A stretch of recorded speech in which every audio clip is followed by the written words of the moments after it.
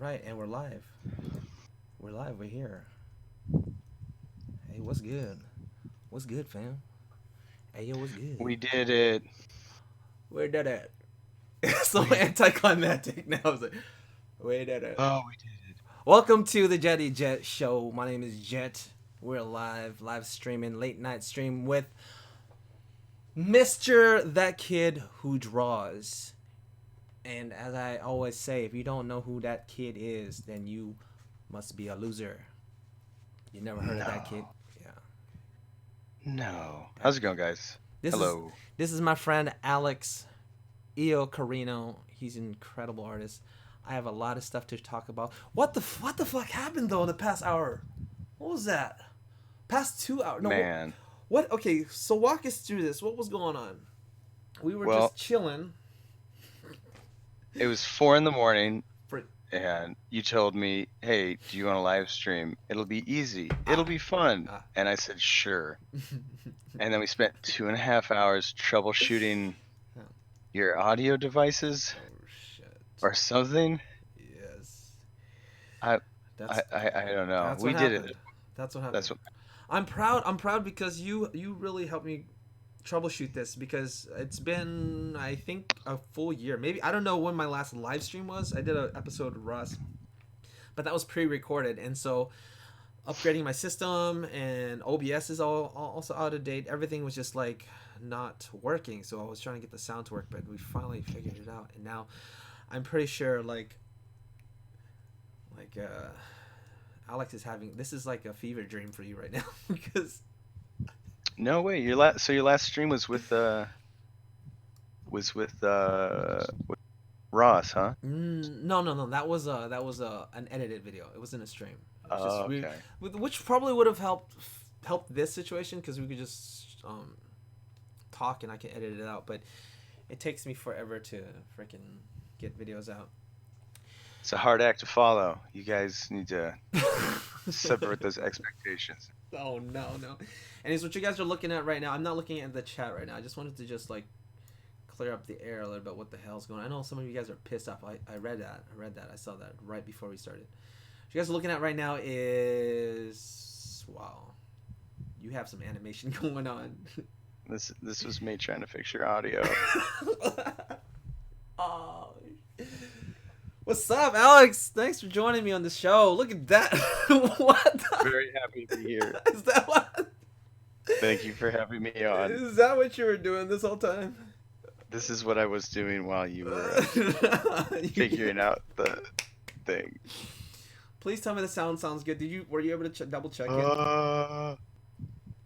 It sounds good to me. Okay, good. Uh, Goodness. Being real So productive in that downtime. honestly, I think the rest of the show will probably go for like maybe 30 minutes, 40 minutes. We'll see. But for I think we're just gonna just like take it easy, shoot the shit. Like I was planning on drawing a little bit tonight, doing some roughs for some client work, some contract work, but I was like, that was 4 hours ago. And like, I was a different man then. I was full of hope. I had energy. yeah. I was like, let's do it. Let's do it. Put on a pot of coffee. I think the coffee will kick in. Oh And shit. your excitement usually gets me excited. Oh, you know what? I need some coffee, but I have kombucha. I could grab some kombucha, but I think we've delayed it long enough. So don't expect anything amazing, any crazy artwork. Let me show you what I'm drawing. I'm not drawing. I just put this up because I needed something up. But this is launch from Dragon Ball. If you don't know, get out of here. And this is grip fuck grip Gryffindor from Blood Berserk. That's right. I was gonna say Bloodborne because I have your poster on my wall. Ooh. Be cool to see you do some Bloodborne. Oh, I did one. I did a. Um, but yeah, this is Griffith. What is it? Oh, that I'm working on? Yeah. Yeah, I'm working on Griffith. It's gonna be like a companion piece to another Berserk poster I've done It's that featured incredible. God. This is the kind of stuff that makes you exhale a little bit. You go, oof. And this is maybe Yeah. this still has a ways to go. You guys don't even want to know like how long it's been. There's just so much stuff to fit all in this like short time because it's so late and you haven't slept for like what two days now working on this something Just been doing the napping here and there. Salvador Dali micro nap where it's like you take a nap with a handful of spoons and then when you fall asleep you drop the spoons and they're so loud they wake you up and you get Oh, I've never heard of that. Is that what he did? that's rumored. I think it was Salvador Dali, Sounds right. I believe but it. I believe it. that's how they go crazy. No, I've just been taking advantage of the time since Emerald City was Oh, that's right. postponed. Oh, I got a big old chunk of time to finish stuff up. thank you, thank you. So to be fair, this is a piece I've been working on Oh, in my off time in between cons since like mid 2019. It's just now getting to like the. well, I'm getting like some But yeah, you static guys and want to see stuff. the. Look, looks like Let the me, Castlevania dude. A rogue FBI agent says. The uh, Castlevania dude. I mean, they have the who's that dude? Who's that Alucard, cat? Yeah. Or Dracula's wait. daughter. I mean, son. Miss you work, Jit. Writes Ismael Perez. What's up, Israel? That's usually how he's supposed to start it off, but this was so hectic that I couldn't. I'm out of my. Look, I'm gonna get back on the rhythm because yeah, we were talking about Emerald City getting canceled and um. So yeah, that's a good opportunity. So look, there's guts guts to So complete the this set. guy's already been a 20 by 30 screen print, so it's got to get illustrated. Where can they Yeah. find you? Because they're like you have incredible like so much work that it'd be so much to show all in one video. And if I were properly set up for that, be like, hey, this is an interview with Alex IACCARINO and Oh, what's and what. if I was better about, I'd have all my plugs ready. They can go, well, they Yeah, can go to thatkidwhodraws.com. yeah. That kid who They can go draws.com, and I'll link you that too. kid who draws, Yeah, which that I've kid. had since I was a kid who drew Why'd you super old, why'd you call yourself that? That's because a I was always that kid who drew. that's a quirky name, and I like it because that's an easy one to remember. That's really easy because that's all I Well, called you in the that was beginning. straight up my identity, like moving from school to school. Like Mm. how many times we moved, how many new schools. And it's like, no, I was never anywhere long enough for people to remember my name. They just be like, where'd that one dude go? I'd be like, who? Ooh, that That kid who draws, you know, they work. you know, They that kid is always in the corner just drawing shit. Like, where'd that kid go? Oh, he moved to a different school. It's like the that kid kid who draws. Oh, you're that kid who draws. Yeah, he yeah, yeah. don't have a name. They just I'm just a kid He who draws. That's all you need just to know. draws weird little dick pictures and leaves them at schools. Well, But your looks like no. your dick pictures came a long way. Came a long way. But you were one of the few people that still call me that kid who draws. I switched it over to because Honor. I'm like 30 something now, dude. I've been doing this for way too long. I've Uh, been I've been a full-time freelance illustrator for 9 years. yeah, Uh, all the way back to like MySpace days. yeah. Like I was a little kid who was drawing and hustling and stuff. But now I've switched it over to alexanderyacarino.com. You can It's not Alexander for me. I really I like that Kitty draws because for me it's more sentimental. Like I have this strong like connection to that name, and also I just find it easier to remember people's handles or like artist their names, monikers. Oh monikers. yeah. Yeah, I just walk around I know. calling you're Neko, you're the robot cat, you're the I was gonna toaster. say RoboCat. Yeah, it's like oh RoboCat. It's like Yeah. who? And it's like I don't know. That's just RoboCat. It's, be like oh we're going over to Derek's. It's like I don't know Derek. Yeah, yeah. So like, yeah. I don't know who Derek exactly. Till this day, I don't know his name.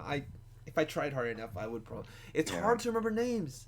especially when you're doing cons so much. You're meeting all the people, so it's like you you need something that sticks. Oh, someone asked Instagram. The Instagram is that kid who draws. Yeah, Yeah. that kid who draws everything. That kid who draws. That kid. It's on the upper left corner. You see that kid who draws. You know what's crazy is I moved. I still have that kid who draws.com Yeah, points to my new domain.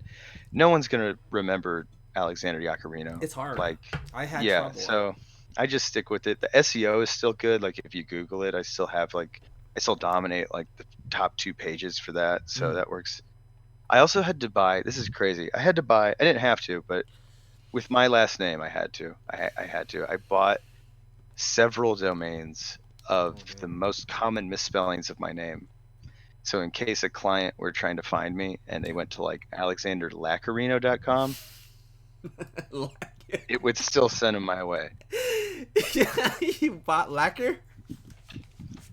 Yeah, like because people misspell it with an L all the time. Like I'll go to conventions and the little banners got like, Yeah. "Welcome, Alexander Lasarino." It's like, Last read. whatever.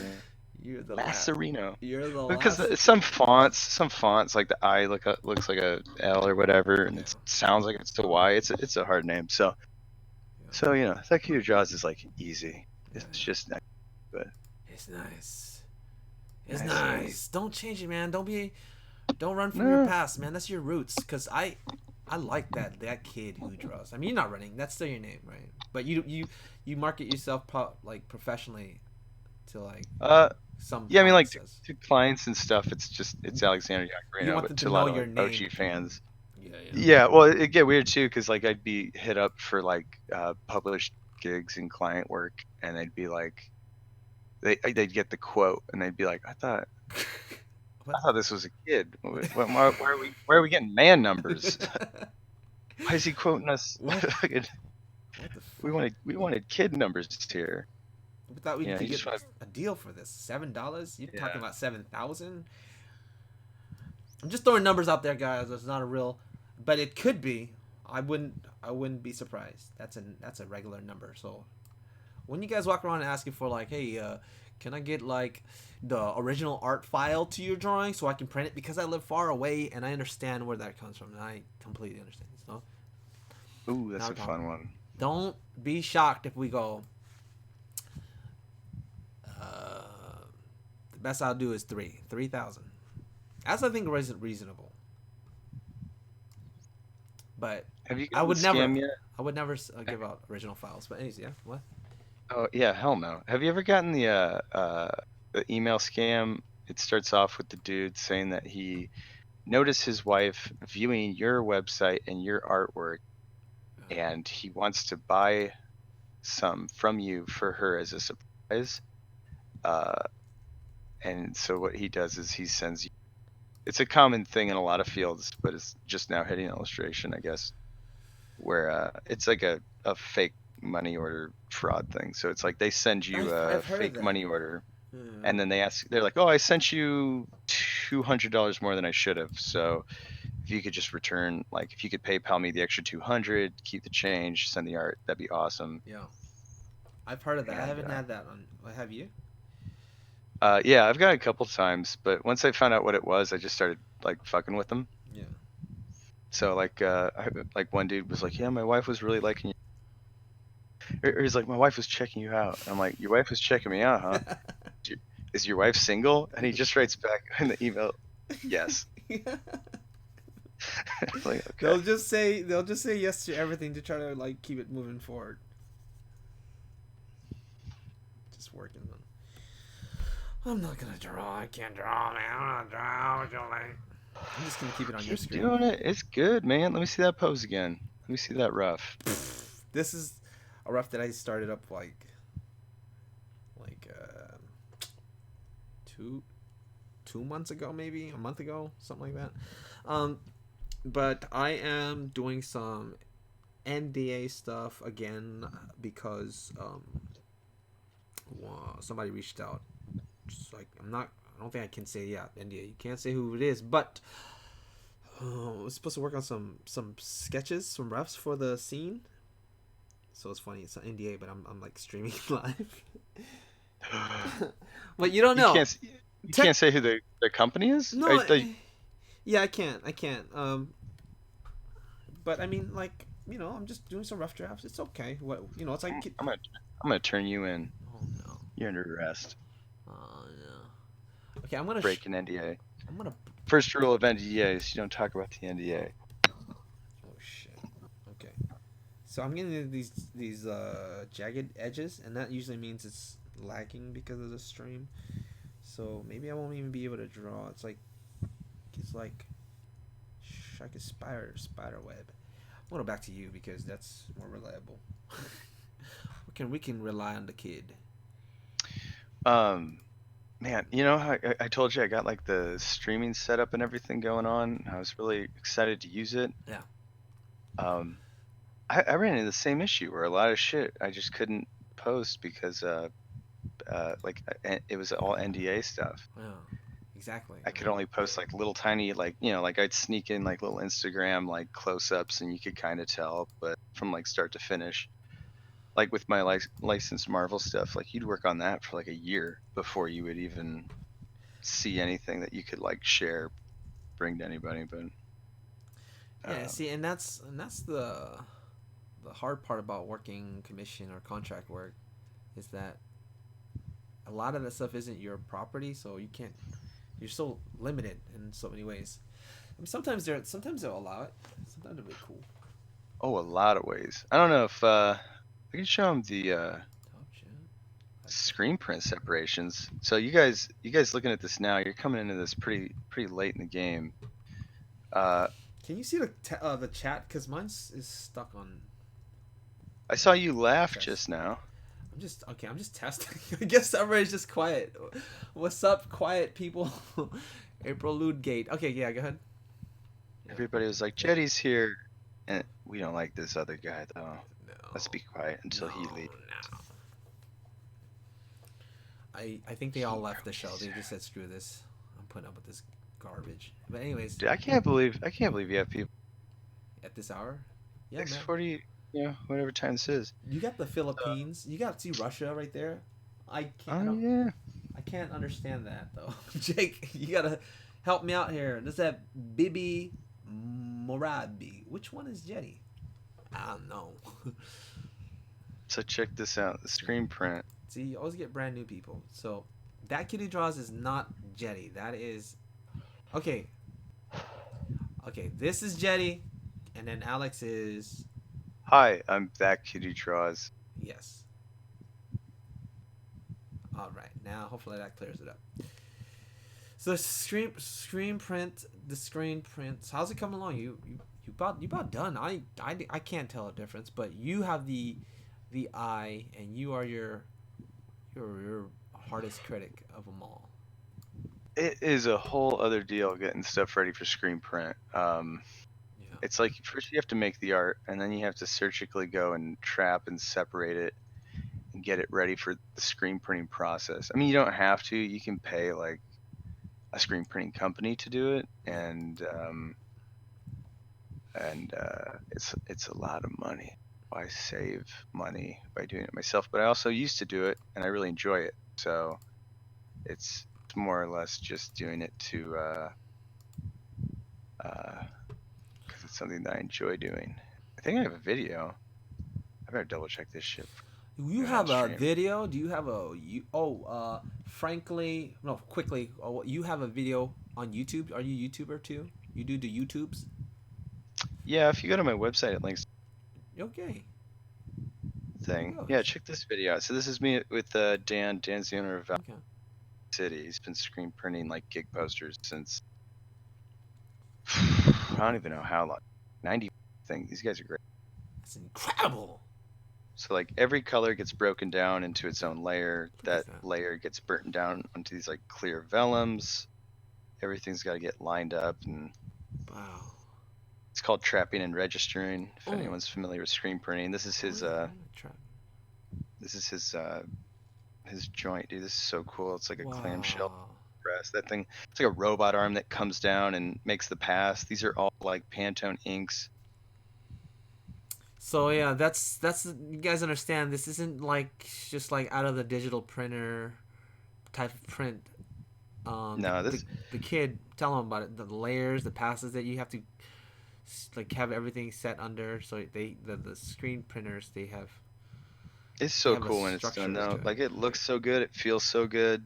It's archival too, like it's gonna last forever. It's Mm. fucking dope. So like what you see with the Griffith is the art has to get made and then it has to go through this whole trapping and separating process where you essentially take Oh, the image that and was bring it down. awesome. That was so awesome. You had it right there. So That's this took forever to but do. those 6 layers are not is not the true story, right? Because I mean No, it's the not like I process drew it is like this. Oh, dude, it was like 1,000 but a layers. thousand I had to layers. get all combined. So, but this is how the printer gets it from me. The red goes down. Oh, This light gray goes down.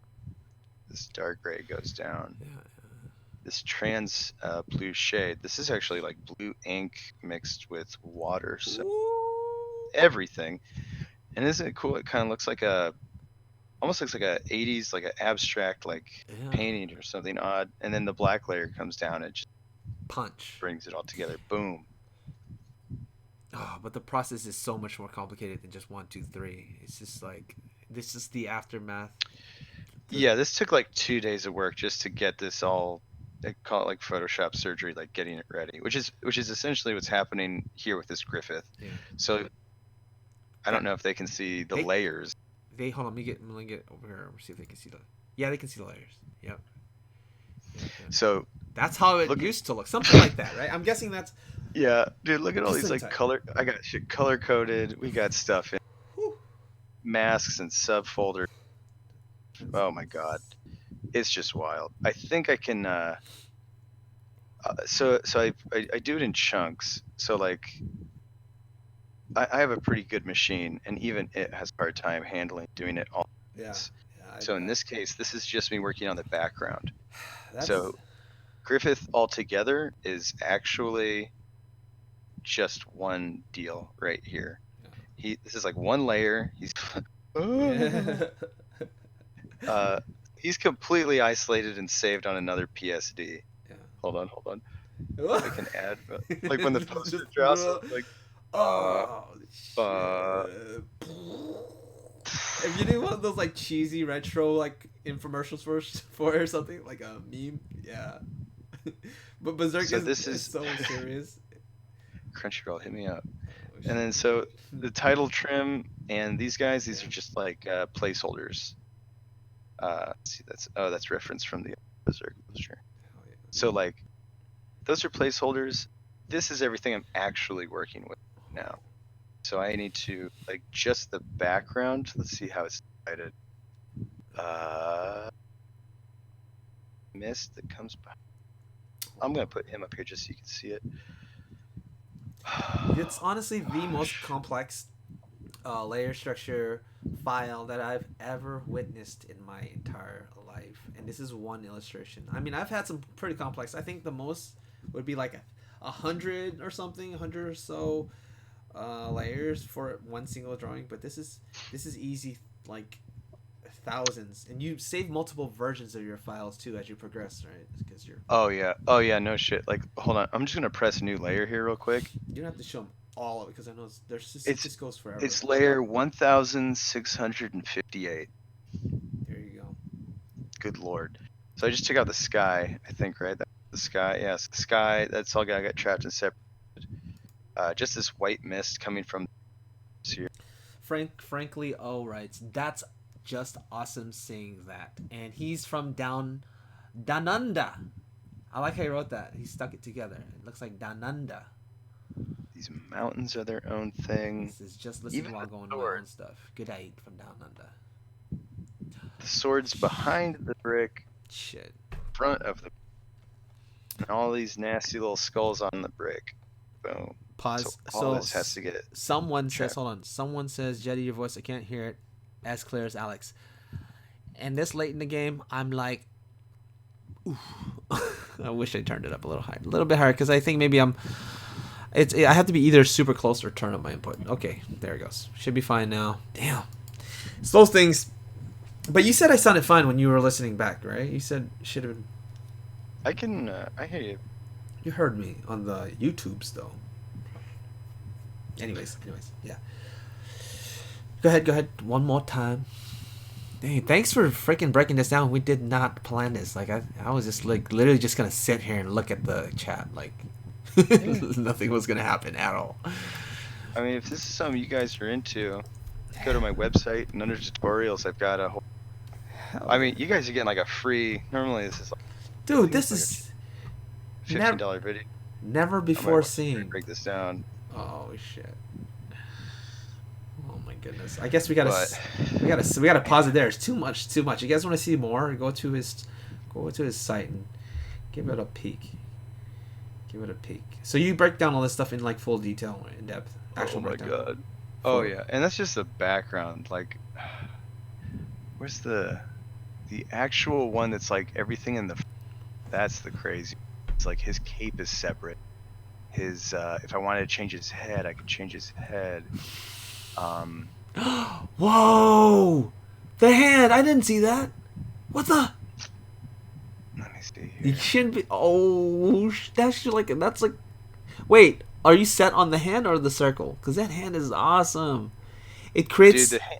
I love the hand so It's much. such a strong. It creates a stronger backdrop for his hair because it's white, right? So you don't lose the shape of his head.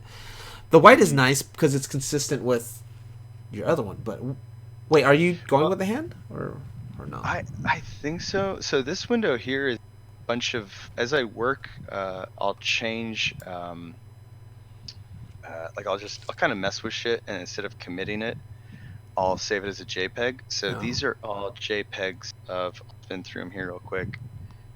Oh, Color JPEGs, yeah, changes, JPEGs, yeah, moving a thing or two. Like maybe this would look cool, maybe that would look cool. yeah. But I don't do any what's the name for like permanent damage? Like I Oh, love that like muted color. yeah, Dude, that's so good. But yeah, that yeah. hand coming out is like, so good. Oh, yeah. I think in the I think that's where I would go. I don't, cause you have that solid circle is nice, but his hair is white, so it's like the shit the shapes aren't as strong. You can clearly see what his shapes are on the hand one. Like, we'll check this out too, because I have this yeah, on its own file, that's nice. and then I probably won't use this one, but Oh, that hand though. Ooh, oh my gosh. that one's crazy, but it's a little too like white for me. No, for me, I think that punched me in the face and said, bah. Actually, I like this one honestly too. Like this equally as good because for that one, it's creating a good silhouette around his head, and then Hmm. the horizon itself is clear white, so it's like the shape of his body as well. It's got I that gotta nice, worry. yeah. I gotta worry too about how this is going to look next to the Berserk though, because the Berserk's already got the eclipse in the background. I don't I'm want to looking be at it. like, I'm looking at it. I mean, it's fine. It's fine. Either one, hand, the eclipse, they're all within the same theme. So it's like whatever you do, if it has that circle, you don't want to be redundant. Is what you're saying. You don't want the same thing. yeah, like I want to, it's like you got the eclipse in both the posters. Like, I want to do something different. At the same time, I just want to get thing done. You know, I'm probably gonna like fully do both versions and then choose. Like I'm gonna do the work 2 times over. So sometimes I'll do like variant screen prints, and Yeah. people are like, "Oh, we need another run. Like the first one's Ah, collectible." yeah. Yeah, You but can always do there's that. You can always wanting do to do that. something different, or there, it's like all these versions left over. And it's Work. not just like kind of like second thought type of variant where they're just like, oh, I changed the color of his shirt. Oh This is no, not at all. these are like a lot I think of work and thought put into it for I each think at iteration. C2E2 I showed you that Akira. what went into like just the insane amount of um, like my tonal maps Yeah. where I showed everybody at dinner and they were like what like it's like 25 different thumbnails piece before I even landed Wait. on the one I was at. Let me see if I can find You it. showed it at dinner. I think I caught a glimpse of it. You were like showing your phone, right? And you're like, You were face deep in some deep dish pizza, man. oh, that's right. I was face deep. Connor Randall writes, "Wow, I really enjoyed the aesthetic of that piece. So do, so do I." Hey, Lee Moore Studios, welcome to the show. Good to have you here. Wink, I wink. Wow, those are the different just iterations and ideas. Wow, you see this is what I'm Those are talking about. You some of them, yeah. just some of them. This is what I mean. Then I always talk about that double-edged sword. That type of personality is knowing when to stop. But it's like the art of knowing when to stop, because you got to balance. It's like this dance, this deadly dance you go through as an artist forever. Because if you didn't have that personality, you wouldn't be where you are today. That super critical eye and brain, and it just Yeah, you gotta autistic know there's an criticism. unhealthy limit, Yes, and I think I to found a it. Like fault. Yeah. sometimes I really need a client to be like, dog, next Tuesday, Yeah, that's are you what done? schedules do. And then there's, yeah, I was saying that's what got you there. But then at the same time, yeah, it will cripple you because you'll never say it's done. And that's why I think that's the best answer to, I think, oddly enough, Boogie Monster, my girlfriend, put it this way. She said, we call it a boogie, but yeah, she put it this way: you pretty much call it done when you want it to be done. I'm like, damn it, you freaking said it. That's exactly. A drawing can be like 2 second sketch, 10 second sketch, 20 second sketch. If you say it's done, then it's done. Because you look at this, how the kid's doing it. He's Don't do going. it like this. He's going and then going and going. And when do you say it's done? You know what? I would have said it's done after the first iteration, the second iteration. No, I wouldn't, honestly. I'm the same way. My garbage can is full of like hundreds of the same drawing of different iterations of like just background colors and stuff. You know? And yeah, so like that's really what it takes, is like or what it means to be done. It's whenever you want it to be done. I enjoy doing it. It's very masturbatory, so like Yeah, I'll just keep going, and that's good. it's a good break too from client work when you're very restricted to what you can do, Yeah. how much freedom you have, and then so it's like you kind of wrap that up, you clock out, you go do your own thing, and you get lost and draw on some metal armor for 4 hours if you want. It's not necessary, but it's therapeutic. So this is Griffith without the background. I use like really obnoxious colors so I can make sure I'm not like getting any pixels hiding anywhere. So this is like the opposite of what I showed you earlier, where he was flat and the background needed to be separated. In this case, the background is flat, and he needs to be separated, and he is in Oh, a loud, lot of different groups. loud, What is he loud. in? So all of his inks are in one layer, which like, dude, just that looks, man. This is where I get in trouble too, because when I think I'm done and I go to like separate for screen print, I'll start doing stuff like this. And you're like, wow, that could work as something too. Yeah, and it's like make this like a cool. See, If you take out all the shade and take out all the flats, that looks good too. That looks like a 2D like cell shaded style. The one before this one, you had the. Yeah, that looks like a nice like embroidery, or like a what are they called? Like This is here for some reason. I don't know why this is here. that's great for like logo stuff, or like graphic tees and. Yeah, you Jeez, could looks break so all good. this down. So many different options, and yeah, my brother one time said to me, "Man, what if you just went ahead and did the most bizarre thing?" This is way back. He's like, "What if you just like settled with that?" Because he's sitting there watching me like going through the different hues. Like you're sliding the hue slider around. He's just like, "Wow, that look cool. Why did you try?" And I'm just sitting there like, "Cause it's not the right one. You can't just settle." But what if? And he goes, "But what if one of these days you just you just did the most bizarre shit. Like that's your goal. Just like put it out there, and that becomes it. And I was like, you know what? And it's always played in my mind every time I'm sitting there for years and days and hours, going, this isn't good enough. Do you ever He get really knows what's up, man. That's the fun way to do it. Do you ever get mad at yourself though because you can't find the right one because you're just like still so No, critical? I get mad at myself because I can't pick between which one. So like right now, I'm doing a light blue, Hmm. light gray, and then this pink, but the pink will have enough transparent blues over it that it'll turn like a red leather. So Uh-huh. these are like the opaque inks that will hit. And then you do the transparent ink. So that's where, let's break it down. The layer system is one. Now you have something special going on with your colors, and I don't know if you want this to be known, but there's something special about you for why the colors are doing what they do.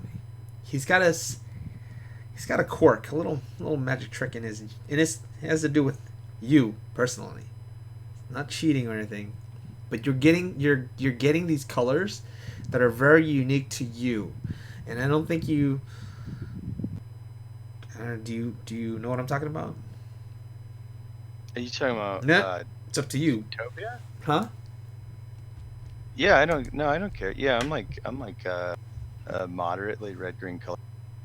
Call, you got cut off at call. Go ahead. I'll let you say it. A what? You got Oh, I think Jetty's politely asking me if I want to share with you guys that I'm slightly moderately red green.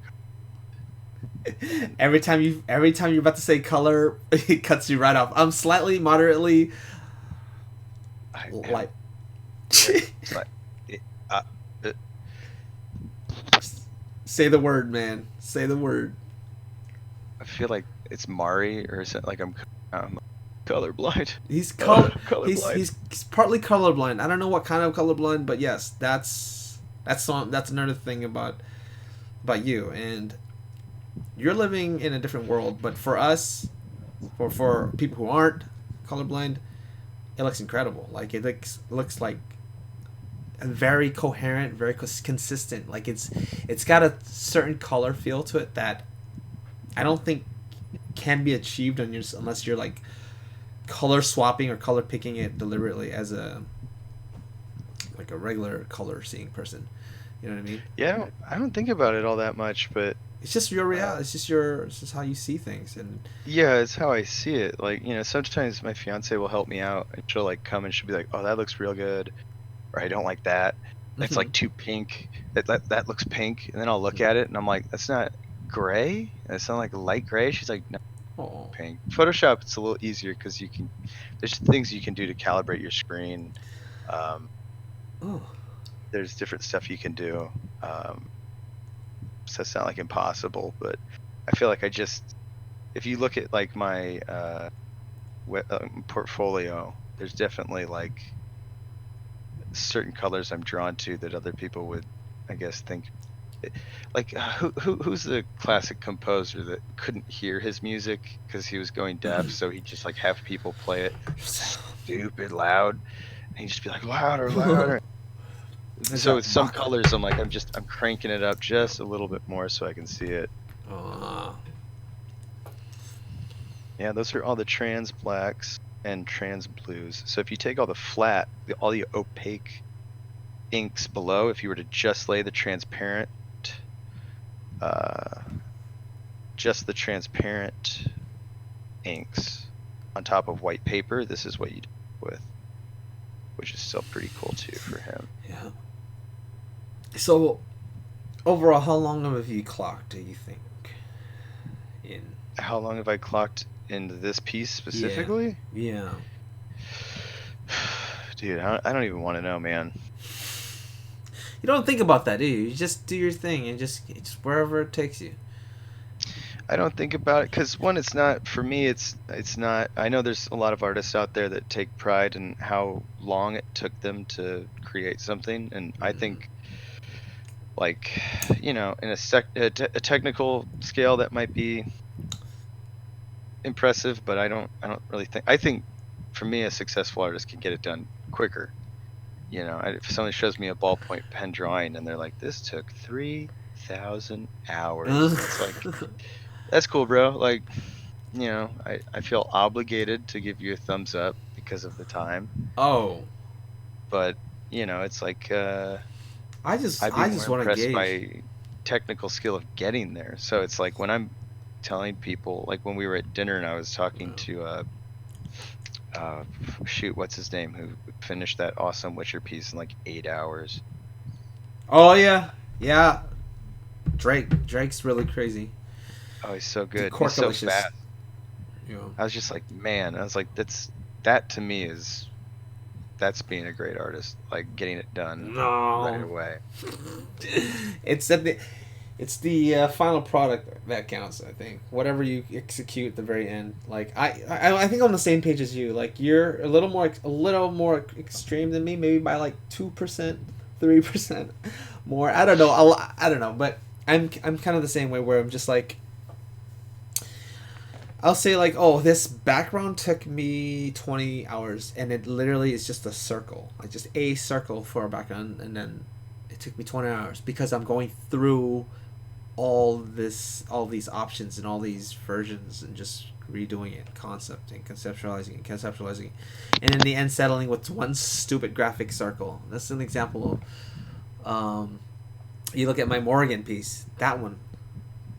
And this is why I asked you if you get frustrated because for that one, like I said, I couldn't pick, and I was just so angry the whole time. Just like my trash can was filling up, and I was like showing my friend who was like going through some hard times, and I was like, "Who's an artist?" And she was like, "I can't work fast." I'm like, "It's not. I'm not fast. If you've seen behind the scenes, it's not 20 hours for a circle." How long do your pieces usually take you? Average, I always say it's about for per characters. My characters are about 20 hours average. There are some because I always switch up the process that I take, Mm-hmm. and the most successful process that I took was about 8 hours. I remember being, man, this is good. I'm gonna do it again. The next thing, I change it up again because I always tend to change up my approach. Like every time I'm like, oh yeah, I did this one really fast, man. I could do this again, and then I end up changing it again and then again and again because I think there's something about experiencing, or like tackling something in a different way that makes it exciting when you're going at it. You're like, okay, this time we're just gonna do black and white and try to do it this way, and then you're learning through it. So it's like it's never really the it really just depends. Like sometimes a character will be complicated looking, but it's fast and easy. And ones that are a little more easier looking, like my Misty one, for example, Mm-hmm. that took longer. Like okay, Bulma and Misty. Bulma I think only took like 8 hours to do. Misty took like 20 hours, but the Misty was more painterly, more blocky. Like the shapes in that is much more um, painterly styled, and so yeah, it just takes so Dude, long. do you ever knock something out in like 8 hours? Like way faster than you know, Yeah, and then people go crazy for that one. yeah, And you're yeah. just like, really? Like, you know, it's like they're like, and I mean, you Yes. like it too, Yeah. but they're Exactly. like, this looks awesome. And you're Yes. like, yeah, yeah. And then you point them to one that took on a technical level like Yes. 10 longer, and they're like, that's cool too. It's like, Yeah. No, it's just something about it too. They like the looseness of it. They like to see it's like you're leaving your fingerprints behind, and it's like it's a happy balance between finishing and also rough. And then like the rough, sometimes the rougher ones are just like getting all the attention because it's like it stands out too when when all your other stuff is polished and you throw a rough one in there. It's like, whoa, this is so painterly, and like that was like an hour. That was a I think 2 hour drawing. when they're rougher and you can see the stroke, Yeah. people uh, can relate to Yeah. the work, or when they can kind of see the process through like the rudimentary Yeah.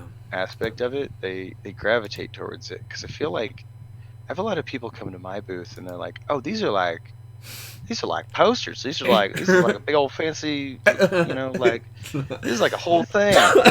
And then they go to the booth next to me, and it's a dude rocking out like these ballpoint pen drawings or something, and they're like, well, this is cool. I used to mess with ballpoint pens in shop class, and man, that is not easy to do. It's like it's Mhm. somewhat relatable, but once you start getting to a level of like, once I'm talking about like insane masks and pretty much what I just broke down, it like their eyes glaze over and they have no comprehension of, like, it's just it's unreal. It'd be like when 3D artists show me stuff and I'm like, I love it, but I have Yeah, no idea what I'm looking at. I get it. I get it. That's why a lot of children's shows or younger like shows that are geared to a more younger audience have more a larger appeal to just everybody, like to everybody, like a Dragon Ball Z style drawing or like a Ranma. My Ranma drawing, that one shocked me.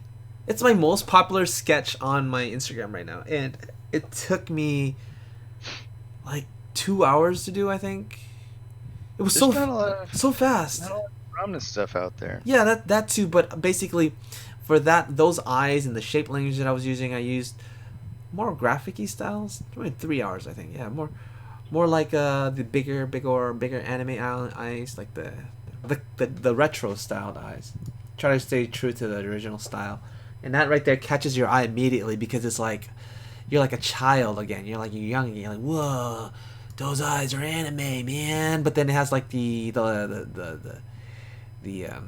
technical technical the technical skill involved. So they're like, okay, okay, okay, okay. Man, do you think this is too many skulls? No, that's I keep like masking them out. Like I keep like hiding some and then masking them out again, and you know me. I can't convince you. You know you. I'll tell you right now, it looks good. I can't see anything wrong with it. I just think that it's ready to go.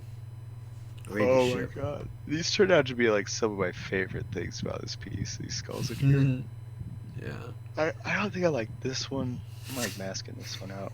No, you can go. Yeah. There's it? Yeah, I don't like this guy peeking right here, but Frankly O says Beethoven. Thank you. oh, that was the deaf dude. It's like louder. They're like, we're going. Son of a bitch. Oh, son of a bitchy. It doesn't go any louder. Oh, I've got all these videos. I got the playback on the live stream to see that, and then I have the OBS on that, and then I'm sharing it to you on Discord. Am I? No, I'm not. Okay. I just when I try to sketch something, I'll tell you this right now. Google Hangout, when that is being screen captured, it doesn't affect latency at all. It's smooth. It's very smooth. Google Hangout. Discord, for some reason, it requires a little more horsepower, a little more energy, work. Yeah, because I want to click out so that it doesn't eat up so much. Let's see if I click out, hide that OBS. It's still kind of laggy. Oh, I know. Oh, I'm so dumb. Dude, my setup is a beast. Oh, what's up, babe? I hardly check out. Oh shit. Okay. Dude, I think this Photoshop file is like 3 gigs. That's a stupid big file. That's stupid big. Man, so it's like, if I want to commit to these skulls as they are, Yeah. I gotta go through this whole. Well, first I'll like color mask them a really obnoxious color, because that helps with selection. So we'll see like yellow. Okay, you do your thing. I'm gonna freaking try this thing again here. Okay, that's okay. Hey.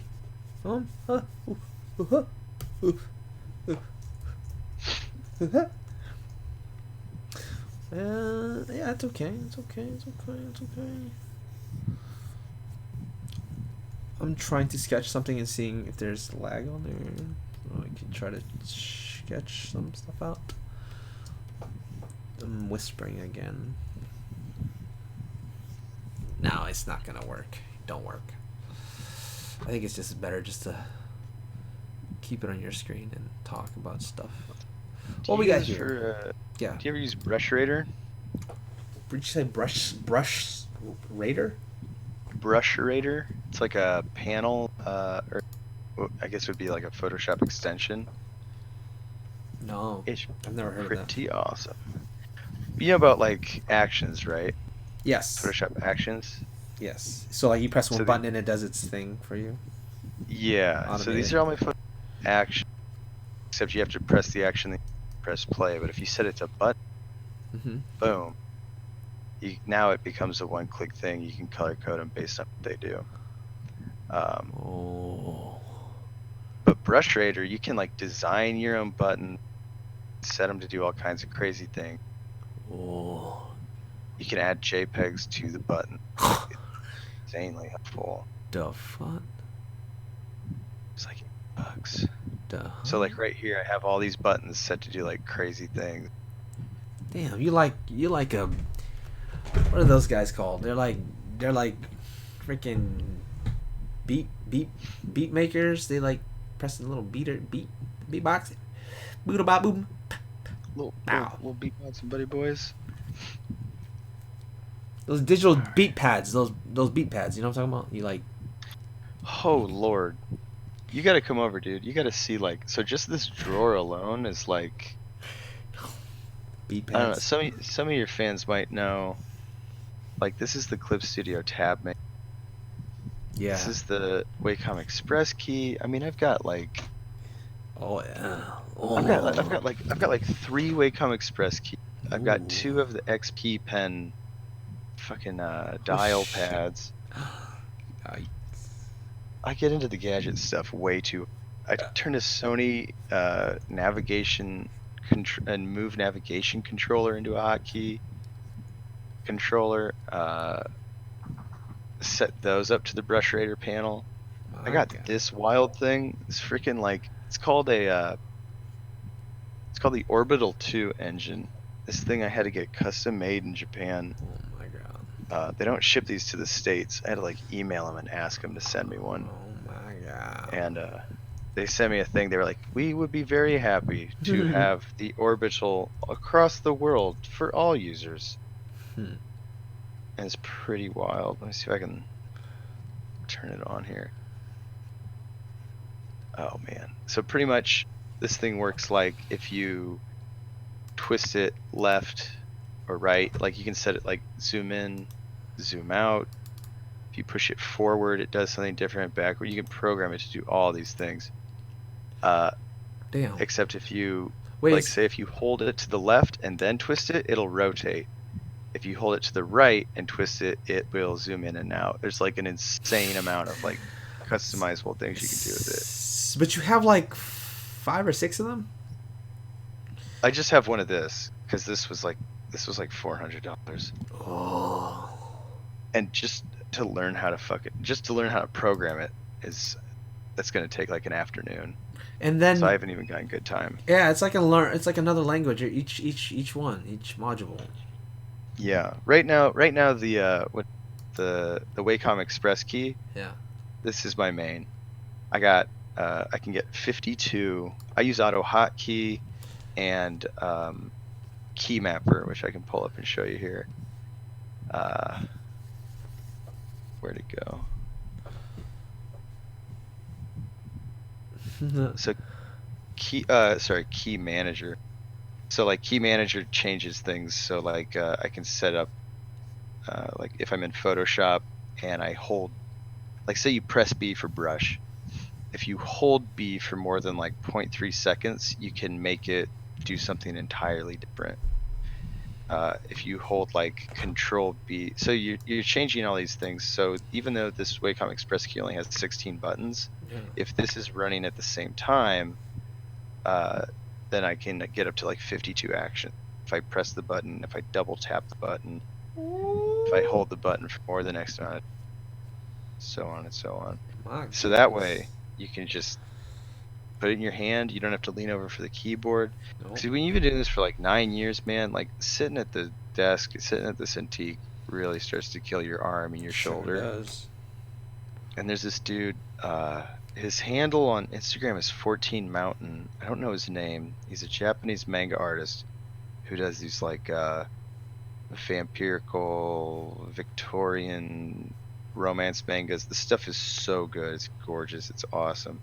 But I saw this YouTube video of him in his studio, and that dude was leaned back like a pimp, just drawing one hand Clip Studio, but he's like opening and closing menus, and he's Wow. He's like, flying through, and then the camera looks at his left hand for a second, and he's got this, and he's just like, he's like pressing like 50 things. yeah. It's just going nuts. So I looked into it, and it's like, dude, nothing Yeah. feels better than like putting the Cintiq in my lap, leaning my chair back, and being able to just like get rid of the keyboard completely and use this thing. Yeah.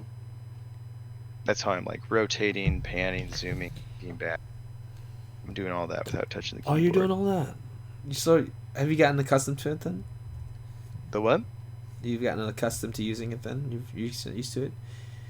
Oh yeah, I made myself. 'Cause last year I had a lot of client work to do, and I flew to Europe, and I purposely left behind my keyboard. So I had my laptop and I was using the Wacom 16 Yeah. Cintiq, that like entry level one that they had just come out with, and the Express key, and it was like trial by fire. I was trying to get client work done that needed to be done immediately, while so I'd have my like desktop background as a like a little map. It would show me what buttons did what, and I'd like look up, and I'd be like, oh yeah, yeah. And now it's like playing the piano, dude. It's like I also put like I don't know if you can see in the thing here, there's like little you can get like adhesive Velcro circles. So I put several on the buttons, so I don't even have to look at my hand. I just, with my thumb, I feel. So if it's like a fuzzy button, I know I've centered it back to the middle, and if it's the scratchy ones, then it's like I'm to my right or my. Damn. And now I can't, like, it's like the keyboard shortcuts. It's like you get used to those over time. Yeah. You know. Yeah. Yeah, but you have like I was saying, like you have like 5 other ones, right? So each one you would have to like relearn, right? It's when I use the other ones I get mixed up, but it's still kind of like here I can show you the. You would kind of have to way dedicate I yourself to organize like it. 1 or 2. I mean, at 2 the most for me. I'm like, keyboard is enough, man. I wouldn't be doing this if I wasn't like a total nerd for the tech stuff. I like playing with the toys for sure. Yeah. Like, I don't think this would help everyone, but like, yeah, I can show you like the first map I came up with. It's like super basic. Hold on, let me try to quick enable streamer mode is enabled. Stay safe, friend. What? Streamer mode is enabled. Okay. Do your thing. Do your thing. Oh yeah, is that the same thing you're using, or is that the other ones? That's the other ones. Right? This is XP Pen's. Yeah. It's like a numpad with a scroll wheel on it. So I started out with that simple of layers. Yeah. And then I got the Express key from Wacom, and I think this is about as crazy as it got. I was displaying the toggle, and I had these things. And then I was like, okay, maybe I can get a couple more things out. So that turned into this. Oh, shit. That's you. That's your Those are your personalized notes. Well, it was. I mean, it's a different setup now. But now I was like, okay, if my modifier, I was learning if my modifier keys are next to my other keys, then I'm getting double uses out of like, if I can press Control and G at the same time, I can get this. So that gets wild, and then turns into like this. I forget how many actual things were here. So like all the blue buttons, or when I press the buttons together, I would like overlay black, if I press these two buttons together, I could turn my wand into a contiguous selection toggle off Oh and shit! on. Oh shit, man! Hold on, shit! Hold on, you're revealing all your secrets, dude. You're And gonna have then Master real Baby Icarinos specific. running around. Oh, yeah, good luck figuring this out. Like anyone, I'm gonna make a Gumroad like probably gonna make like a tutorial YouTube thing where Yeah. people can. I'll have one for like if you want to mod the Switch controller to be like a controller in Photoshop, or the Sony or the Wacom key, or I'll have like an advanced one. Yeah. I'll share my secrets and stuff. But Oh. this one I think was 52 actions, and they're color coded. So like this remote that's in my hand will do these things. If what you see is in white, that's from a single click. The Oh. things in yellow are from a double click. The things in blue are if I hold it for 1 second, and the things in green are if I hold it for 3 seconds. Oh. And then on the sides too are the you're pressing several buttons at once. But in order to do this and make it feel the same on every device, I did what would you call it, like I decided like what tools was I using when I was doing certain things. So there was like the tools that I was always go to when I was doing my inking, Yeah. and then there's the tools I would always go when I was doing like my selecting or like my hard editing. So I kind of like mapped out like a priority.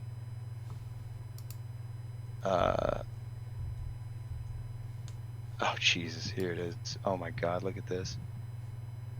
Oh, that sounds like it's a Yeah, headache, man. That's a it, huge it headache for me, man. Nice it is. Lucia. What up?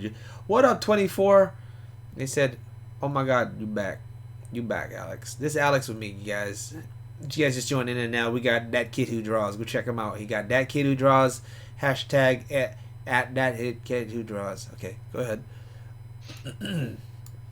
No, I think I'm boring everybody with that. That looks like a fucking You got some. whiteboard at a lecture. Like no one wants to see that. Now, kid, pull out your pens, your dry erase board. We're gonna go over Yeah. this one more time. We got another one over here, and then you just keep upgrading it. Yeah, my buddy keeps busting me. He's like, dude, if you get any more technical, you're just gonna invent like a keyboard. Like you might as well tape a keyboard to your hand, and then boom, it's the same freaking thing. You just need that like direct matrix wire into your brain, and then they just. Just leaning back. It's like he's making art. Yeah, he's Like learning. my body like jerks a little bit. Like I'm gonna hold on. I'm gonna switch over to my screen. You saw, and then I could try. I'm trying to try to because what I'm trying to do is I'm trying to turn off your share so that I can actually draw as well. Because when I'm sharing your screen all over the place, it's like using too much resources. But yes, please keep talking. That frankly, says that's amazing. It almost needs to be on a wall with red string. See? yeah. There you go. You see? You see, laddie? You I make try me. and explain it to other comic artists, and they're You like, make "You're me. like filling in the mailroom." You need to show into the kid like what you're doing. So you gotta do your YouTube channel soon, right? You gotta get like Yeah. active on there. You're gonna do it. He's gonna do Well, it, guys. I was at New York Comic Con at my booth, and I had all the stuff out, and I was like showing a couple comic friends of mine, like the Express Key and the Wacom, the Wacom. What do they have? The social reps or whatever, the people who handle this stuff. She came down to the Yeah. booth to do a bunch of posts of me using it, and I was showing it to her, and she's like, she's kind of like looking at me like, Legend. this is the most I've seen anyone utilize this thing at all. Like why? Like not even like you should be proud. It was more like what are you like? Why are you doing this? Why you do this to yourself? Yeah, why you do this to yourself? You're hurting She sounded more concerned than impressed. Oh God. Okay, there's that. There's this one.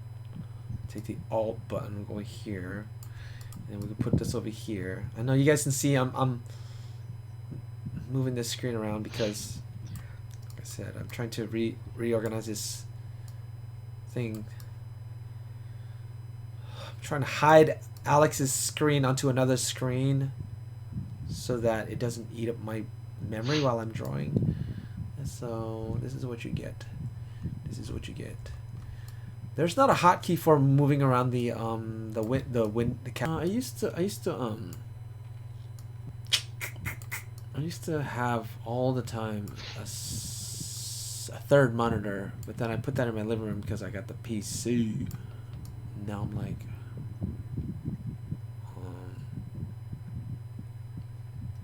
yeah, that was like that. And then we had this one like this. Oh my god, I had to duplicate and isolate this entire group just to skull. This is the kind of technical stuff that like when you start out, you get to like ink a lot and you get to like sketch and rough drafts. Yeah. And then when you go and do this stuff, this is when it's like technical. It's like playing with an architectural file. Like it hardly even feels like drawing. I mean, you're more or less doing technical maintenance on like a piece of art at that point. I feel like that actor, the what's his name, who cried when they had him filming The Hobbit. He was just in a green room talking to. Did you hear that story where he's like supposed to be talking to the hobbits, but they're just like faces on sticks, and he's in a green room and he starts crying and he's like, "This is not acting. This is not what acting is. This is not why I became an actor." It's like sometimes when I go out trap and separate for screen print, I'm like, this is not drawing. This is not what I wanted to do. And then it comes out off the press and it's done screen printing, and I'm like, my god, it's beautiful. Can't wait to do another screen print. I love this. I love this so much. This is not acting. This is not drawing. It's... You talking about Gandalf? Yeah, it was Gandalf, right? Talking about that fool Gandalf, no? Sir Gandalf, Sir Ian McKay. Ian, no, that's an artist. Ian McGregor, I don't know. Ian McGregor. Jeez. You shall not pass. Oh, okay. Damn it. Is there... Oof. Okay. I did like when there was like a little scope I didn't write. When he's like peeking out behind the title and he's kind of like, hey. Okay, I freaking moved your name. How dare you? You know your at that kid who draws. It's now missing because I was trying to fix stuff. So it's no longer in that corner like we had it. I'm sorry. That's okay. I screwed it up. We should have never done this. I should have never gave you money. What is that from? Dave Chappelle. You get in trouble if you say the actual line.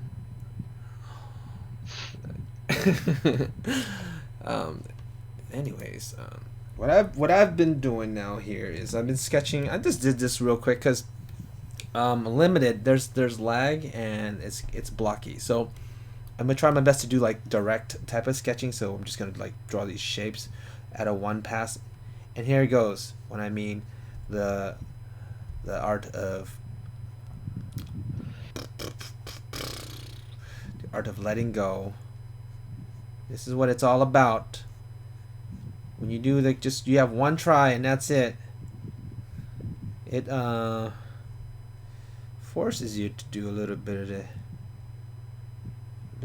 that direct approach, style approach.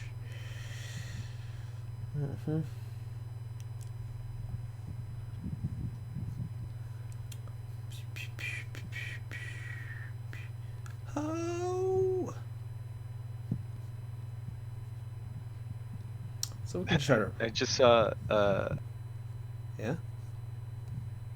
is there a keyboard shortcut to make my art better? They want some keyboard shortcuts for me. Oh, the brownie. Razer the Razer TARDIS keyboard is better than XP Pen shortcuts and more programmable. The Razer TARDIS keyboard. Oh, are you talking about Heard about that Razer. hold on.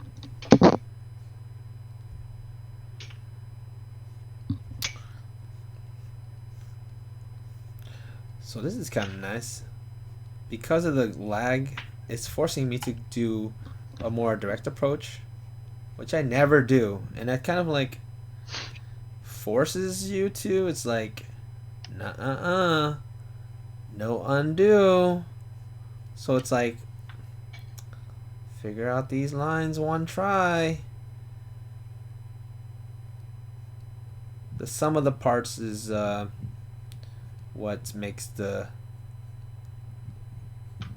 What's it? I don't know the saying. Can you help me with that word? That phrase. The sum of the parts. The sum of the. You guys, there's so many brains here. There's some.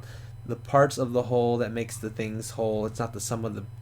It's not the individual parts that make it what it is. It's the individuals that makes it. God.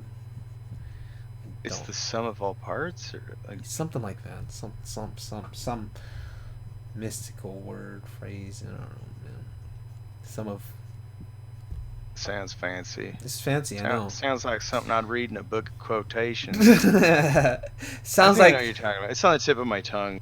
sounds like I'm trying too hard. That's the problem. See, anytime I stutter, you just gotta go, stop it. Stop trying. Somebody mentioned the Razer. This is the new Let me switch over to you. Razer fudge. I forget what it's called. They've had a few different versions of this thing. That's yeah, I heard that's like $7,000. No, this is like under 200. I You want. can get them used, but they got like Cheeto finger dust and stuff. Like, wow and stuff. Cheeto finger dust. Hell yeah, man! Mountain Dew stickies. These thoughts faster. See, because I'll be stuck in this one thought and never finish it. And I get afraid sometimes. Is this how it starts when you like lose your mind? You don't ever finish your thought. You just keep tangenting. Oh yeah, you and I have onset dementia coming, buddy.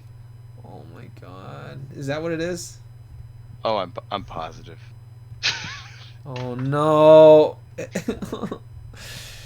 Yeah, I think that's very common for people with like ADHD and stuff like that, focusing issues. But anyways, what I was trying to say is that the individual parts of each drawing, when you hone in. Let me go back to my screen. When you hone in onto any of the individual parts, it doesn't make sense. It's honestly broken. Like that hand. If you were to look at this hand and finger, it's the ugliest finger in the world. This is so broken. That thumb, what is this triangle doing on this here? It doesn't make sense. But when you kind of put it together, the sum of the parts is what makes it work.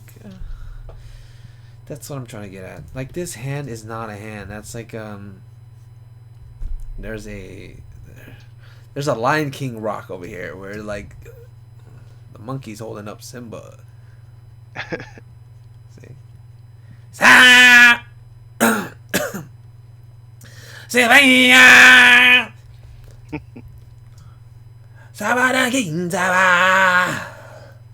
sing along, but I'm pretty sure I'm gonna wake up.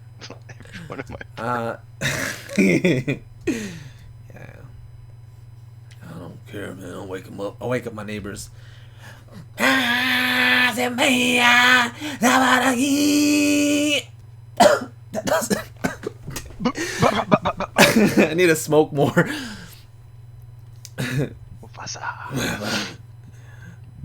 Did you see the live action, not even live action? I didn't. I just heard a lot of funny things. Some make up the whole. at least you know what I'm trying to get at. Basically, let's try to break it down in like my easy understand. What I'm trying to get at is really really important. Okay, it's really important for anyone who's trying to learn how to draw and starting off, but you won't learn it until you're like deep in, because you're trying to like a lot of learning in art, it deals with learning how to unlearn. Anyways, it's basically saying that you don't need to be so technically correct on each and individual part. You don't need to render. You don't need to. It's trying to capture each idea in its most simple form possible, the most quickest and the most simplified, the most, what's the word? Reduced. Yeah, reduced. Because when you have a whole bunch of broken parts, it's like all the puzzles start to make sense when they're like laying next to each other. But when they're like on their own, individually, when you're looking at them on their own, they don't make any sense because they don't stand on their own. Oh, I'm going off again, man. I'm going off, bro. Hey, my I think I don't think it's lagging anymore. Wow. Wow. Just body and spirit. Body, spirit, the mind. The mind. The mind is willing, the body spongy and bruised. Spoon. The mind's willing. Strength forthcoming. Discipline. Dedication. Joy and happiness.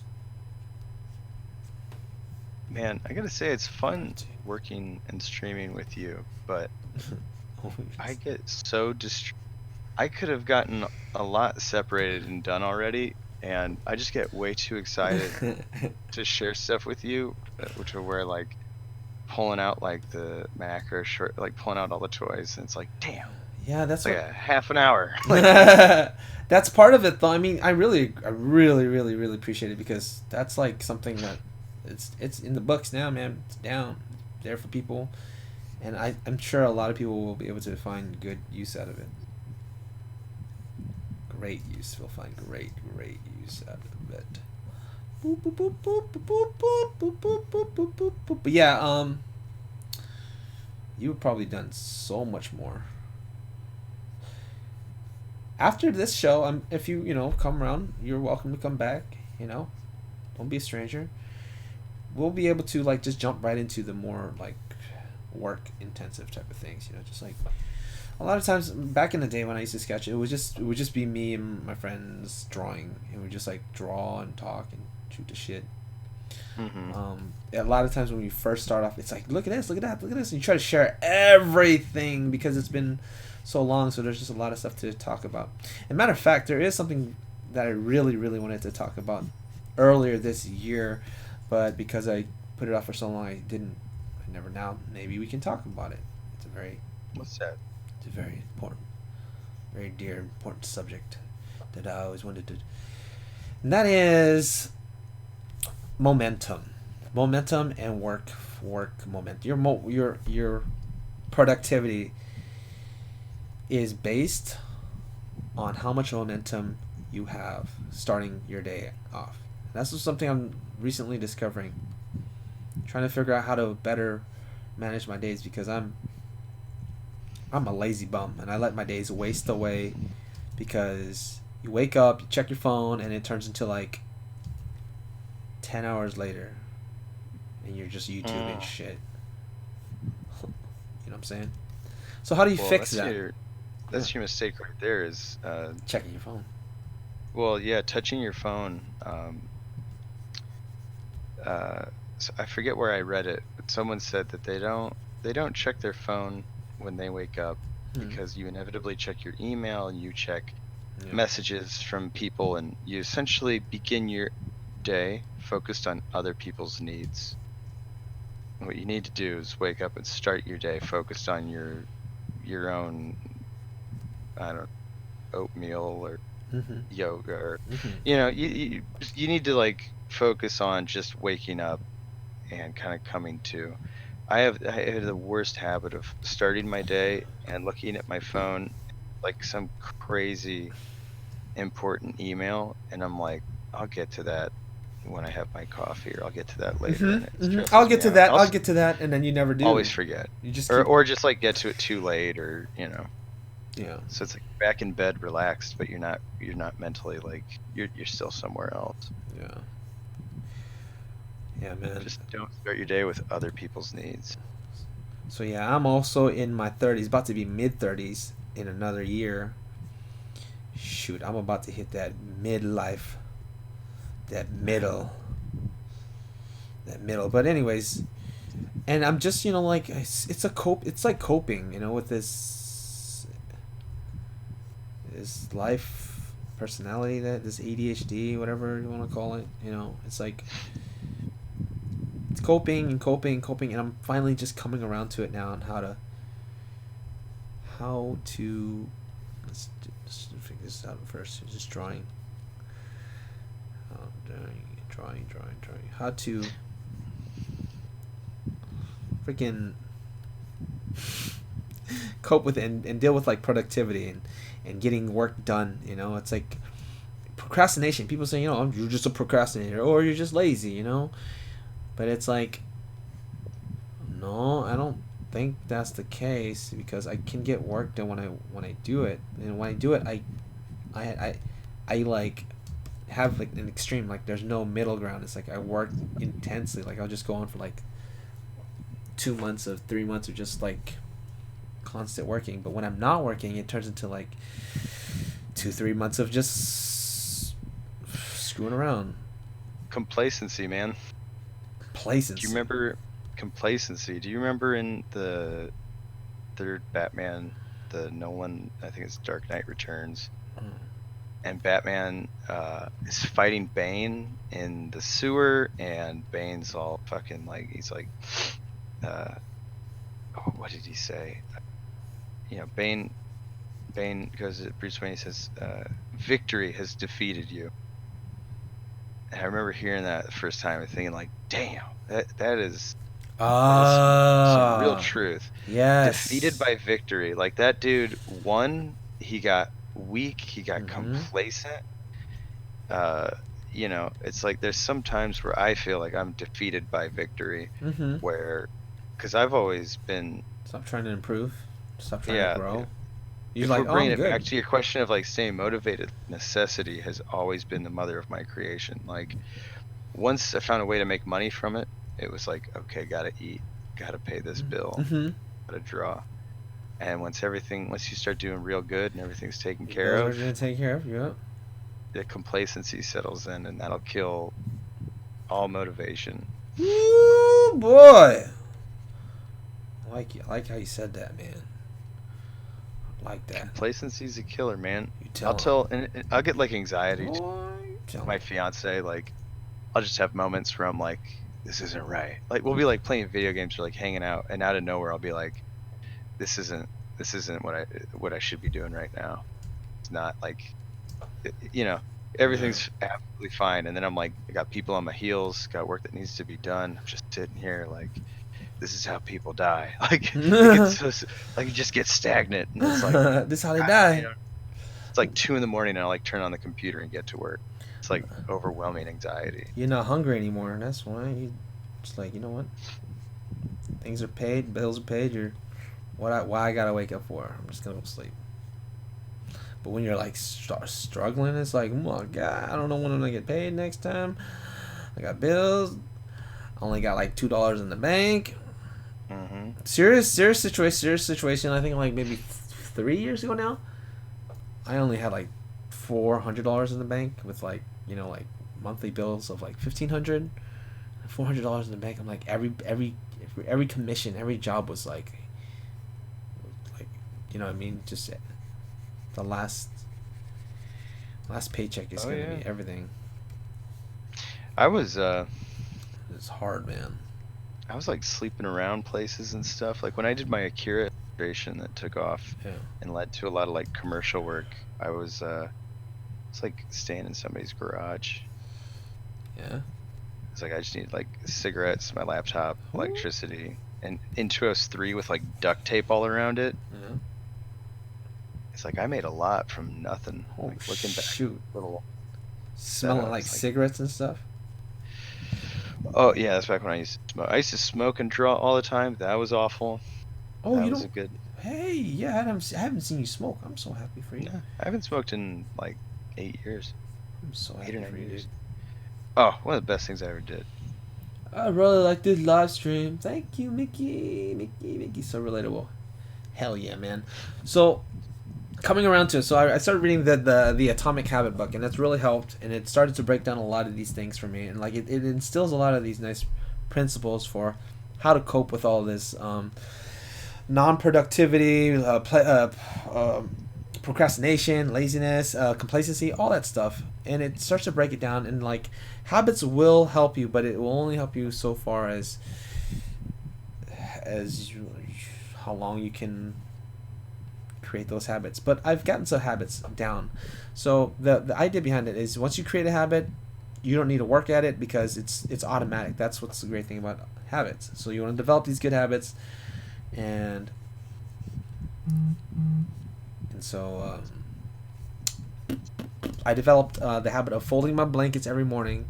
I let the dog out. I mean, like habits, for example, you might do every morning is pee. You might brush your teeth.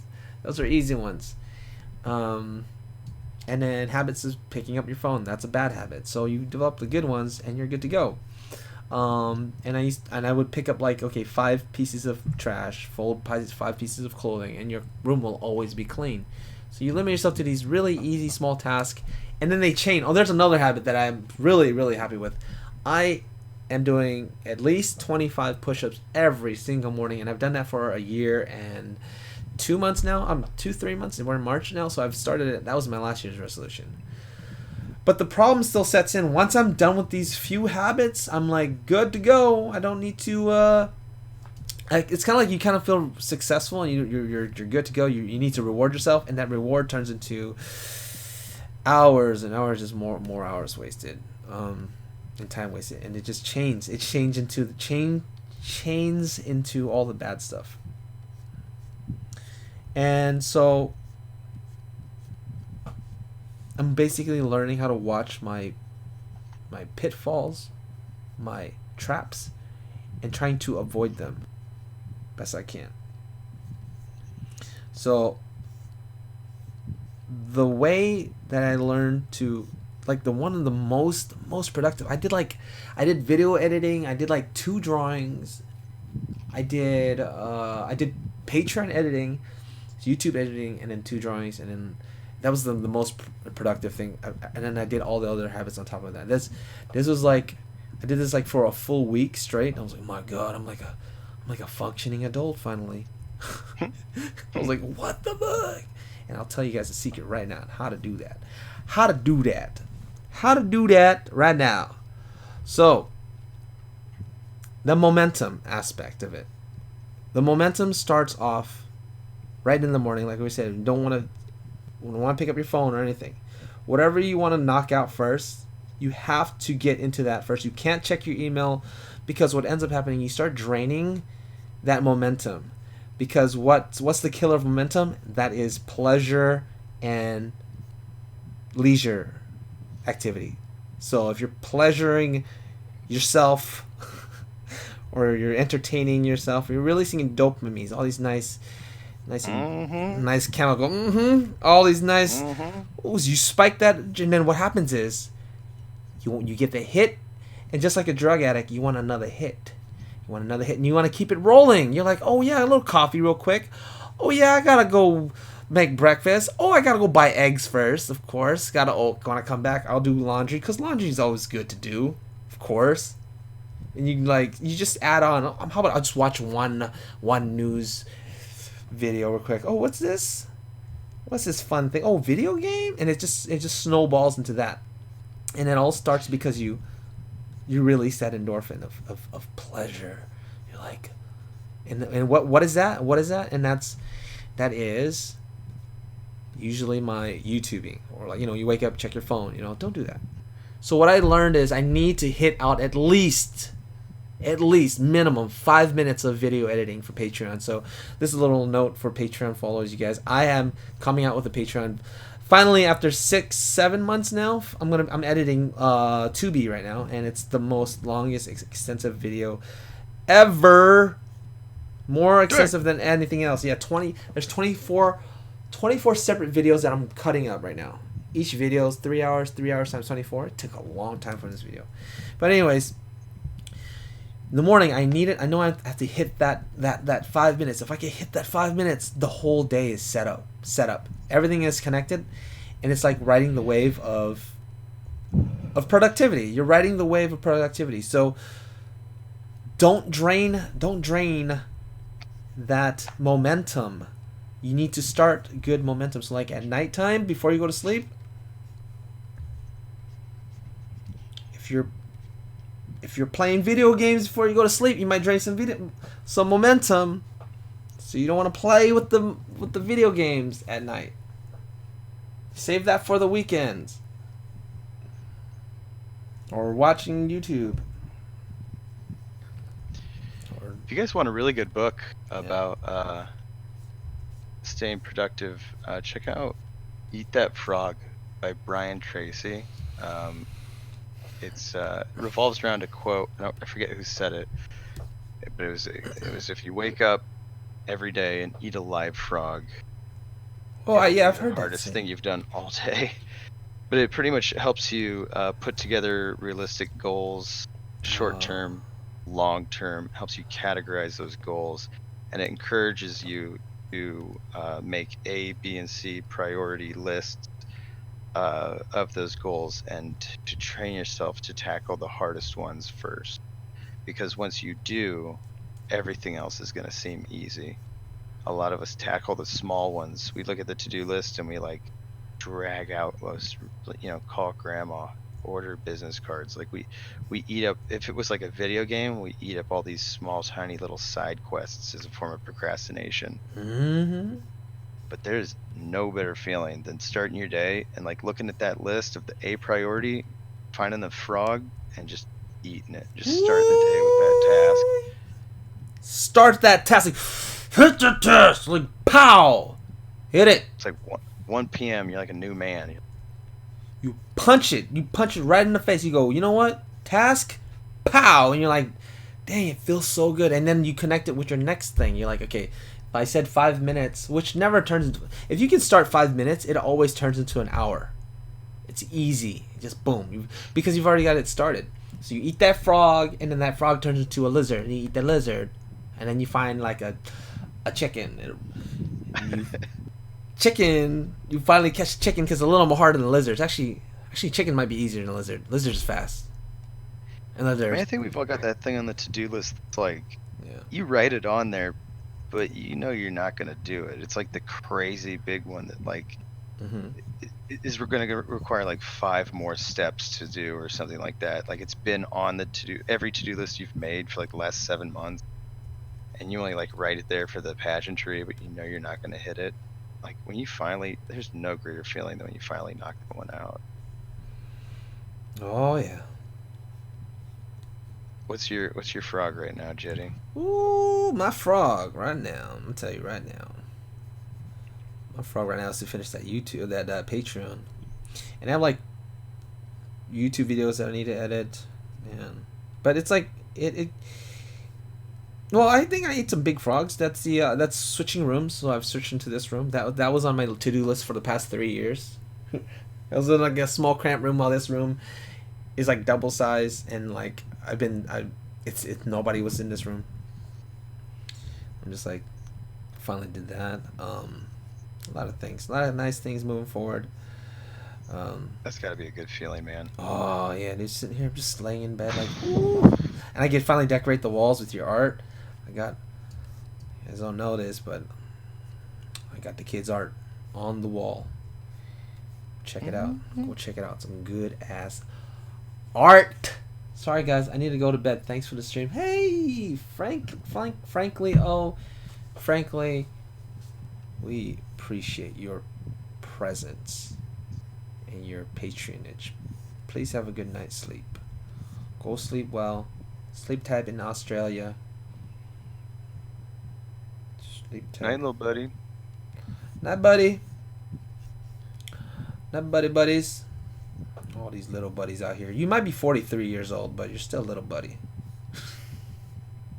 I say little bit like if you were tucking them in, like Oh, no matter what I put the blanket up by the chin, I so just be like, sweet. all right, little buddy, you give a little smooch, Little check buddy. under the bed, Hop in bed now, little buddy. Little buddy. be like, you want me to leave the door open? They'd be like, Nope. okay. Oh my god, I'm still dicking with these balls. I think I got it though. So yeah, I guess what I'm trying to say is like, yeah, it's so, yeah, eat that frog, man. Eat that frog. That's a great book. It's like $10 on Amazon. $10 of eating frogs? $10 of eating frogs. Oh, $10. I thought you said 10 books. No. Like that's a lot of it's frog like, eating. It's a lot of goddamn frogs. That book's been great for me. What is some? You ever listen Mhm. to any of those like crazy, weird, inspirational Oh yeah. books? Oh yeah, Atomic Really good. Habits, my book. It's the one. Atomic Habits. Yep. It's the one. It's the one that's honestly like making progress in my life. I was supposed to read a page that? at night, but Yeah. and I fell off, but I got far. I got like Dude, do you like 70%. immediately fall asleep when you start to read before bed? Like, or just like in bed and you start reading and just like boom, pass out. Normally, yeah, but this book is actually it's one of those I can't. It's like one of those good books where you can't wait to get to the next page. But I'm like, you know what? Again, the art of letting go and just being like, okay, this is enough. You hit your quota, because what ends up happening is this is another trap you got to watch out. It's like when you get into doing whatever habit, even if it's a good habit, if you're putting way too much time into it, like say my quota for video is 5 minutes, and I started and I spend 5 hours of editing, well, that eats into the time of doing personal art, my daily sketch, my everything else, and then you have to play catch up with everything else, and then you end up shooting yourself in the foot and sleeping late again, and it starts to revert back to all that bad stuff again. So it's like have that minimum and maximum. Like you gotta have that like a limit to it. Otherwise, if you're like me, if you're not, then you're good. Like this is for people who deal with this type of problem. These problems that I'll be having. Procrastinators. Alligators. I haven't seen any of your art in a while. Wyatt, I'll pooch. Great to have you guys here. I know it's super late, and there's gonna be a couple people out there who I said I would message if I ever live stream. Apologize if you're watching this if I didn't. This is one of those spur of the moments, and I said, you know what, I need to start doing this again, and it's get you guys all caught up, and since I'm sitting here with Alex, you know, thought it'd be a good opportunity to do this live stream. Take it easy. Take a chill pill. I'm gonna switch it over to your screen. How are you feeling? You still got that coffee on deck? Oh yeah, I'm drinking coffee, feeling good. Oh, Move these skulls around the way I like them.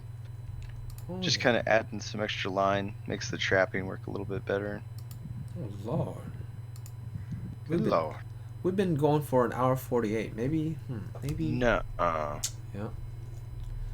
Sure have. Look at those little skulls. Look at how close. Like I was zoomed in that close, Hold on, let me try to and switch over to you. and it's this big. Where are you? Oh, there you are. What happened to your window? What? It's like this big, and I'm in here like. Oh, no, I can't see your window. What the hell happened to it? Oh no. I lost it. I was just switching back and forth, and then... Oh. I should lock these so that nothing changes. Yeah, that's the one I want. Okay, put that there. Do you know the hotkey for moving just the screen around? Mm-mm. Display. Full screen. because you're just black. You're black screen now. I'll just add it again. And then add you in again. Display window capture. Okay. Call the Alex that kitty draws. Wow. Wow.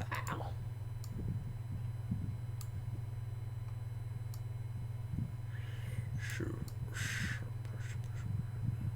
Okay. Let's get the nice zoom in there. The nice zoom in there. A little bit more smaller than that. Okay. There you go. Yeah, I find it like pretty cool to like have these longer videos of other like streamers. I'll just have it in the background where like I'll just be like folding laundry or something, doing inventory or something, have it on in the background, and it's like that's what we're doing right now. We're just being background noise to people. You might be cooking eggs right now. You cooking. We got dudes murmuring in the background. How many of you out there cooking eggs?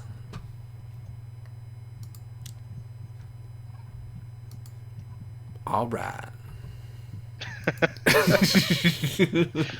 All right. All right. How are we still awake? How am I still? You got that adrenaline.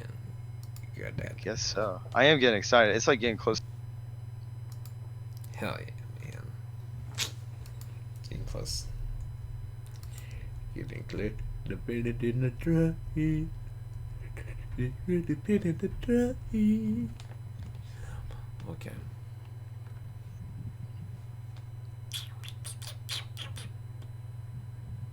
Man, I always get conflicted about adding like so much solid black. Yeah, you too. Ah. Wyatt I Pooch says, eating a bowl of cereal. Very good, sir. Ooh, what kind of cereal are you eating, bud? Yeah, what kind of cereal are you eating, buddy? You eating that good stuff? Ooh, Cocoa Puffs. Cocoa. I like that old man cereal. That oatmeal. Life is good. Life is amazing, old man cereal. What are you talking about? That's like the best.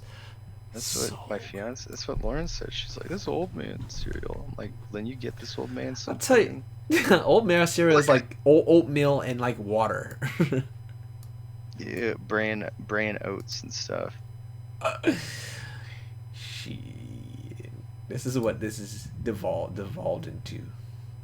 Jay, you said you were doing some NDA. And I'm not gonna keep pushing that. You don't have to tell me who Yeah. that's for. Right. Word. But let me ask you this: how do you do Word. published like do you do published licensed stuff often? No. Is this like a new thing? Is this like new territory for you? No, I've done it before. Yeah. Yeah. Yeah. I mean, I have like people who ask me to do stuff, and I never. We could talk about this because it might be surprising to some people because I'm always saying no, I don't do anything. But because of this this Corona outbreak thing, it canceled our show this weekend, and it kind of lined up. And I was like, you know what? I have time. This company and title is like it's not big or anything. It's just like an illustration, but they're like it's pretty well known. And I was like, you know what? I'm gonna hop on this. I'm just trying to do this real quick. So yeah.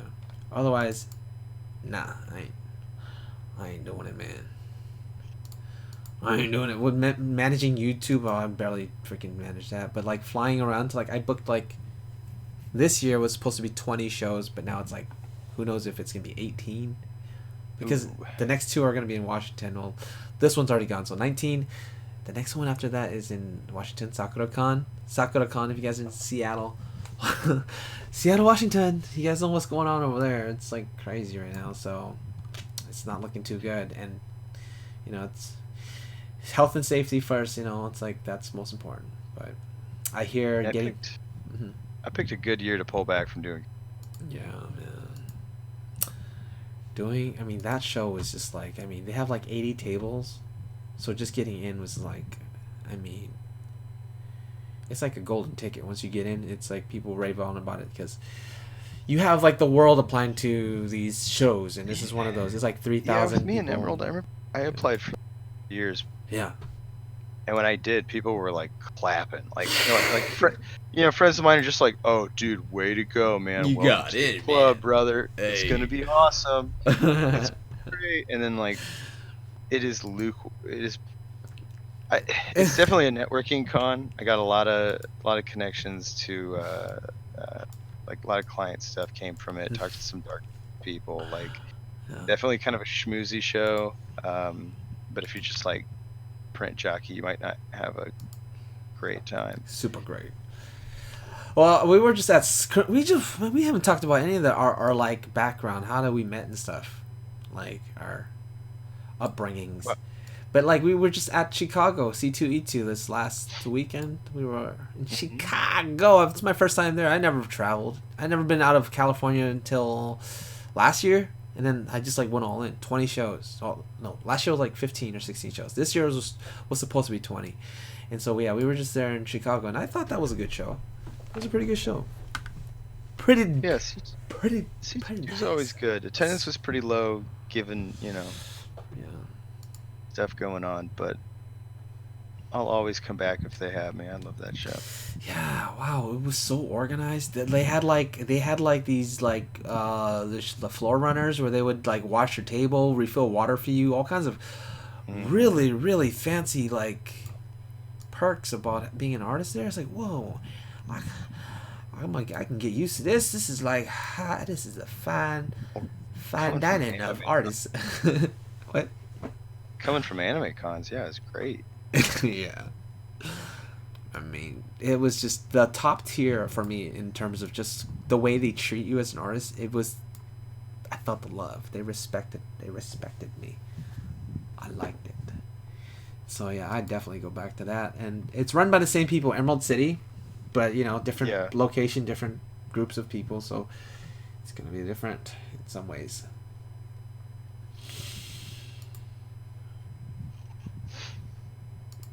Yeah, and it's in Washington, and they already postponed it. They didn't cancel it, so it could work out. But it's gonna be. They said it's gonna be around summer, and that lines up with like 5 or 6 other shows. So it's like, where does the ball drop? We don't know, but we'll find out. And I hope. I don't know what day, because they always line it up on a day where they should have shows. So like they can't just pick any random day. It'd have to be like some special occasion, and usually that day is when another show is happening. Oh, shit. Yeah, and even if I don't, people have decided on spending that money somewhere else, Yeah, yeah. traveling to a different show, like just because it, gonna be there in the summer doesn't mean it's gonna be the same. So I don't have super high hopes. Yeah.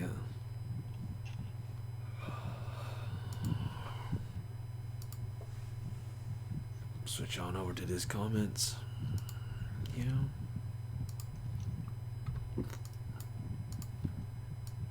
But it's really chill. This one. We're still stuck at eating a bowl of cereal, but we have 1 hour and 58. Let's do another. I say another 15 minutes. Nice cozy 15 minutes. So, like yeah, 2:15. Sure, I shared a link on my Twitter Okay. for people if they want to come. I don't share nothing. This is just like exclusive, random. I've got 15 friends on Twitter. Yo, dude, my grandma's gonna come on this stream later. Oh hell yeah! Get Let's her keep it on. going. Get her on. Going. Is she really? No, no. Hey yo, what's up? What's up, Grandma? What's Grandma, good? get in on this. What's good, baby, Grandma? It'd be funny to get my grandpa. He's the watercolor painter. Yeah. Cause he's awesome. He always talks so much shit. I like look at other people's art and he'll be like, "What is this?" what is this? Like at the Marriott, the hotel we stayed at, and all that fine art in the lobby. He's like, this is what goes for. Okay, all right, okay. It's super, like, it's really cute that he thinks that, and I think the world of him, and it's awesome. But then he'll like go into cons and be like, look at this is garbage. You could do you could sell circles around these people. Why how come these? And it's like some super famous artist. You know, Yeah. he know who he's talking. It's just like, okay, all right. Let's What was this? What? leave Greg Capullo alone, please. Like, he's like my number one fan. It's like Oh, fight anybody over it. hell yeah.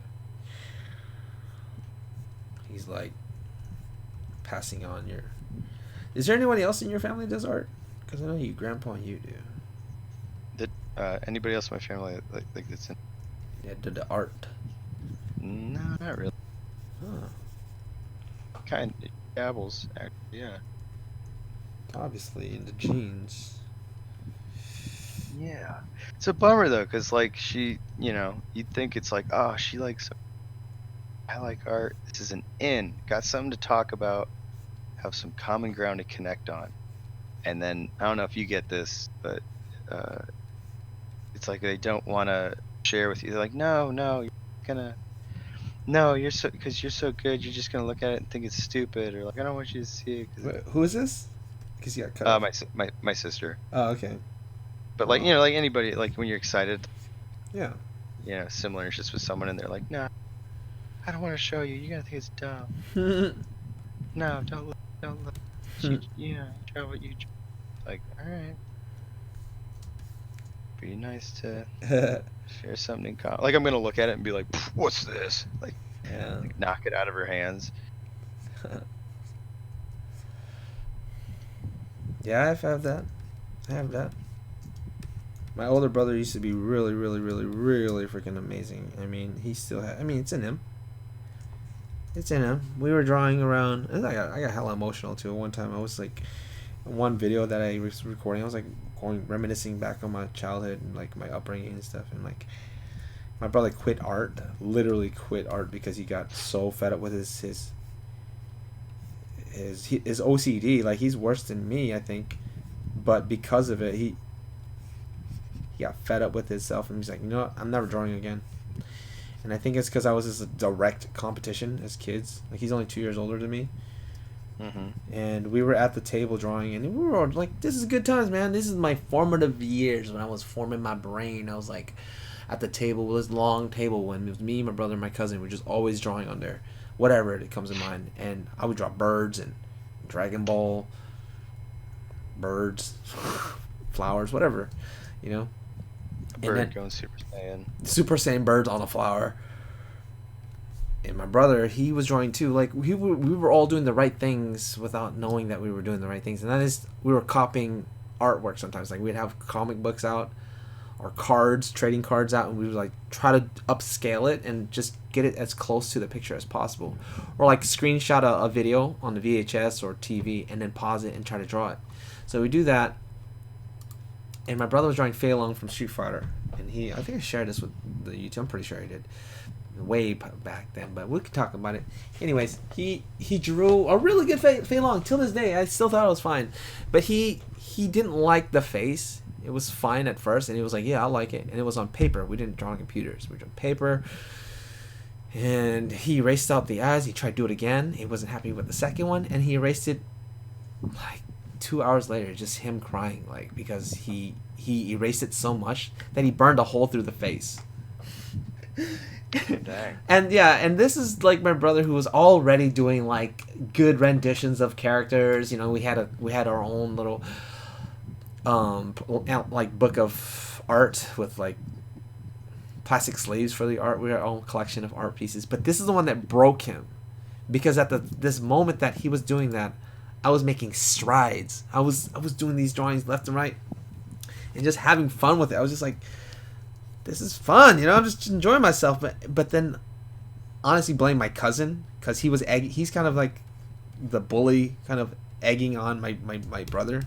He would always bully him, and he was just like, "Damn, your little brother, he's killing you. Woo, he's doing woo," just laughing, just like, "Man, he's hella good." So while my brother's over here like contemplating just like how to just like give up on life, because no. yeah, and he's just like he's in the corner, and the more he would sulk, my cousin, the more he would praise me. I'm like watching him, like kind of like yeah, and that was kind of where I think where I don't take praise very well is because of this moment. I was like, I don't want it, like I don't it becomes like it's fine. It's fine. But for this moment, my brother was like pretty much in pain. I was watching like, and he went to the other room to try to fix it. He's like, it can still be saved. And there's like eraser marks in the paper, and it's just like, fuck, it's hard. And Dude, then yeah, look at this shit, dude. Like just a happy accident right here. I was like masking stuff out. Oh, the lights coming out of the eyes, little. Yeah, man. Something like that going on. Yeah, dude. Hold on. What was? Start with white. Morning losers. Aw. They said, "Morning losers, stop bullying me." Anyway, so yeah, that's what happened to my brother. He that very day, he said, "You know what?" He stood there with his drawing. "I'm never drawing again." I was like, "Oh." And I was like 8, and he was like 10, and I was like, "The fuck? Are you just gonna give up like that, man?" I really pissed off my cousin. Yeah. I almost took him to a convention. It doesn't quite look as cool as I thought it would. And he didn't even make it to the convention to help me out. Like, the fuck? We'll put that in the maybe pile. I was gonna have him be my assistant, and then he was talking about how he was gonna like go searching for like certain volumes and go like long box hunting and stuff. And I was like, dude, you can do that on your downtime, which is gonna be pretty sparse because it's gonna be a full-time gig. You helping me out, like this is serious, but like this is on your feet all day sort of stuff. Like this isn't, you're not getting a free hotel and badged, dick around at this thing, man. You're gonna be working. And he threw a big old fit about it. And it's like, this is my job, friend. Like, it's kind of, this is the gig. And he hated it. Cause he taught me, he didn't teach me how to draw, but like he got me into like, he's a little older than me. Like I'd see him draw, dude, that's cool. Like he'd be like drawing like Spawn covers or like tracing Spawn covers, and I'd be like, you're the best artist I've ever seen in my life. Like, like childhood heroes. I'm like, oh. Wait, you were his or he was yours? He was mine, yeah. So I like watch him. Yeah. Same with my brother. I was always like worshiping him as like, man, that brother's good, and like the fuck, he gave up. Like it really broke my heart. Like to this day, I'm like, dude, he could have been way better than me. Like if you just stuck with it. But it's just like, the hell. Anyways, yeah, go ahead, your story. Yeah, mine too. It was sad.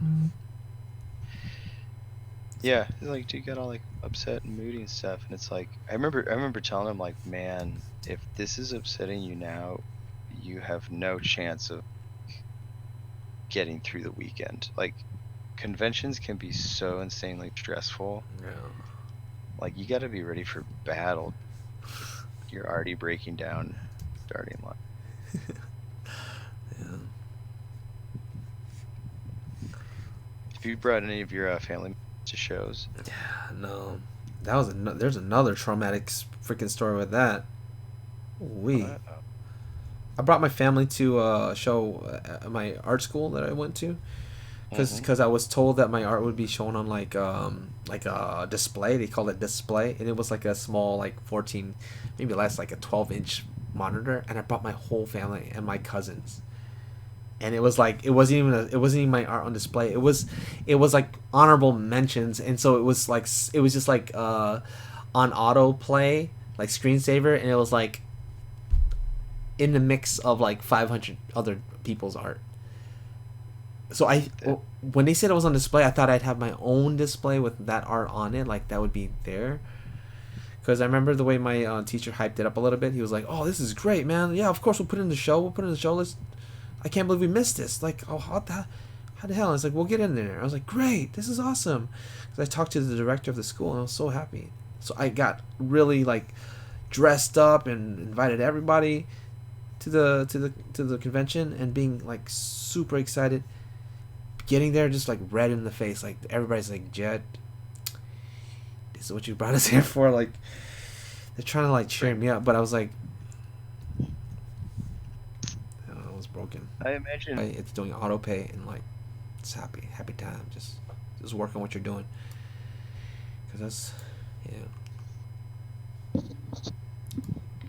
what's up. I just feel real not having been able to go to school, Wait, what? not being able to like afford it. What about it? Before that, right? I used to be like fucking it Salty? used to be upsetting. Yeah. All like my friends would. A lot of them went to SCAD. I don't even know what that is.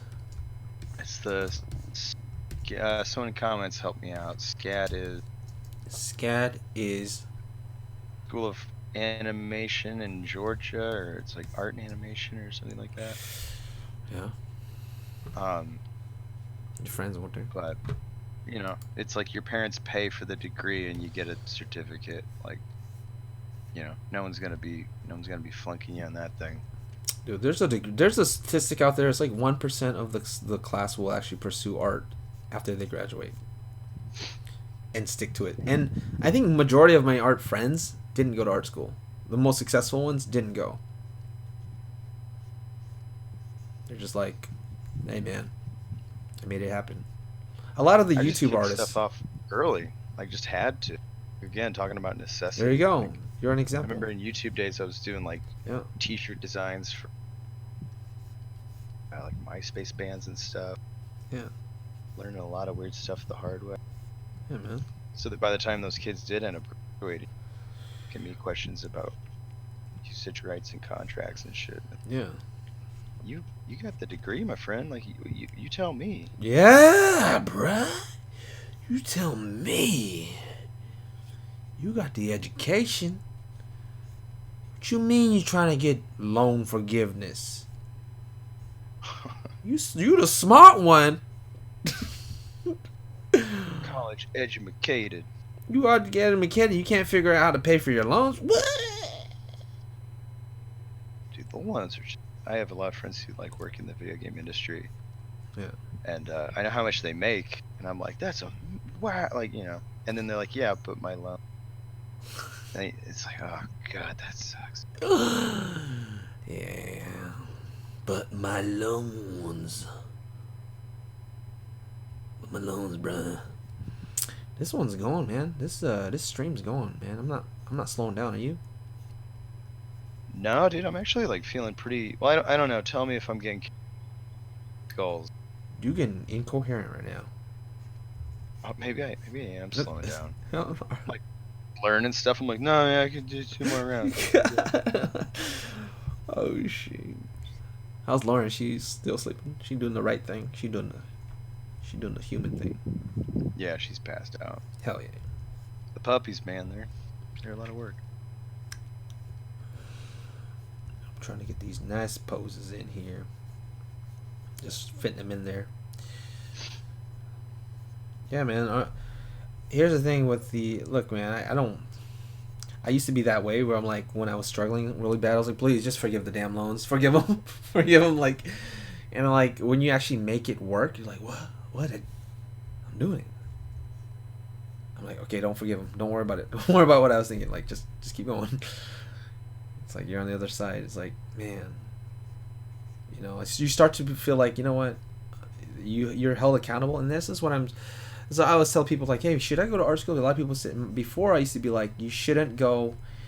You should just learn on the internet. But now I have a different outlook on it. There's 2 sides to it now. It provided the structure, this discipline. Networking, I wouldn't say so much. Most of my favorite, my most valuable networks that I made were like through YouTube and like meeting people out there on the like in person, you know, like Alex here.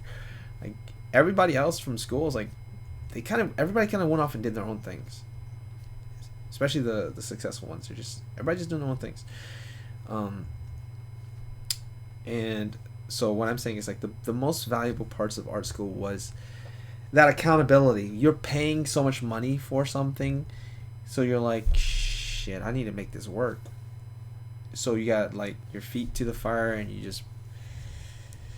you better do some drawing, some serious ass drawing. This is expensive ass drawing. This drawing costing me to make. Like, I'm paying the school to make drawings for them. Because that's technically what it is. The school is a business, and they're using the art of the students to promote future students. Look at this final work from this class, and this class, and that class. And it becomes like, whoa, that's crazy. I want to go there. I want to do that too. When the reality of it is a lot of that artwork is just like stuff that kids were just making up creatively. Like, you know what, this assignment didn't really ask for this, and I'm just gonna put my brain together and make up this assignment. A lot of times, like a lot of the fancy stuff that you see, like, I don't know how it is now, but the brochures back in the day, you talk to them and it's like, oh, I just did that for myself. Like, I put that together because the class was about this, but you know, I needed to do this. And like, did you learn it from the teacher? No, like, what ends up happening is they this is the thing about art school. They set a bar for you, a bar. Like, they show you a lot of really impressive work, and they go, okay, now you make that. So you go home and you're like, I got to pull all these references and resources together to try to get that standard, meet that standard. And then that next class ends up kind of surpassing it, and then the next class surpasses that, and then it just keeps going from there. Because every year, just like the students start to look like they get better and better. But another thing is like when they assign homework assignments, like, if I told you to do like you want to get good, right? Draw 1,000 figures, just like what I'm doing right now. Just like these crappy figures. Just do 1,000 of them. Or like do figure studies, like just draw figures from like comic books or from live figure drawings or from just do 1,000. You will be amazing, and that's the key to learning the figure. How many of you will be disciplined enough to actually go and do that? How many? Like, it's hard. It's hard to do that yourself. But when you're in art school, it's like they give you an assignment and then you go home and do it because you have to meet the deadline. You have to do your homework. You have to turn it in, and then you get graded, get critiqued, and then you're in front of all this. Oh, that's the thing. So accountability, structure, that's the homework. This is the most the most valuable part of the art school is that competition. When you're sitting there with like 30 to 40 other kids trying to do the same thing, you want to beat them. You want to outdo them. So that part of it really, really helped, I think. Competition can be a great motivator. Yeah, some people, a huge demotivator. Like, yeah, some people just shuts them down.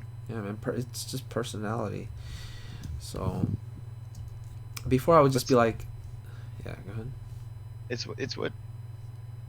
just like how you perceive. Like, what does it do for you? Like, I love being surrounded by people who make me feel inferior. Or like surrounding myself with. I remember when I first came down and I just saw how many freaking cool artists there were here. Went to Mondo Gallery. And I'm just like, God damn, I want to get this good. I've except for like some masters, like I never some people stuff so good. I'm like, I want to quit. I'll go get a job at TGI Fridays. I'm done.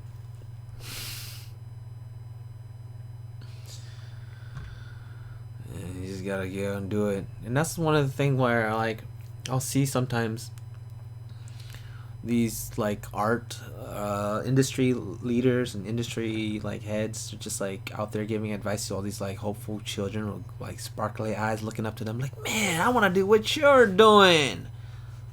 Probably not going. Probably, possibly, but not probably, because these art leads are like top of the food chain. They're like the best. They're the least. They're like the AAA guys. They're incredible. They're the professors of the schools. They're just like they beat the professors. That's why they're not doing the professors. Not to knock the professors, because there are some there are some people who are just incredible in the industry and in and out of school. But most of these people, they're making money. Why am I gonna go teach at school? I'm gonna just go make money working for these video game companies, etc., etc. But when I see them giving advice and like saying like, yeah, you can do it too.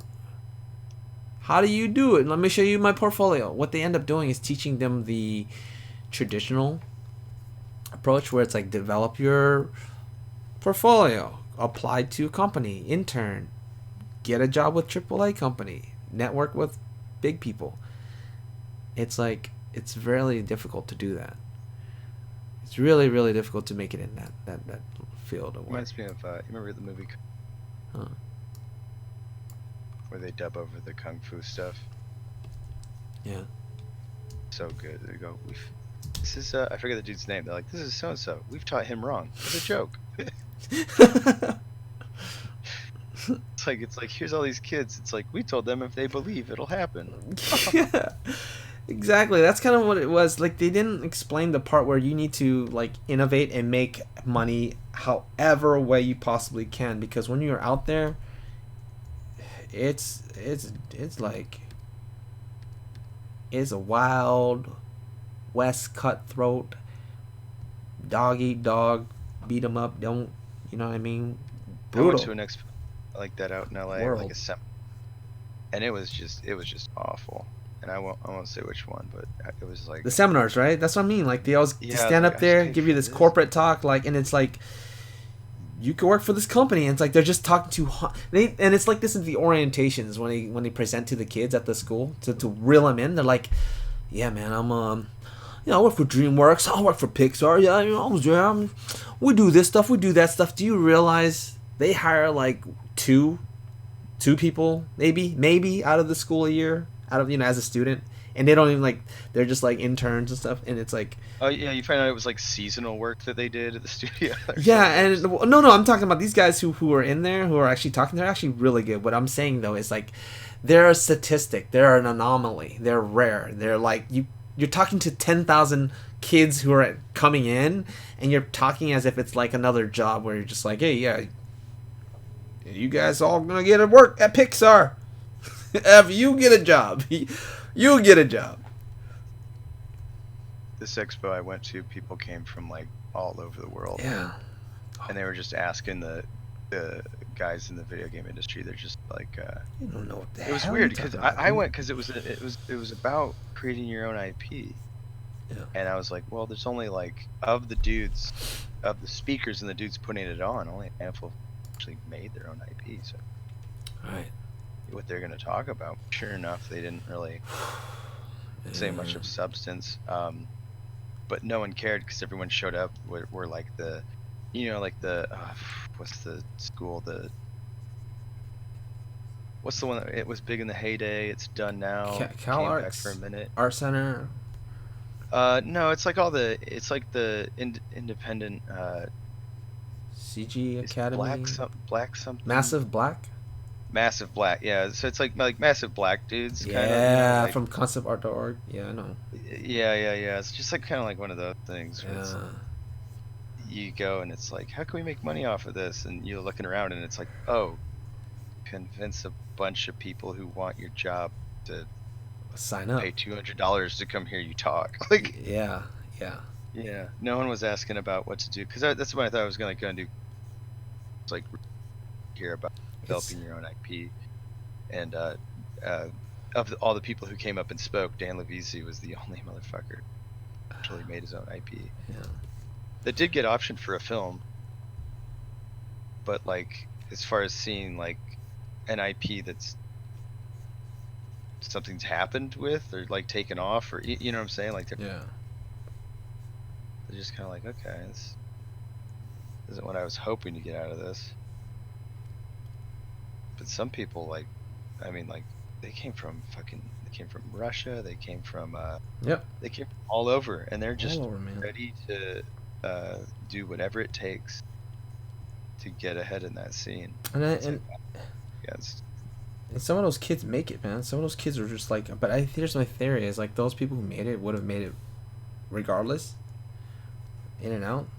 They were just have what it takes, and like this the structure or the lessons that they learn, they go away with it, and they have really good like well, again, it's the necessity. It's like some of those people are coming from. I remember talking to one dude, yeah necessity. really awesome guy, and he's like, yeah, where I'm from, like if you picture a village, it's like that's where I live.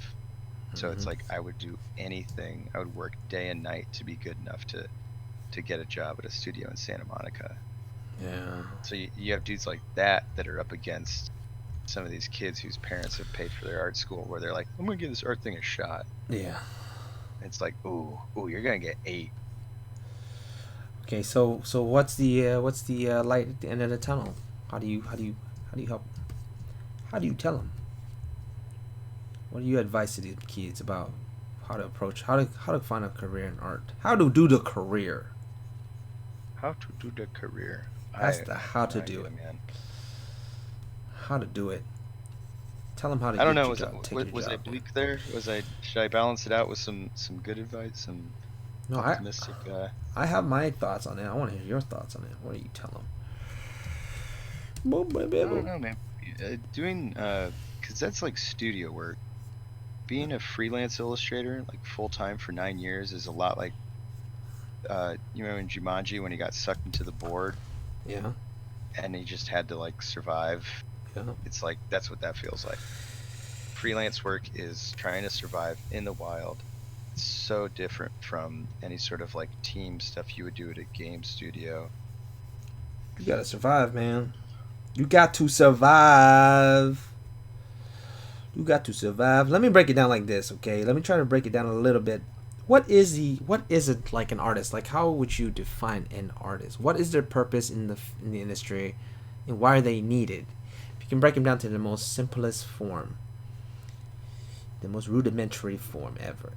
They're ads. We're walking ads or not. Our art is ads. Whether it's for a video game or for an actual literal ad board advertisement, you're an ad.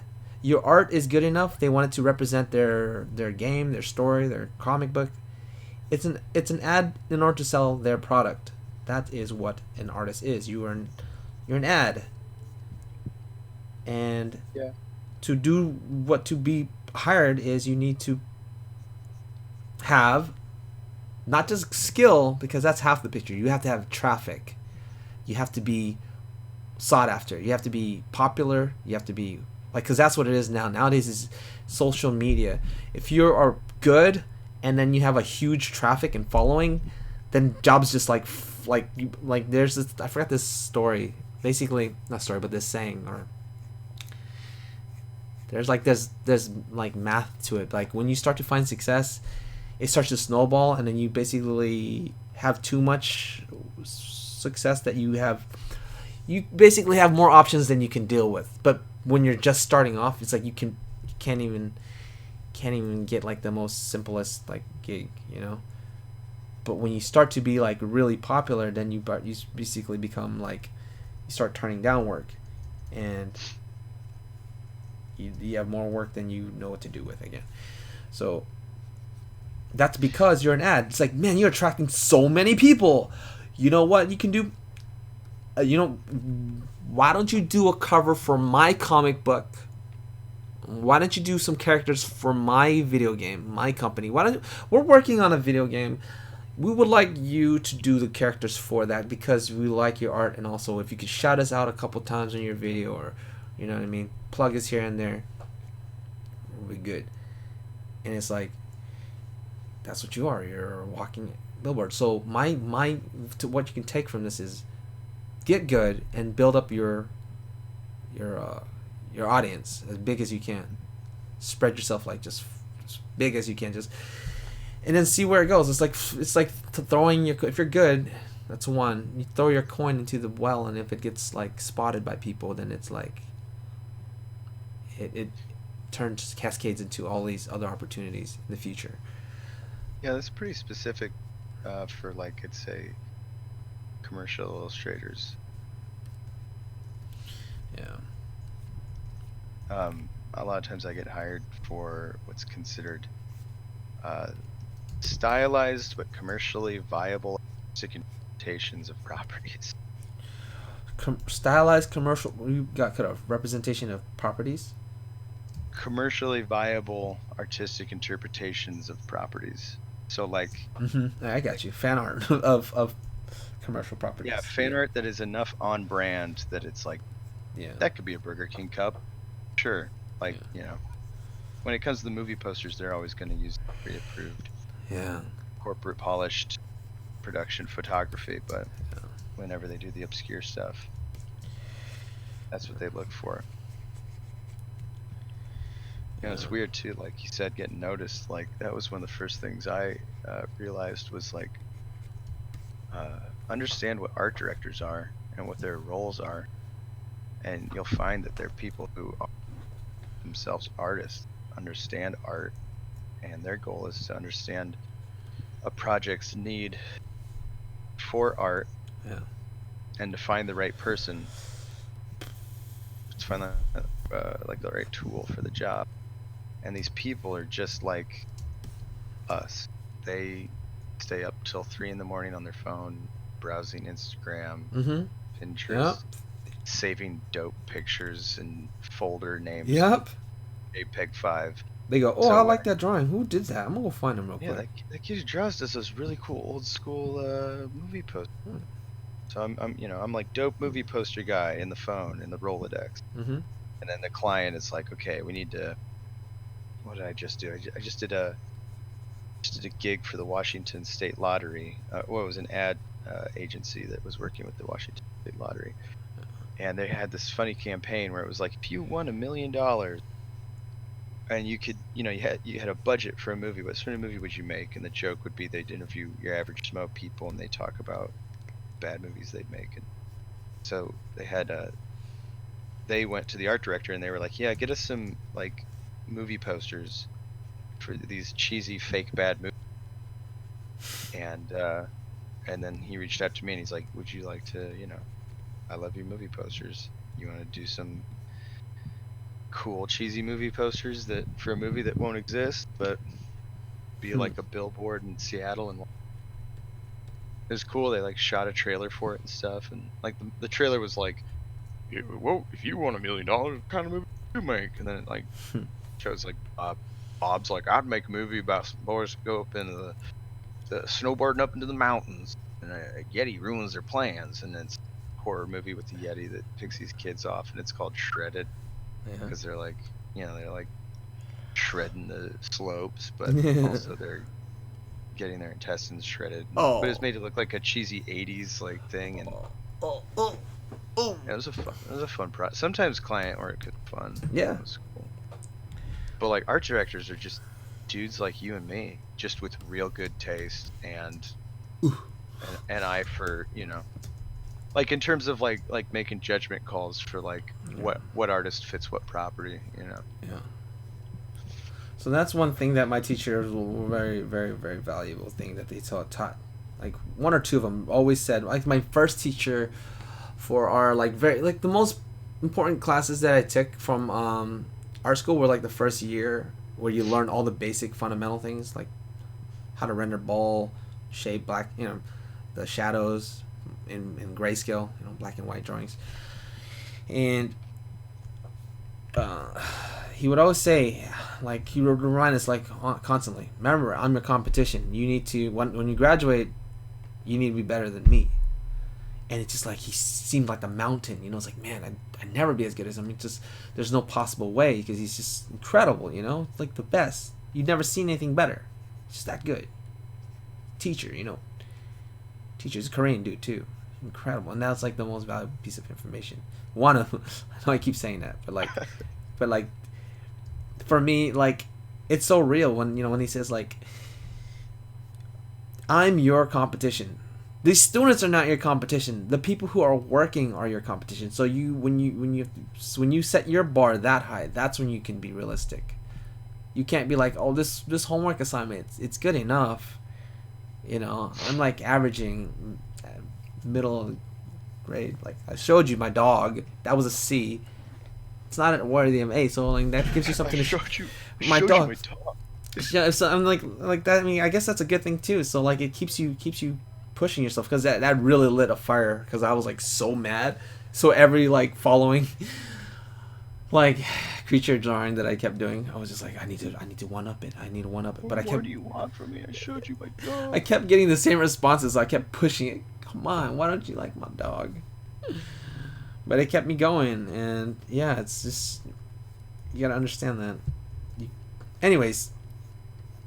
Yeah, I try not to, like, when people ask, I even hate answering the question at conventions, because it comes across so like, uh, when they're like, well, what do you do when you go about like getting jobs or doing that? And I'm like, yeah, I tell them, I'm like, no joke, in 9 years of business, I've never sought out a client.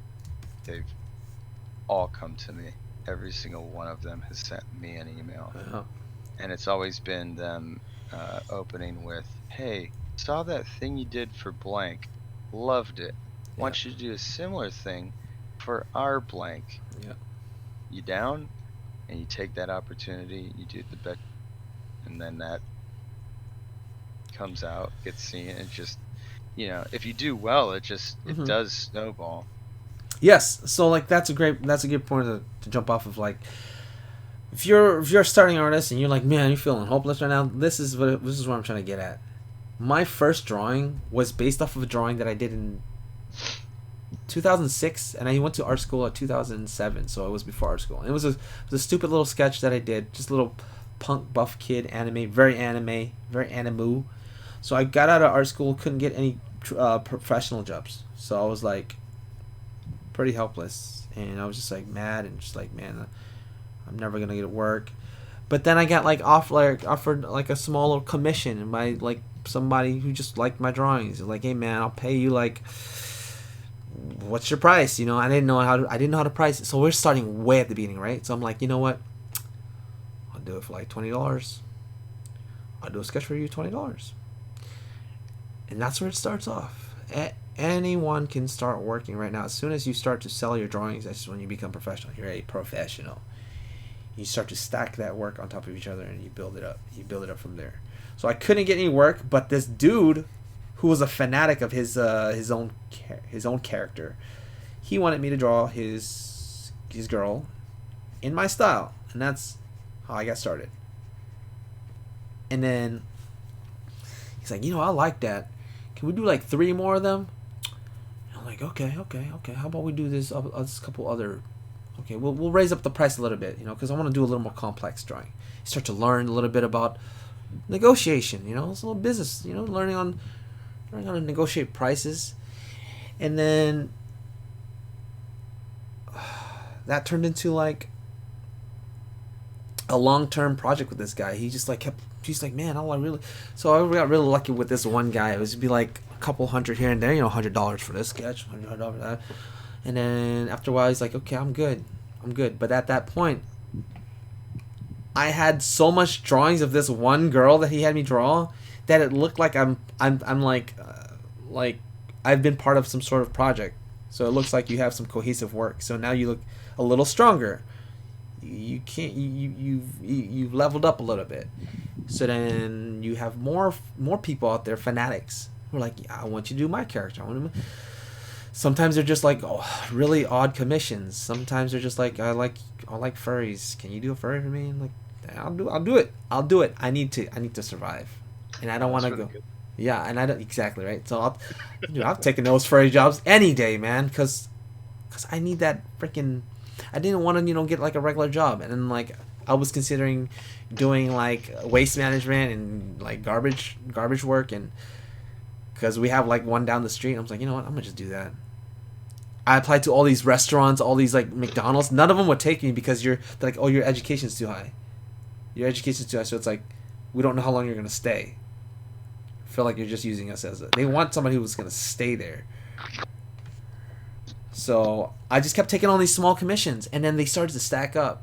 And over after a while, I started getting better and better, and then eventually I had my big break where it's like this guy who's working on his mobile game, a real guy, because I went through a couple guys who were working on their mobile game. He he wanted me to be his lead artist, and he tested me on his first like game, like his it's a smaller version of what's to come in later, which is the huge version of.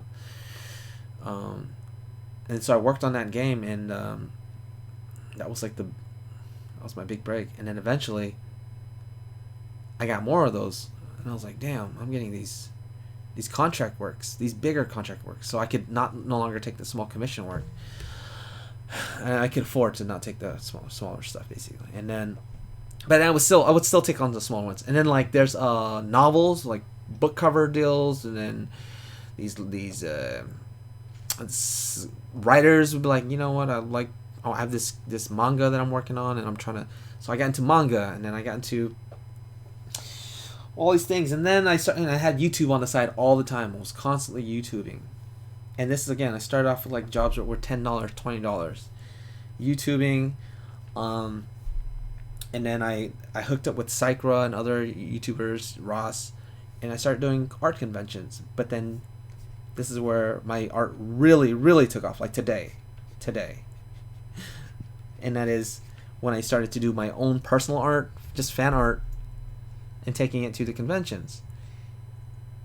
Taking it to the conventions, you have like actual industry people walking around looking for work, and they're like, oh, I like this drawing, I like this artist, and then like, so now I'm just like getting all of this client work that I can't take on anymore because I'm doing so many conventions. It's like, wow, now it just comes full circle. I no longer am looking for work, and yeah, that's how the career worked. Like they didn't break that down for me. Literally, what I'm trying to say is like I had to figure it out. Just figure it out. Draw some nice pictures, get good, and it just. Well, it's serendipitous. It happens, and once it grows, Yeah. something turned into another thing. You start to go down a path unknowingly, Oh. but it's still similar enough things. Yeah, and That's what it seemed like. It didn't deviate too far from like the sort of you're writing this path yeah, that had like-minded things. yeah, and you can't really prepare for this. Like, no one can tell you, like, hold your hand and be like, this is how it's gonna be, because going to school, this is what you expect. It's like, oh, I'm gonna go to school, I'm gonna apply for a job, get the job, my life's set, I'm good. Every single job that I applied for, I didn't get. But now I'm having, like I said before, more offers than I can manage, because I'm just like producing so much for myself, and it's like, it's crazy. It's like when you want work, you don't get work, but when you don't need work, you're getting all the work that you can get. Like that you. Hey, I think chat wants to start talking numbers here on this furry stuff. Fucking go to sleep. Oh, what furries? You want to see them? You want to see them? You want to see them? Woo! Them. Dude, I'm serious. Like friends and artists I respect, they churn that stuff out, man. Hell They yeah, get dude. some good money for that. I didn't bullshit it, dude. Like what he was paying me, I felt like I was robbing him. I was like, dude, I need to do 3 times as much as and I did. I would always do that. Like I would give him a price and then put out 3 times as much that we agreed to, but it would be equal to the amount that basically I can't give somebody something that they like. I can't undervalue the work that I'm giving them. It has to match the price. I can't just like turn it up. You know what I mean? It's hard. Hey, switch to my screen real quick and give me your opinion on this. Yeah. I'm seeing it. Oh. That's good. That's So I got all the. Let's do it.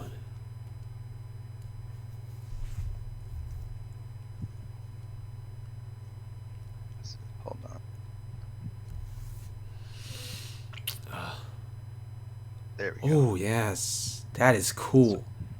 So I was masking them out, and then I was like, Yeah, yeah, I I was remember. like, what if? So I just went.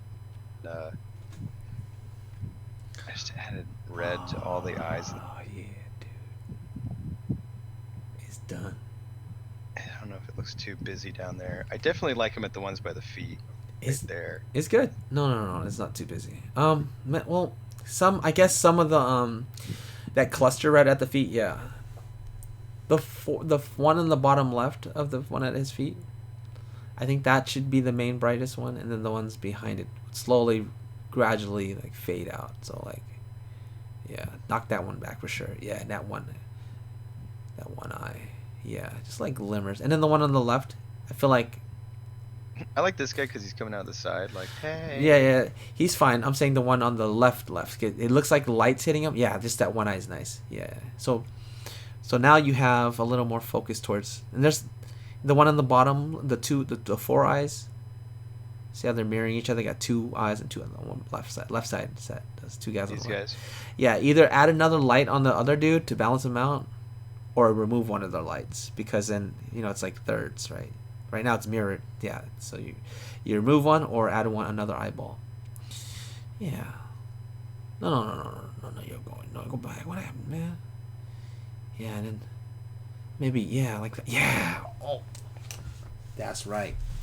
That's right. Now it's no longer mirrored. It's got that nice variety, and your eyes like has a more focus on, or it feels more balanced. Is all. He's got that Terminator eye going.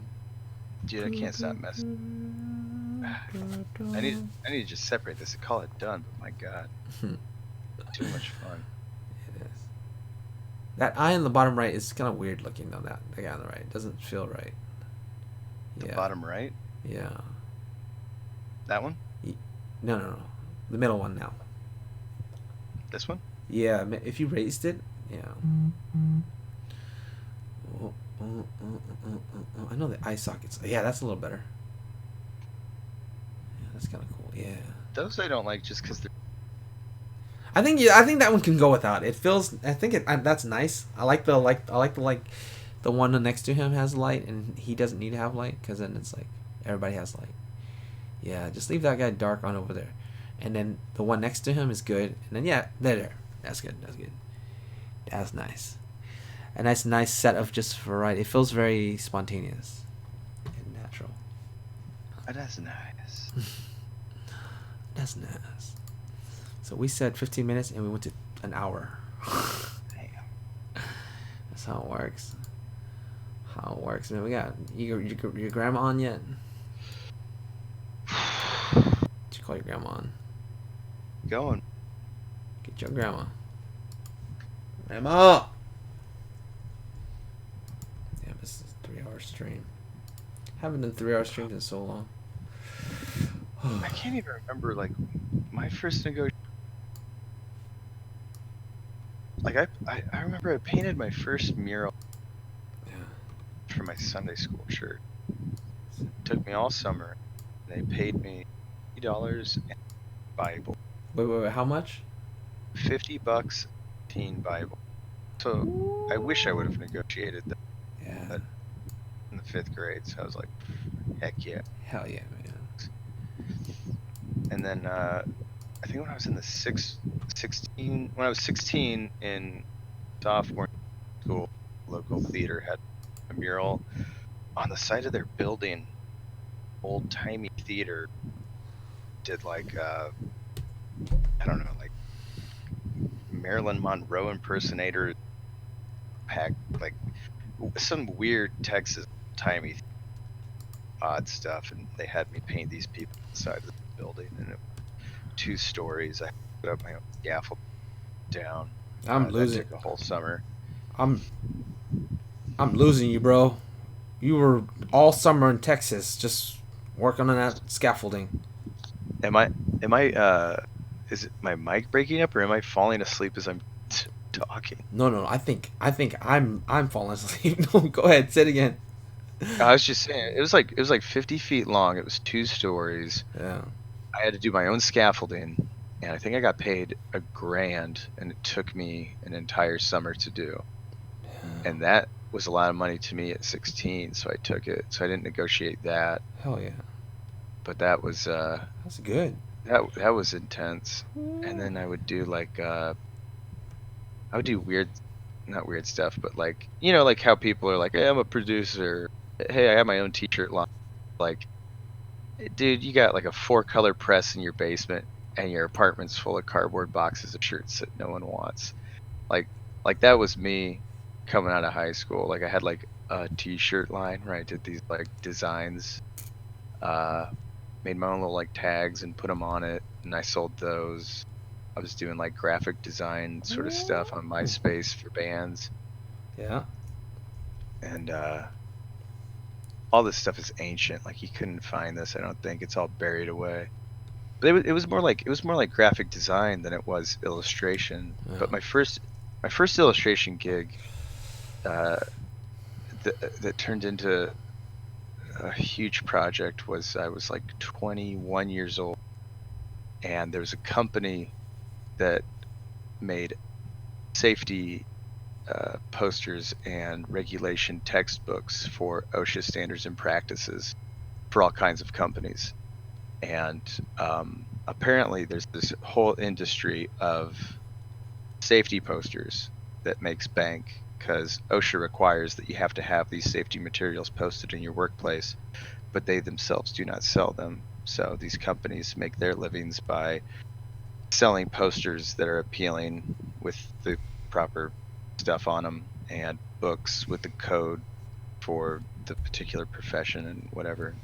So the project manager of this place was like, what they want to do? They wanted to do a zombie safety poster series, like real goofy, like zombies can take the heat, humans can't. Don't be a zombie and smoke near an open whatever. And they're like, and they're like, now draw a zombie like a Looney Tune explosion. Like him next to an exploded barrel of this or that, or Yeah. like they had these like rough ideas of what they wanted, and they wanted to do a series of 12 posters. And I had done like a zombie art project, like a Halloween event, so they knew I was like the zombie guy or whatever, so they called me. Yeah. And we were talking about me going by the moniker "that kid who draws" being a bad idea. Well, this was a perfect example because they viewed me as a kid. So I go in there with these contracts that I had, like with usage rights and like release of like the art and like all this like professional legal stuff that my grandfather kind of coached me and helped me get ready. Oh hell yeah. That's And awesome. which is, he's a great help. I tell people I didn't go to art school, but I was definitely educated. Man helped me out with the business end of things a lot. Like. So he prepared me for that meeting.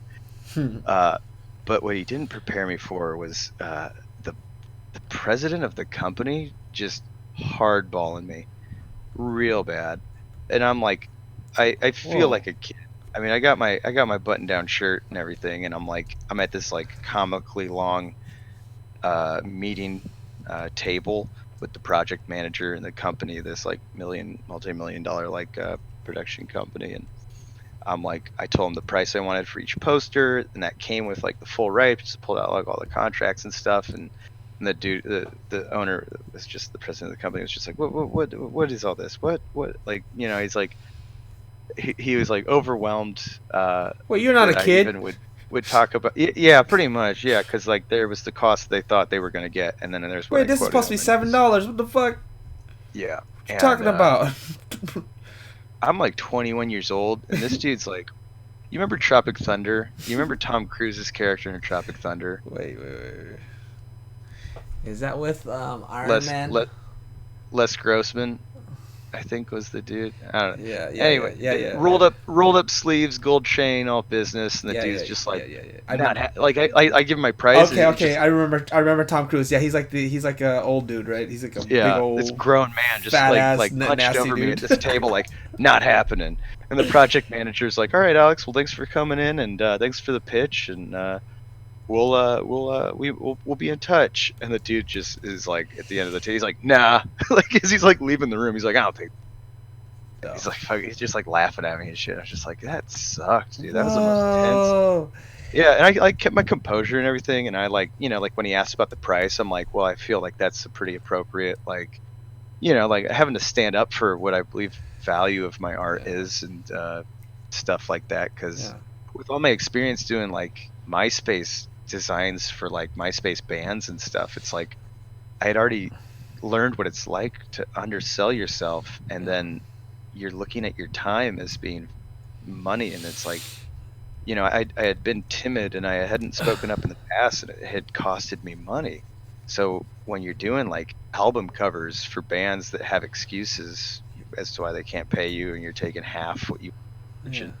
and then rent comes, it's like you carry that anger and that animosity into the next meeting. So I'm telling this dude, I'm like, this is what this is what I believe it's worth. Like, I am more than confident. Like, uh, I was a little cocky too, because I was like totally into zombies and stuff. So I was like, Yeah. no one's gonna put this together. You're not gonna find anyone that's gonna do this better than me.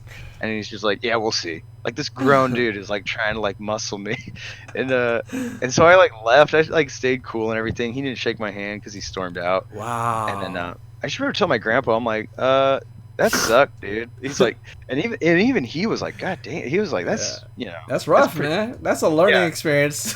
yeah. He's like, you guys didn't like negotiate a price. He's like, no. He straight up laughed at me and like told me to have a good day.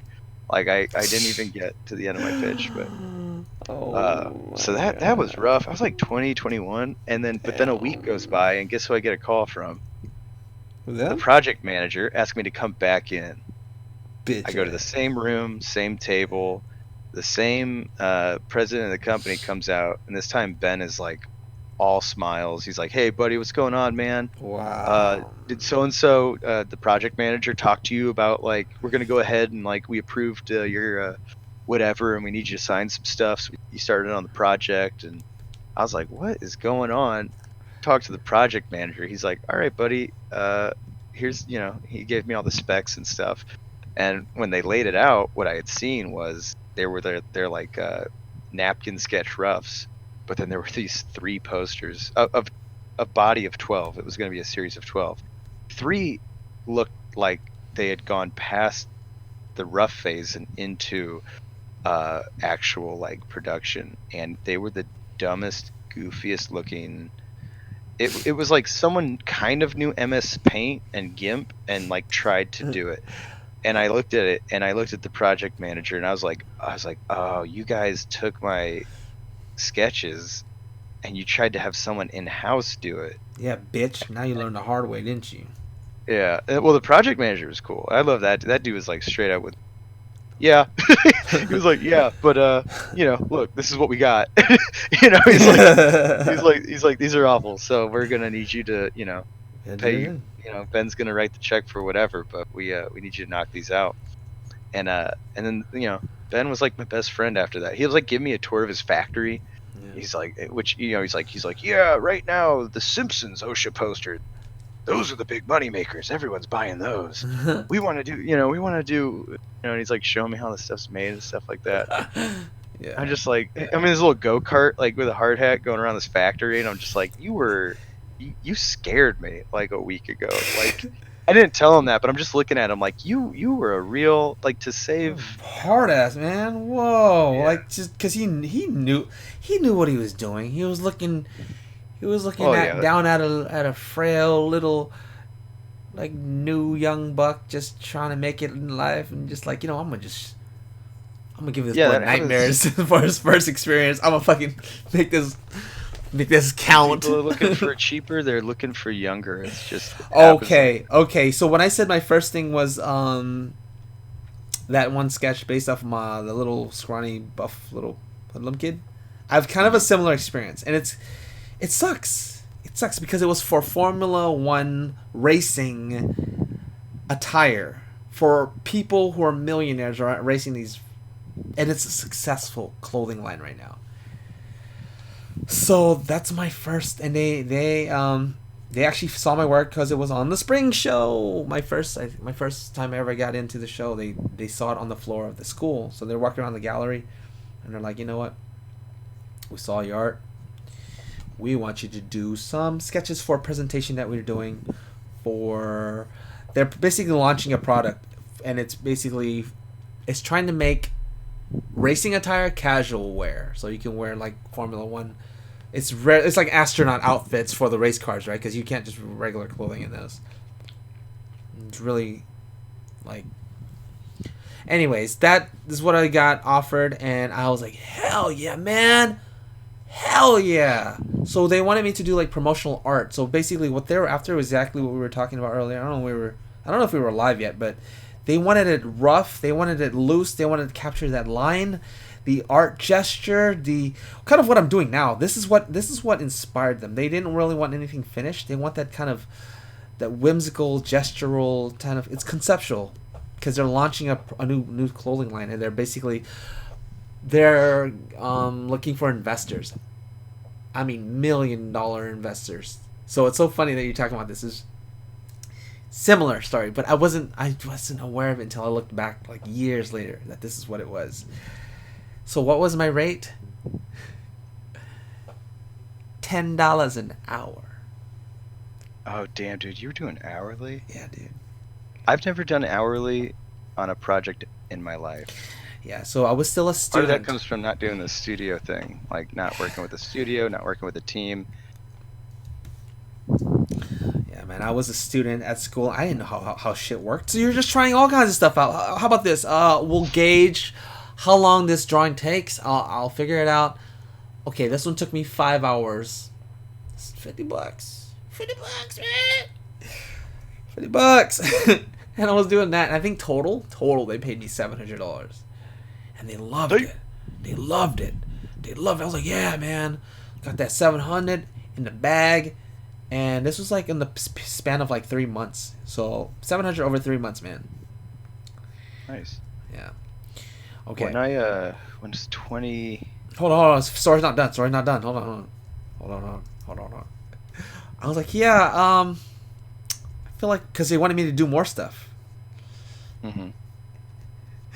I was like, you know what? I feel like we did good on the last one. Can I raise it to $12 an hour? And they're like, you know what? We discussed $10 and you're raising it on us now. We can't do that. So we're deciding to basically stop all further productions with you. Like, so basically they saw me trying to raise the price on them, and he bounced.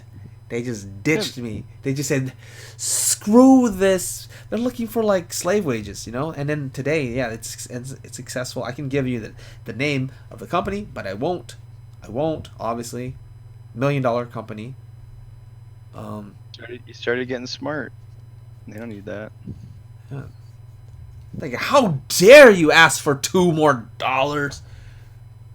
The hourly thing is so fucking stupid too, because you could just tack on 2 hours. Like you could just tack those hours on later. Like That's you know usually, what I'm saying? Like the hourly thing is just so bogus. Like it's usually how it works too. It's like, man, I feel like it's worth a little more. I'm gonna throw in 2 more hours.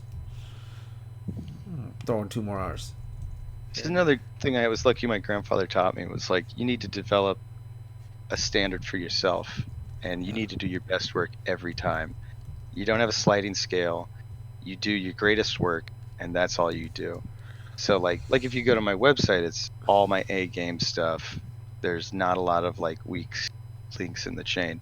Yeah. So I have a flat rate for a design. There's variables like deadlines and stuff like that, but for the most part, you know, he's like, you need to condition your clients to, you know, this rate regardless of how many people are added to this or that. So with the OSHA posters, I think I worked out. I made Oops.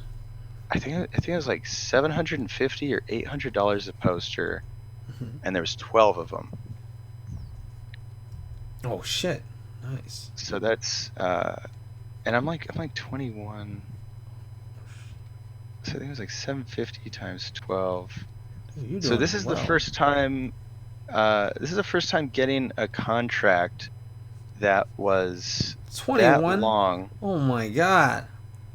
Wow. And What's up, so, Charlie? so Sorry. that was like 9K in a time when I had just left my day job and I was doing like graphic and web design, which was like very much involved freelance work. You know, Yeah. you're there with the client. I was making like websites for restaurants and I had to go in and like take photography of the food and stuff like that. And I was doing like a lot of odd jobs design wise, but I Yeah. had to be in town whenever I did them. And this was the first contract that allowed me the freedom to go anywhere because it was like, okay, this job is going to this is going to bring me 9 grand, and I'm going to the next 3 to 4 months doing this, and it's going to come in increments. So with that, it was the first time, like as a freelance illustrator, I was like, I can go anywhere, and that's when I just hopped in a car and moved to Austin, Texas, and I was like, screw it, I'm gonna do that down here.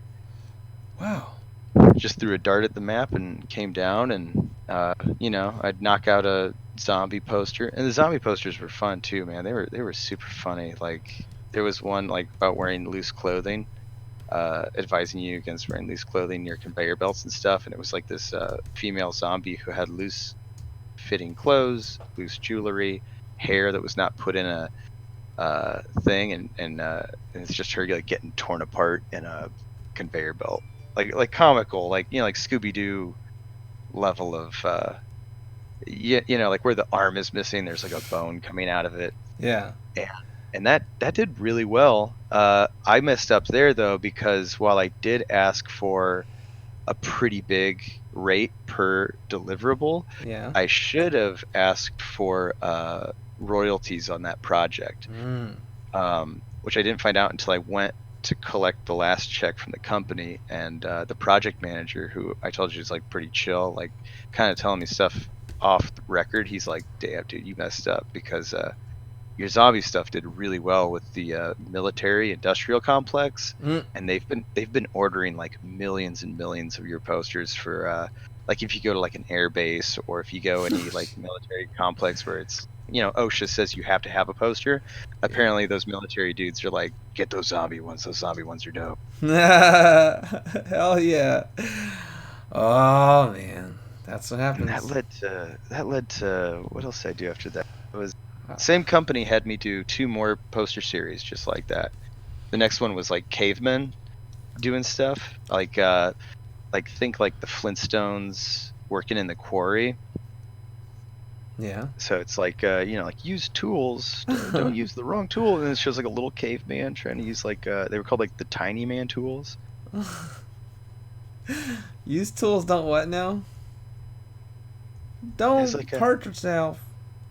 yeah, it was like lift, always get help lifting with Use. several always get help. It shows one caveman and he's like lifting like a dinosaur egg, and Yeah. like it was just like fun to do. It was so different from what I was used to, but it was a real treat. I used to love that stuff.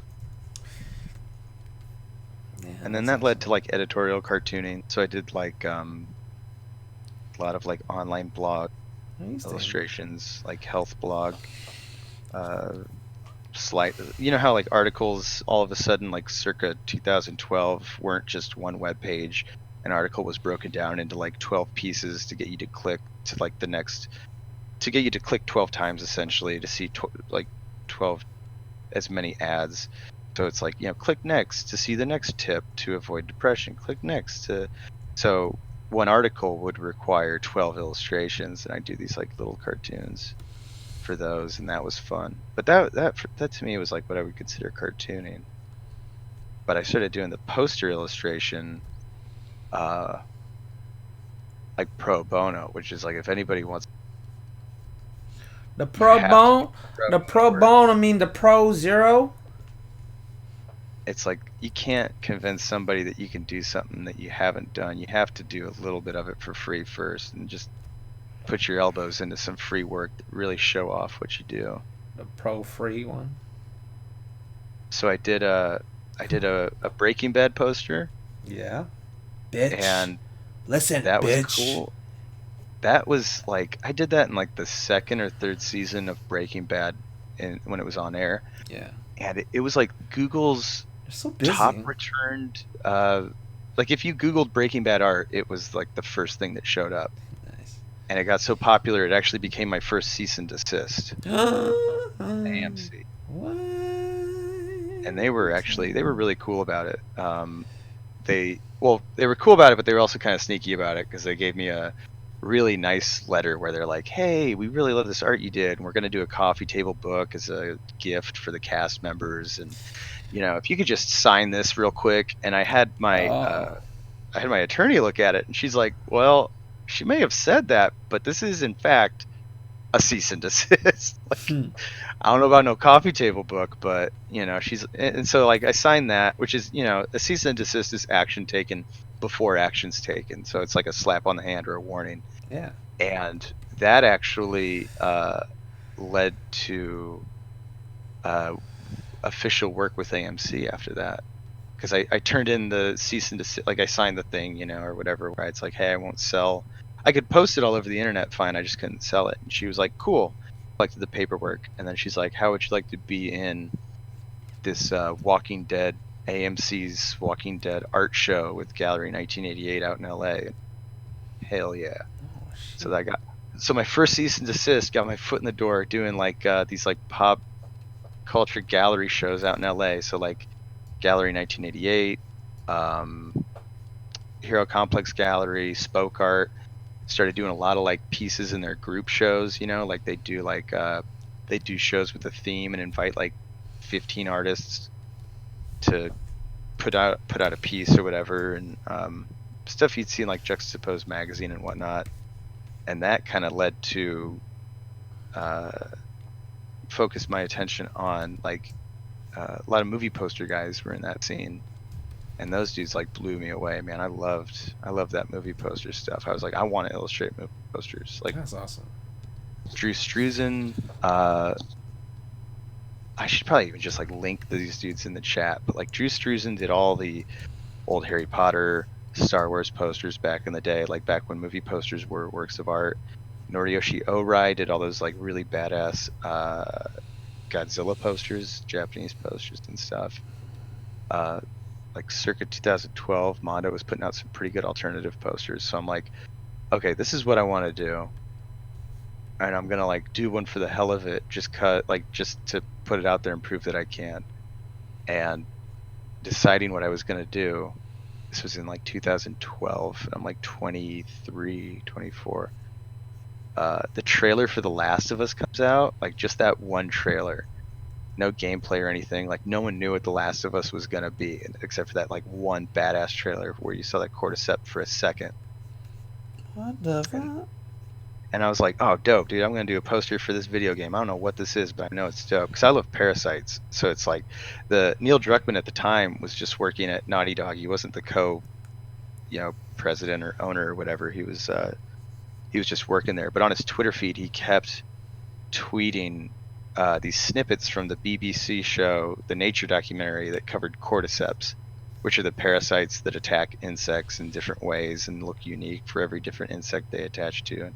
Yeah. Um, I was like, oh shit. So it's like I put a lot of love into the poster, and I was like so excited about it. And then Neil Druckmann hit me up on Twitter, and he's like, dude, this is the first fan art of The Last of Us that exists. Like, this is awesome. What made you want to do this? And I was like, I'm pumped for the game. I'm pretty sure I know what's going on. Like, I was asking about the cordyceps, and he was like nerding out about the cordyceps, and Hmm. like we were having a good time because when I went to Japan, I went to the Parasite Museum and just loved it, dude. Like I love like weird parasites, like totally my thing. And I told him that, and like we bonded over Mine that for a too. minute. And then he's like, hey, do you want to do like an actual like poster for us for PAX before we put the game out? And I was like, yeah, sure. And that dude. So then Neil puts me in touch with PlayStation folks, get that project rolling on that PAX poster, and then that PAX poster turns into that begins the whole snowball of Wow. another company saw that and they want something similar, and Yeah. So like commercial work moved from cartooning and editorial cartooning to more serious illustration.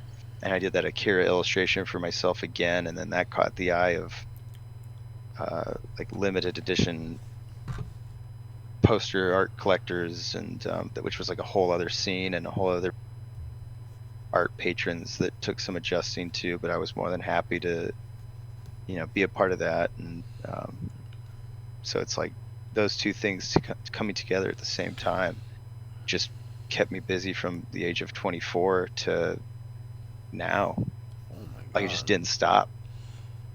Sounds like you got your work cut out for you. It's very serendipitous, but it all kind of, like it all follows a path that's, it didn't go from like editorial cartooning to illustrating movie posters to Sound like being an electrician. Like it all kind of like one hand kind of feeds the other. Yeah. And then the comic conventions, coming across those, and it's like, oh yeah, people sell prints of fan art they make, and it's like, oh, I've got some 6 years of poster art I've been making for myself of properties that I'm passionate about, and it's like entering a market where you have a warehouse of inventory that's already made and paid for. Yeah. And just and for someone who's worked from home for so long too, it was really great to get out of the house, meet people, camaraderie of other artists. I've been doing that for like 3 years, and the art's taken a back seat just with all the traveling and stuff. But this year I'm kind of making a return to that client work, making a return to just doing stuff for me that might lead to the next thing, But I really hit the ground running with this stuff, man. It sounded like you said you didn't or you did? I did. Yeah, that's what it sounds like, man. Like some huge breaks immediately. Like, wow. Like friends went to art school, and I just started getting to work at 18. Hell yeah, man. I hitting up MySpace. Hitting up that MySpace, man. I didn't start getting work till I was like 26, 27, man. And it started off with those small commissions because like it was a hard economy during that time. Like that's when the recession was, and nobody was hiring, and everybody was just like all my friends, nobody was getting work during that time. It's like for the first 3-4 years out of school, it's just like, what are you doing? Just like, yeah, it's washing, rough. Washing It was a shit. real rough time. Dude, I was cashing beer cans. Like the life that I had is, I don't talk about it too often because it's unbelievable.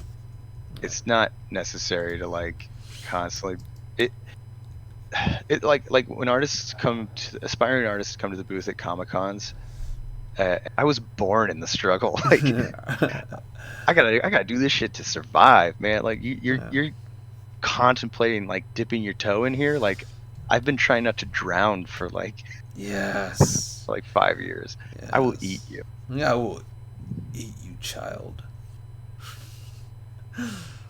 But when you tell people, there's some people out there, and I probably would be the same. I'd probably be the same exact way.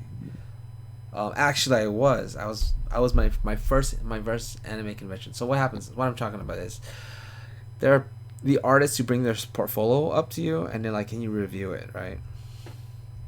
Can you review my portfolio for what? You're applying for something? Like what? What do you tell them? I'll take a look at it. I always look at it, and I give my best opinion about it, and I tell them like what I'm telling everybody right now. Like it's the same story. I just keep drawing, get good at it, draw a lot, do studies. You know what I mean? Like that's straightforward stuff. And but a lot of times, more often than not, this goes into like artist alley etiquette. Because you have because before I told you this before, I'll spend at times my first few conventions, I would spend an hour and a half just with one person while my girlfriend would help me sell art, or my friend, whoever was there helping me, they would be doing that stuff while I'm trying to I'm also doing sales too, taking care of customers while giving this person a tutorial about life. You know what I mean? That's my passion. I love teaching. That's why I started doing YouTube. But then after a while, it takes a toll. It's wait, that's a lot of time. And then 90% of the time, and it's so funny. Like this is, and then my girlfriend too will just sit back and be like, watch this, watch them walk away and not buy a single thing. That's why I started doing $5 little postcard things. You know, before I was like, yeah, I'll do these lectures, I'll do these talks for these people for free. But then you look at these people like just like buying like bulks of prints, like, you know, handfuls, just like, I'm just taking a bunch of these, taking a bunch of these. You can't afford $5 of, you know, just like, you know, just show your support, like you really. So what I'm trying to say is like, I feel like they honestly don't care about like you personally. They're there to stroke their own ego. Like, I want you to praise my art. That's what I have a feeling. It's like some of these people just like, I'm good, aren't I? Because a lot of times these kids are good, decent. You know, they're good enough to keep going, and like, but It's a real loaded, like, someone coming up to the booth asking for a portfolio critique could, so many different ways it could go. Some people are looking for that validation. Some people are certain they're owed that validation and are just, how do you say it? Like, kind of come up with this attitude like, hey, check this out. yeah, yeah, yeah. Check this out. Check this out. You know, It's good, right? Like, you know, it's like, yeah. you know, I can do what you're doing. You know. yeah, I could be on the side. I always call it like the syndrome of like being on the other side of the booth. Yeah. And it's like, you ever go to a Comic-Con and you're not exhibiting and you're on the other side of the booth and you're Yeah. like, man, this kind of sucks. I could be on the other side. I'm supposed to be on the other side. Yeah, yeah, yeah, and that's what I'm trying to say. I ain't over here. I can relate because my first convention that I ever went to, I brought my I brought a portfolio, like a little binder of art, and I was just basically there to try to show off to the artist because I'm like walking around, I'm like, damn, look at all this, and I really was like super blown away by all the art, but because I was there, I was like, man, I have art, I can draw. Part of me was just like, I want that validation. I want to be like, I want that reassurance that, hey, I can do what they're doing, you know. And I just be like, I pop it up, like 2 or 3 artists. I remember, but after a while, I got tired. I'm like, man, this is kind of embarrassing. What the fuck am I doing? Like, and I was only, I think it was 18 was there, so common sense hit me, and I was like, you know what, I gotta stop this. But then, the more cons you go to, the more of the similar stories you experience by other artists. They're like telling you, did you meet that kid? He brought your book to you? Yeah, yeah, same guy, and he was just talking about this stuff and this and that, and it's like, it's the same, like they'll say the same things, you know, and praise you the same way. It's just like, so you weren't being special to me, you were just like looking for someone to stroke your ego on the floor. Yeah, some people definitely need that. It's like, I had one kid at MagFest that's like, what do you do when like you don't want to draw? And I thought it was a question of like, well, like when you have like writer's block or whatever, or like when or not writer's block, but like creative block or something. And I'm like, oh man, you just gotta get, you know, just give him the answer. Like, you just gotta get to. He's like, I just don't want to draw. And I'm like, wait, like at all? And he's like, no. And I'm like, then don't. That's like the most important part. Like, and I was also like tired. It was the end of a 4-day con, and I was like almost like kind of like crying, pleading with him. I'm like, what do you want from me? Like, I was like, if you want to be that type of artist that's like, because I gave him an answer, which was like common sense answer, and he's like, yeah, that's what everyone's telling me, but I keep asking, and I'm like, dude, if you want to be the artist who is actively pursuing the answer he wants, let me tell you what kind of artist you're going to turn out to be. You know, just like, that is like why would you do that? Why would you're just looking for confirmation of I don't know what exactly he was looking for. It was, you have to want to do this, because you're not, there's people who like live and breathe this. Like, wants you to do it for him. He wants you to do it for him in by with words. Everything you would say is going to achieve for him just by saying it. Yeah, I don't know what I was like. I was getting aggravated. Like, a fan of mine who was hanging out at the table actually like took the dude aside and like started talking to him in like real layman's terms, like, because I was getting irritated. And he's like, hey, what Alex is trying to say is, you know, you need to try and do this, and like he had to like take the dude away from me. I was about to like freak out. It's like, I'm not gonna, and with the whole I'll eat you thing too, it's like, no joke, like Yeah, I'll just like give my you I'll teacher. give you advice, but look at like all of us here at this fucking thing right here. Like we're all fighting for the same people's money. Yeah. Like, you want me to encourage you to get here and to take money from me? Like you trying to take food from me? Like Yeah. I'll eat you. Like Yeah. I've told a couple kids that where it's like I'll eat you before I'll let you take my food. And so this fan just had to like set the dude aside, and it's like I've never had someone just outright like what do you want me to do, dude? I said something real crude that I probably shouldn't have, but he's like, I said something like, I was like, hey, if you're not getting hard, I can't convince you to like, Get you it know what I'm up. saying? Like Yeah. I'm not gonna help you get there, buddy. Like if you're not in the mood, we ain't doing it. Like I'm not trying to, Yeah. you know, you ain't feeling it, you ain't feeling it, man. Yeah. Dude, I can But keep. it's just like, what are you doing? You just come to cons and you fucking and it's a thing. It's a thing. You just. That's what I mean by like the con etiquette. You go over there, like you just, like if you're I gonna, know one guy. yeah, I always see him at New York Comic Con, and this is another thing too, where it's like someone who is good enough that they could be behind the booth, yeah, but they're insecure that they have to uh, not remind you or to like bring it up or to just like. So I got somebody that comes to my booth almost every year at New York Comic Con yeah, to try and talk business at the booth, and they dangle fruit, they'll come and they'll be like, yeah, I don't want to say the job because they might, but he's like, it's got a contract with this band and we're gonna make all the tour posters for this band, and I'm in charge of getting all the artists together, and you know could get you in on a poster if you wanted to. And I'm like, hell yeah, dude, that'd be great. Like send me an email, let me know. yeah. And then sure enough, like after the con, nothing. And then I see him next year, he does it again, does the same thing. Whoa, And wait, it's wait, like wait. oh, you just like coming up to the booth and getting my attention, and like you just dangle that so that your interaction at the booth is anything but a normal a normal customer or a normal person's interaction. Like you're not really gonna hit me up with that opportunity. Like so like he did it the Yeah, last time, and I'm like, yeah, I can't wait for you to not send that email. Like it's like don't feel like you have to. You can just come up and say hi, dude. yeah. Like, you don't have to like fucking tease me with this stuff. And I think it comes from a place of just feeling insecure on the other side of the booth. Okay.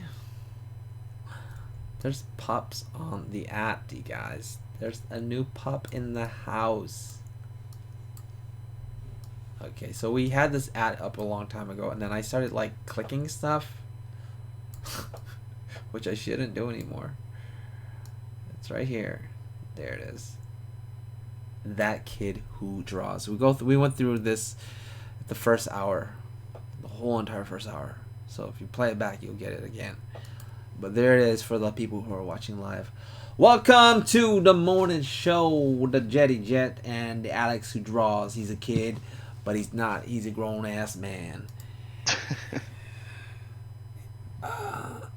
Oh shoot, Brownie asked. This is for you, dude. Any advice on how to properly export your artwork for printing?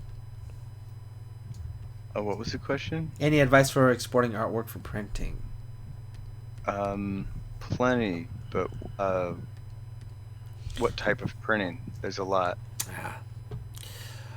I like the rule of thumb from me for most of my printing shops that I ever come across. They always like to have it in a PDF format. So if you can convert it into a PDF or a TIFF, those two for some reason they always ask for those two. I don't know the reasoning behind it other than it makes their work a lot easier. Yeah, with JPEG, you get a lot of compression, and Yeah. TIFF and PDF have the least amount of compression. So when you do that, do you save out as a TIFF or can you take your JPEGs and save it and convert them into PDFs? Which one? Um, when you save out, Well, assuming your art starts as a Photoshop file, right? Or art you file, whatever file you're using. I mean, if you save it as a JPEG and then you save that JPEG as a TIFF, it's like Still a that's JPEG. not well. It's I mean, you've already Compressed it. you've already compressed it and lessened the quality. Oh, why did I not know this? I mean, like it. That's what makes. I mean, that's literally what it's like. This is this is what I've been thinking in the back of my head. I'm like, it should be fine, but I never wanted to address it because I knew I was wrong in my head. I mean, honestly, it's Uh, What I used it. to print is basically I take my JPEGs and I turn them to PDFs. And I was thinking like, but if JPEG causes compression, then doesn't that mean I already lost the information? Yeah, And I've been doing that this whole time, and like, so it kind of defeats the well, purpose of doing it. it does defeat the purpose. It looks good. I wouldn't know half this stuff if my day job was like I was real fortunate that it kind of helped uh, learning about G-clay, laser, inkjet, screen printing. Yeah, Because it's one of those things that I mean, unless you worked at these places, how would you know some of this stuff besides trial and error? Like, I know yeah, so many artists that they're like super talented digital artists, and then they go to the print shop and they don't know the difference between like RGB and CMYK, and they come out with these muddy prints, and it's a disaster. And it's like, it's like it's a whole other part of it's a whole other art. Like yeah. printing is it's a whole other Yes, thing. it is. It's a whole world. It's huge, huge, huge world of crazy stuff. It's its own thing. That answer the Brownie, like, is Brownie talking about like digital to I, just like I think offset the printing? I think the most basic kind of type of printing would be like just going to getting some prints done. That's what I assume. The most Mm. average common Yeah, in that case, you always do scenario. native print size at 300 dpi. Yeah. If you can call your printer ahead of time and see what model they have, Uh-huh. like Photoshop color profile too. All right, because like you're talking about RGB and CMYK. But then if you go into like say you go into like mode, no, where is it? It's a whole thing. Again, like with my color, messed around with getting too precise on screen. Like it's always been something that I've decided to wing it. But if you want to get real technical and precise, you should look into Adobe color profiles and your printer's specific machine.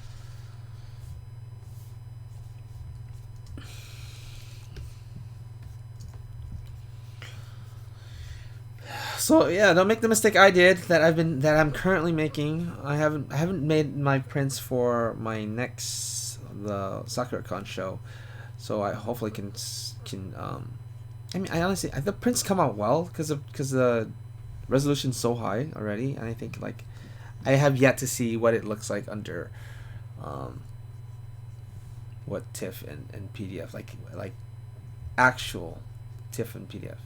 I always I always save it out as JPEG and I transform the JPEGs into a PDF. And yeah, that defeats the purpose.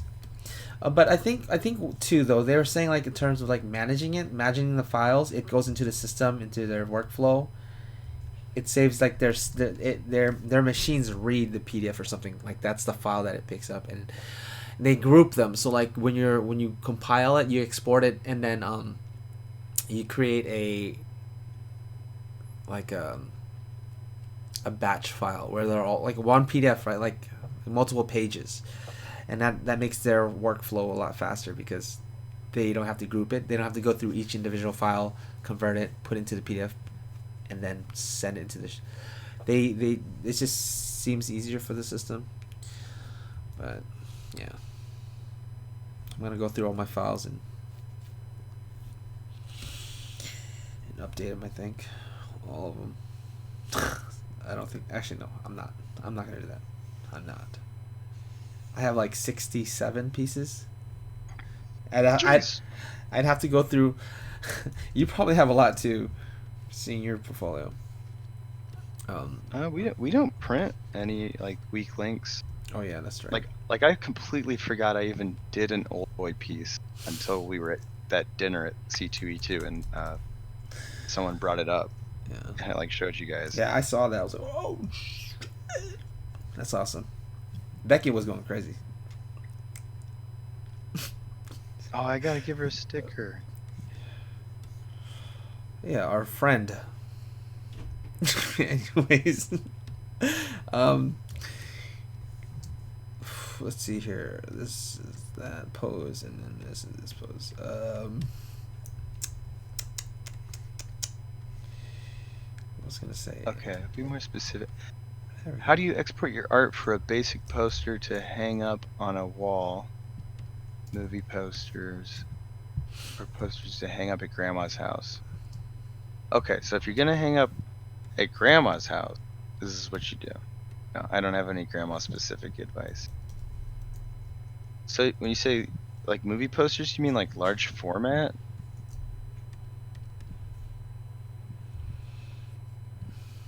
What you talking about, man? Get that out of here with that grandma house poster. You My said grandpa's got my posters hung up in his house. tripping up in here, boy. Wait, what? My grandpa's got like a lot of my official Marvel stuff. Some of them he's got like the only copy. Like I gave him like my copy. Like he's like the archive. Like he's holding on to stuff that, for whatever reason. Grandpa is the best pa.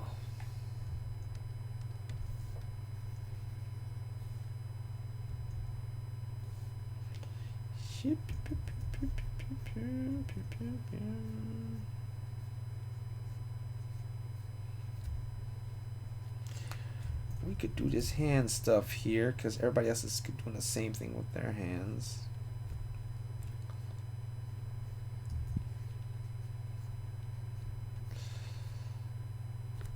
Yeah, there we go.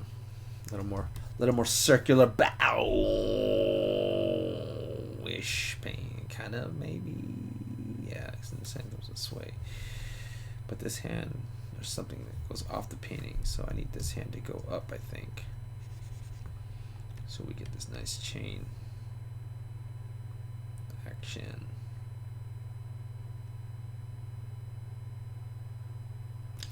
But that hand is hard to get. Oh, no, hold on. Just do it up. Do this up like this. I hate verticals. It flattens the drawing a bit, so I'm gonna. Oof, it's gonna be tricky. That's arms there. You can put it like this. Oh yeah.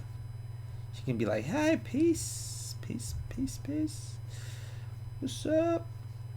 What's up, man? Man." And that's it. That's a really broken hand, but you know what? It gets the message across. It's got a broken hand. That's the message. Broken hand time.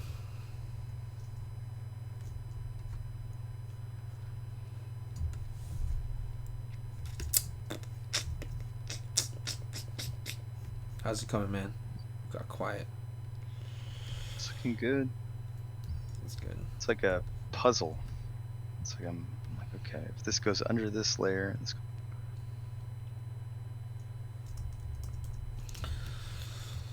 So I got this old saying that I always say in these videos. They call it sum. We call it the sum of the drawing, and it's simplify, unify, and modify. So simplifying it by simplifying your task. Instead of trying to figure out the whole composition in like thumbnails, this approach, just draw some poses. You don't need to know how the final thing looks. Just draw the parts. And then start to attach more parts. And that starts from the very basic forms of a head, then arms, then hands. No, hands. Hands, then arms. Then you start adding other characters and other poses, and then you start connecting the poses, and then you start to inspire yourself, and then eventually you have a composition where you have a circular drawing like this is where I'm headed. So at first I had everybody doing the same hand gesture because I'm keeping it simple. No thinking. They're all doing like kind of a similar like just fluttering around in the sky. But it's the same thing over and over. So what I did was modified it. Simplify, unified, and modify. Unified it by putting them all together in a circular, cohesive composition where there's an eye movement, and we modified those poses. I mean, on the arms, kind of for the last bit of. And this is just the one way you can do a composition. There's no true rule book to this approach. Just kind of made it up, and I'm pretty sure there's like books on it, but that's what I was feeling at the time. Sometimes you can do compositions just doing little thumbnails. I find it that when I'm doing little thumbnails though, I used to be really good at thumbnails when I was doing student work, and I think it's very useful too because it knocks out a lot of stuff.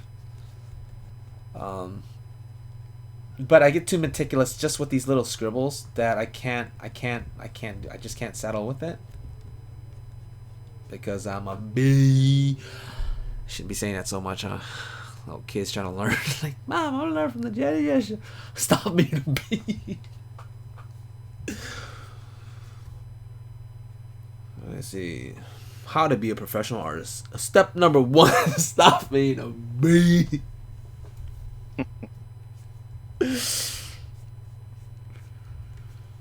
Yeah. Anyways, thumbnails are great. Honestly, they're very, very good, and they're probably more successful if I were to do it this way. Already, like, okay, let's do it this way. I'm just gonna take what I just did there. Bow, bow, bow, bow. Look how much movement, rhythm, just messiness. All right, let's take those two, create some weird compositions based off of those little thumbnails, and see what we get. The idea of thumbnailing is to capture the smallest like amount of detail in like small sizes, like bite size things, things, sketches. Then you can explode it and then use that. Some thumbnails are pretty detailed. That's the thing. When it starts to get detailed, it's like I fall into that trap of just trying to refine those thumbnails in their thumbnail stage, but that defeats the purpose of a thumbnail. You want to keep them loose and tiny, and it's the idea that you're drawing them small is what gives it that nice shape. So this is just my attempt right now. Let's see how it goes. I'm gonna take this. I'm gonna take these weird shapes and use that as a springboard for ideas. And so I'm gonna just lower the opacity of this here now. So yeah, I scribbled it less than like 2 seconds. Now from this we can try to make some ideas. Okay, so so I'm looking over here. What comes to mind when I see this structure here? It comes to mind perspective. I'm looking at something top-down view already. That's what I'm getting from it, and I have to make up the other missing parts. That's what I get from this piece here. But trying to make them very feminine. These are very feminine characters. Very feminine. Very waifu characters, okay? Waifu-esque characters. So I gotta make sure I capture that part of it. So I'm not sure of the personalities. I haven't really checked it through. So there's like a lot of characters. And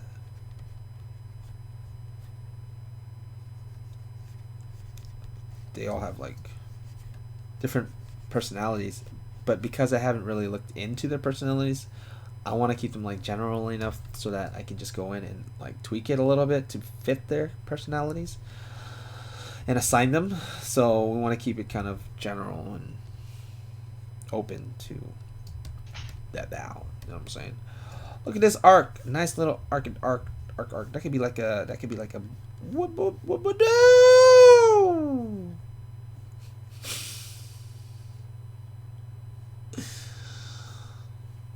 Just gonna do it like that. Woobadoo. How about that? And I think to another really important piece of advice that came from a good friend of mine, artist friend, who goes by Diane Pan. That's the one. She's great. She said this phrase that I was like, damn, you're right. I've heard it before, but you brought it back. And that is, don't be too precious with your drawings. Try to get too precious. Like, it's just a sketch, man. So trying to be too precious. That's what ends up debilitated. Following the gestures of these lines doesn't necessarily mean you stick to them. So you can break them as long as you're following that rhythm, you know? Like, see how much I'm breaking it? But I'm still keeping within that rhythm. Rhythm ta. Rhythm ta. Now I flipped it because I need another perspective that can help me figure out the gosh, what am I trying to say? Oh no. Take it from here, Alex. I need your help. I don't know what to say now. My brain's checking that out. You fell asleep, didn't you? Oh my god, if a kid fell asleep, I got. Oh my god.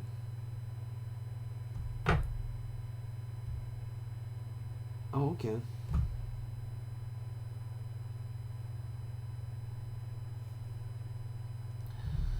So, yeah, it's been. Damn it, hold on. So, yeah, Alex said that he's got to go take out the doggies. Oh, this is nice. You can use this as a hand. Hand. Just like that. Hand. Be bold. Look at that. Woo! We're getting there. We're getting there. What is going on? I'm sorry, getting these zip zaps.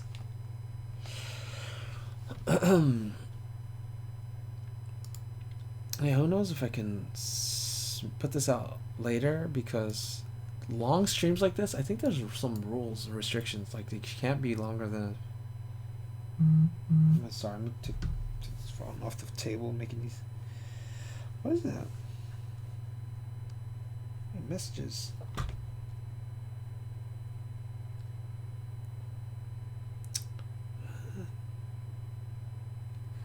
Hi.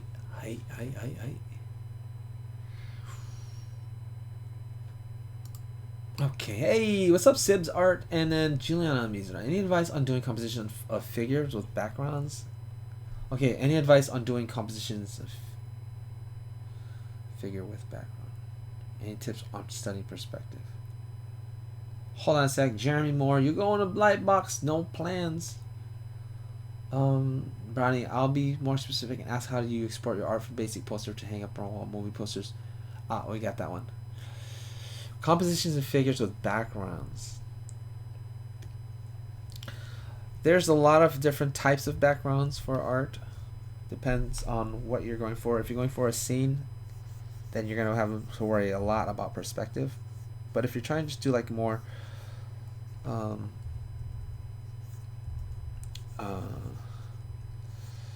like movie poster type of feel, then it wouldn't be so much scene. It would be a little more graphic. Graphic elements, graphic shapes, motifs, a lot of symbolism. It could just be a dog, or like can be like a sword or birds, whatever related to that story that you're doing. You just have elements of that floating around to symbolize where it's coming from. Could be a shape, could be a letter, could be a title, and that's a background. can be some donuts. It can be some donuts if your story's about donuts. Chocolates. So those are elements. Think of like wrapping paper for like Christmas presents. So one or two of those elements will work great. A scene for like a story element, those are a little more harder, where they're actually telling a story. Um, there's actually stuff going on, then that one's probably the most difficult because you're dealing with perspective, you're dealing with lighting. It has to actually look like some scene from a movie or comic or something like that.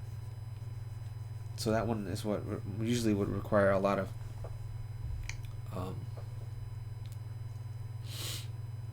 skill, a lot of good strong fundamental skills in all your fundamentals. But as far as just your general poster, your movie poster, your graphic poster or illustration, you want to do the more graphic elements.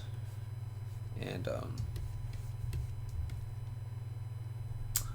for usually how I do it, I'll figure out the poses first, and then the backgrounds will come later because they are more, like I said, they're like pin-up type drawings.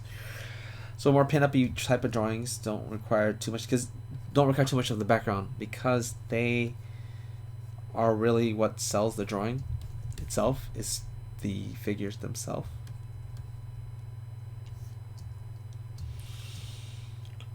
This is missing the third character, so I'm gonna have to put another one right here somewhere. So yeah, are you drawing from imagination or reference? Right now, I'm drawing from imagination. These sketches, if you rewind 5 minutes ago, I started them by drawing these tiny thumbnails, and now I'm just like overlaying ideas, whatever jumps forward at me. To get this really confident, but I don't like the too actiony. That's what I'm like. If I were to just settle with your more generic actiony poses, I can get these done out pretty quickly. But my goal is always to try to capture that waifu feel, waifu mixed actiony. It's tricky. It's like imagine like I don't want to give away the theme or the story, but it's like schoolgirls but samurais or soldiers. Let's just say that, for example.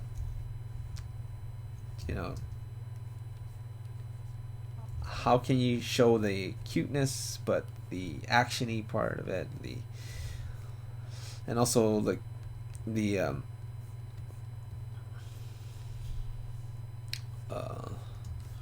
my brain's barely working now. So it's gotta have all this some balance. It's all about balance, man. Just balance. Balancing it all. How'd Aboma do? Oh, she's doing good. You might hear her playing with her squeak toy in the background, though. Her and the puppy are up and at 'em. They're so freaking cute. I love them. Are they playing with each other? Yeah, they are. They're warming up to it. That's good. Yeah.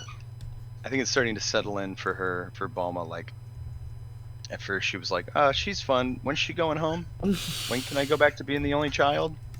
Yep. Second day, she's like, she's still here, and this is a problem. Now she's like lightening up a bit.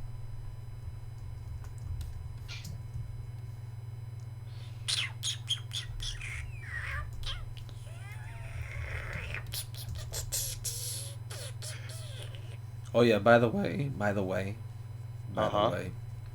when a kid said that's on the spectrum, I'm pretty sure I'm on the A spectrum, on some way somehow. And it's just like growing up has always been like weird for me. Like I told you, I used to write my name backwards and stuff, upside down, because I didn't know like the difference. I visualize it like visually, so I didn't understand why a 5 couldn't be like this, Like it's still what I saw. That's what I remembered. Um, and my name's completely backwards. I can't do that anymore. But no waifu, no life, exactly. Life, like that. I feel like between jumping from the PlayStation controller to the Nintendo Switch controller, I'm developing what is it where you get things backwards all the time? Is it dyslexia? Where Yeah, you dyslexia. That's what I hear. oh, dude, it's thrown me for a spin every time. Where like A is yes, B is no, and they're like, you know how they're switched on the controllers.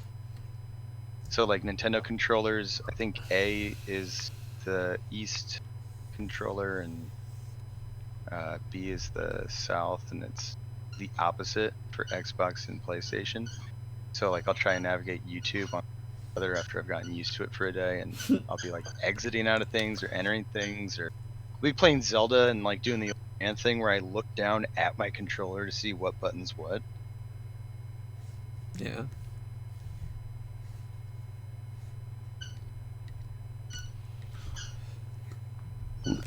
Switching over to the PlayStation.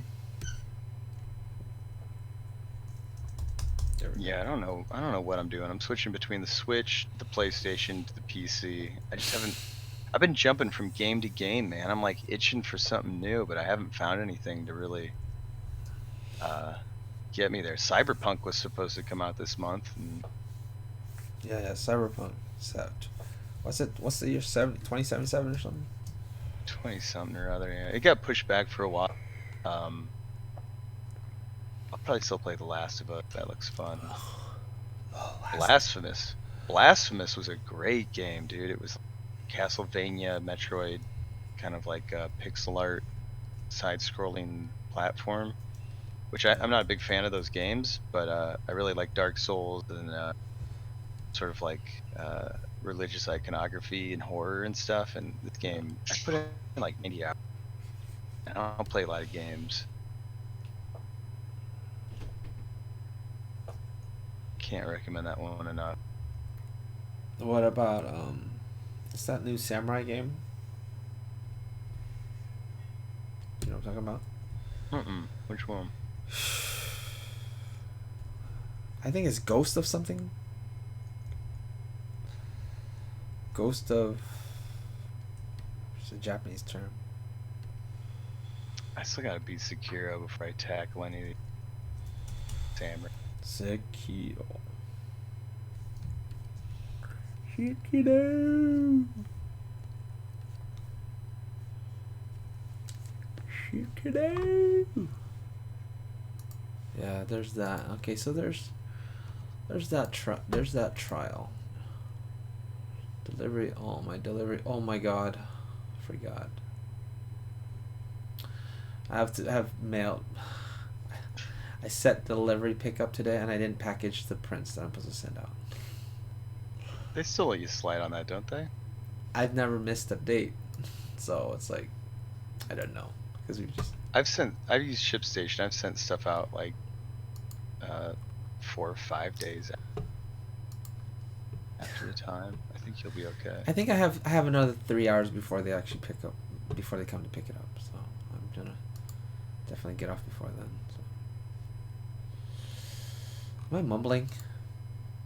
I forget that I'm like live. I feel like we both like we're getting so tired. We're getting to that. Yeah.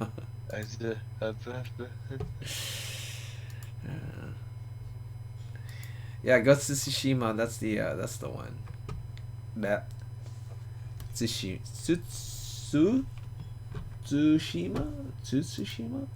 Tsushima. Just Tsushima. That's a tricky one. That's a really bold title because they risk not having people remember it. Like I just did. I'm like, what was it? You remember Sekiro, which is cool. Tsushima. Tsushima. Ghost of Tsushima. Is that a town? What's that? What's that mean? What's it? What's that one? Das one? This.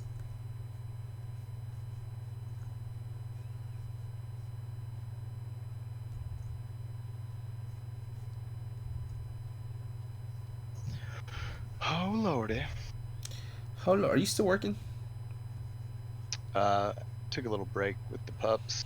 I'm That's gonna true. start. I found you know how I was telling you about those like little editorial cartoons I did back in the beginning of my career? Yeah. I found some of them. Do you want to see them? Yes. Yes. Let me see them. I'm turning your screen. Sekiro. Yasobara Yahi A O U E. What are you doing with your name? Yaoi. It's all vowels. Um, there you are. Oh, is that the zombie one? Yeah, these are the like little editorials.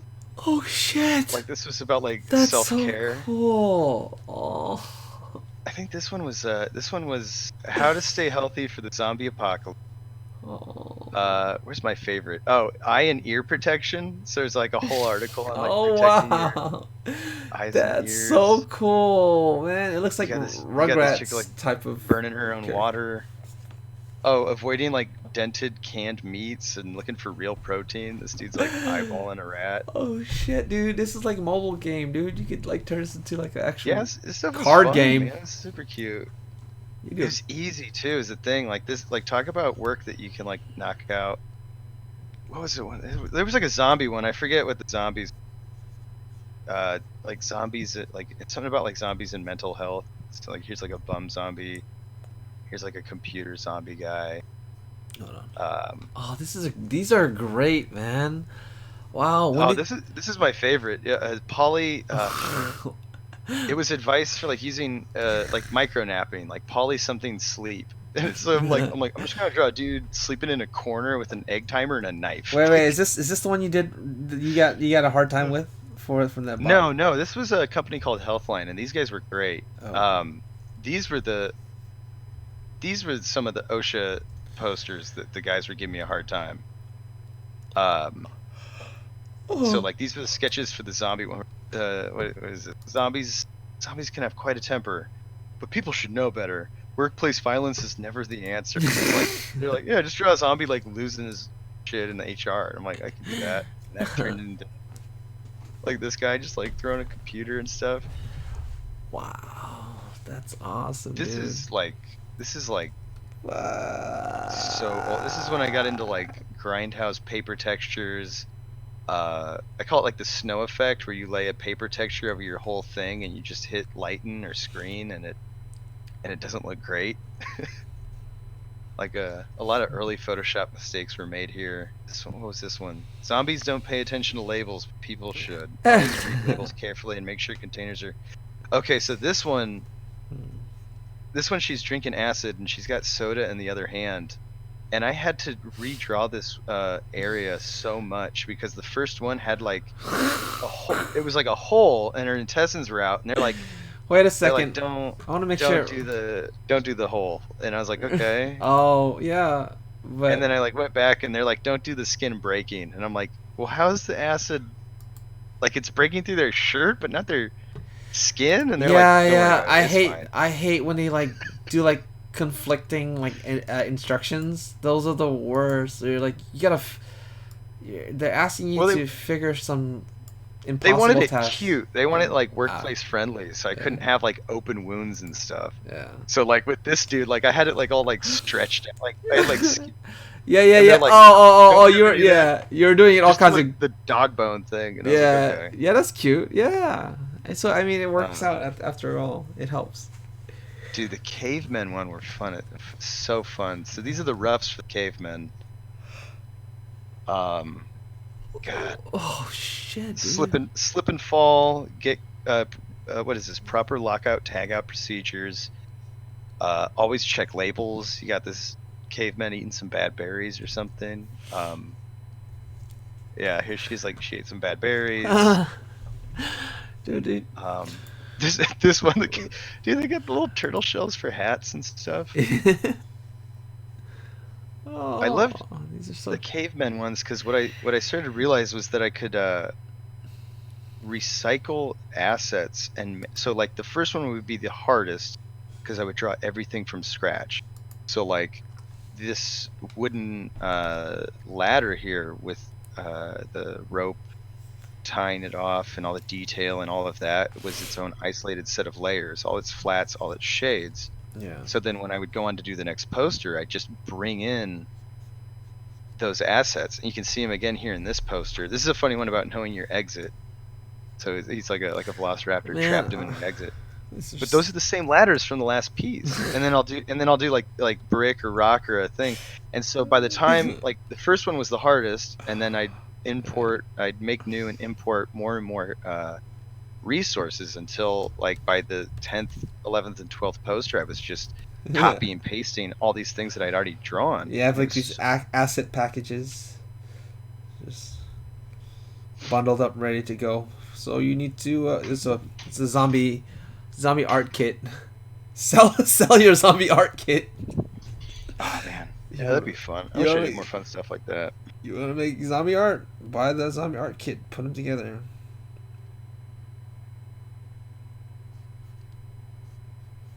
Yeah, apparently we're in the wrong business, dude, because those OSHA posters,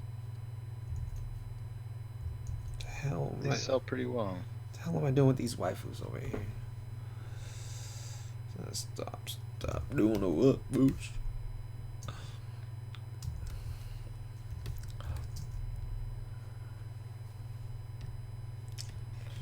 Do. Gosh, I'm so lost on this piece. I like stepped away and now I can't remember what's separating. Oh no. What do you mean? What? You're doing the skulls.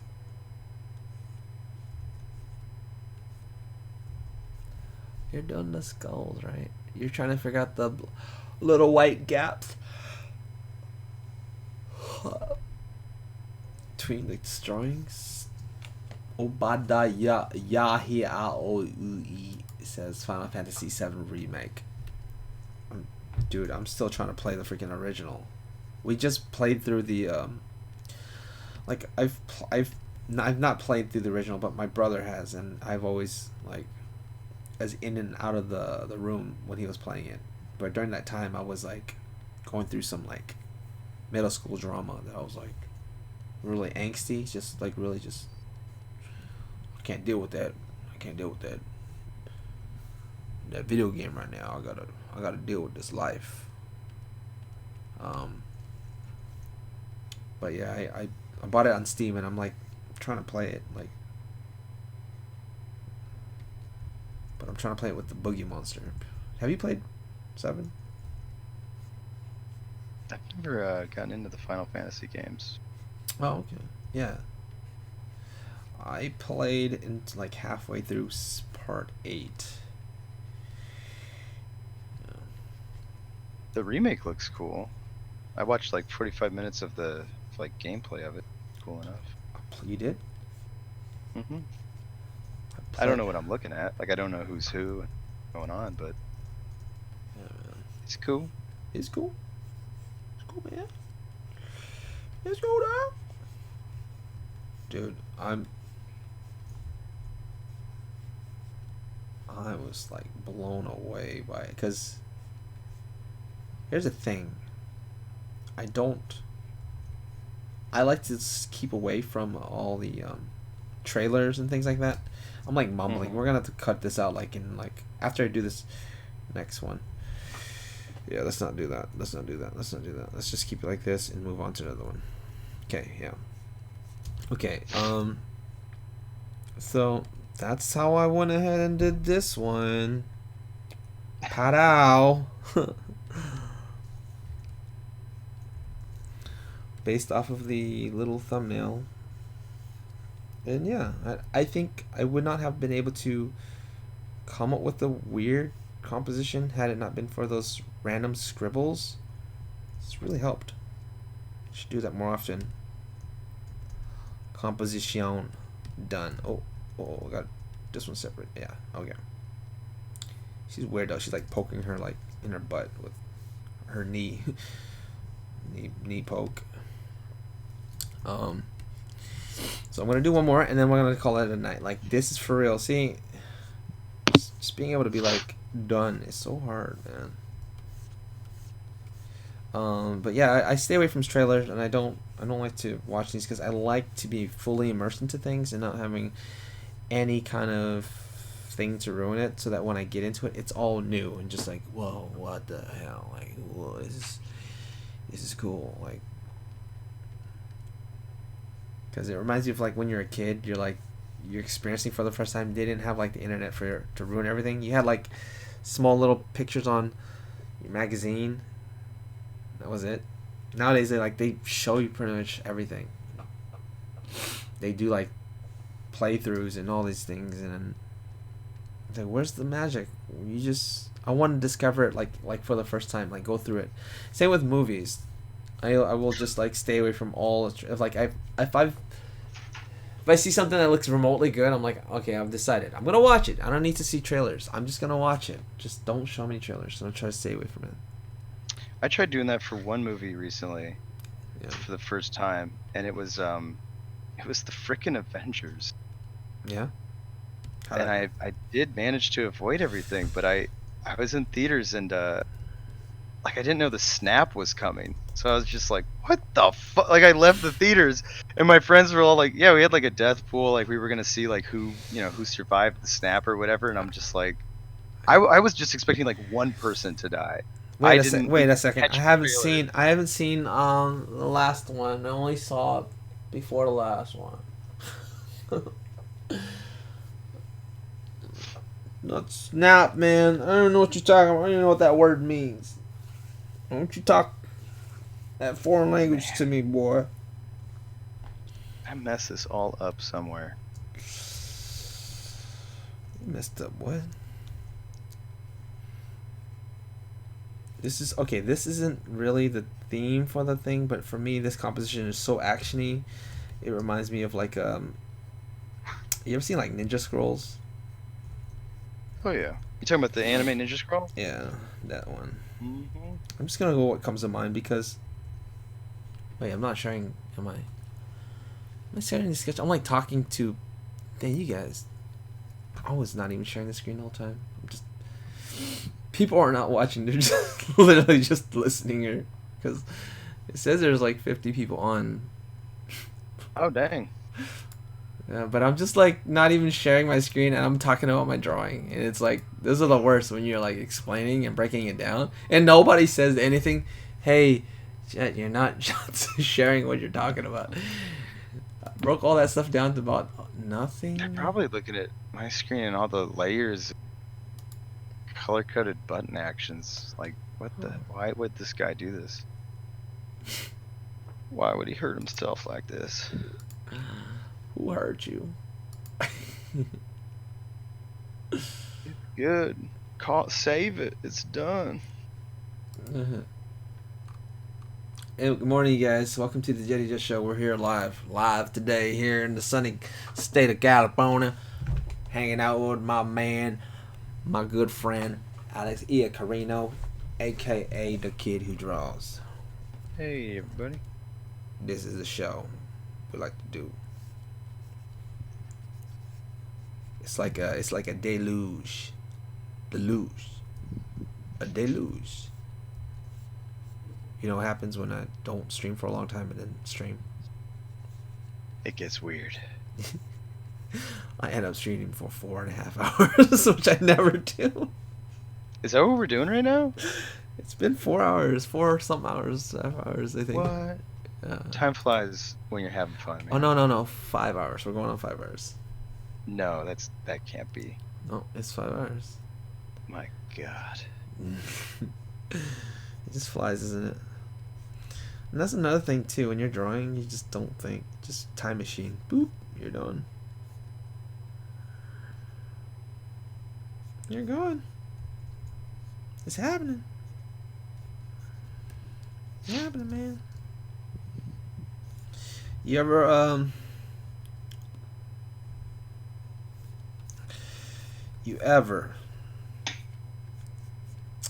see on the bathroom floor or like tiles or like concrete faces and imagery inside the concrete? Oh yeah. Yeah. All time, huh? All the time. They say like there's a name for it, and they're not actually faces, but I'm like, they're faces, dude. I will prove it to you, and I can sketch it out for you.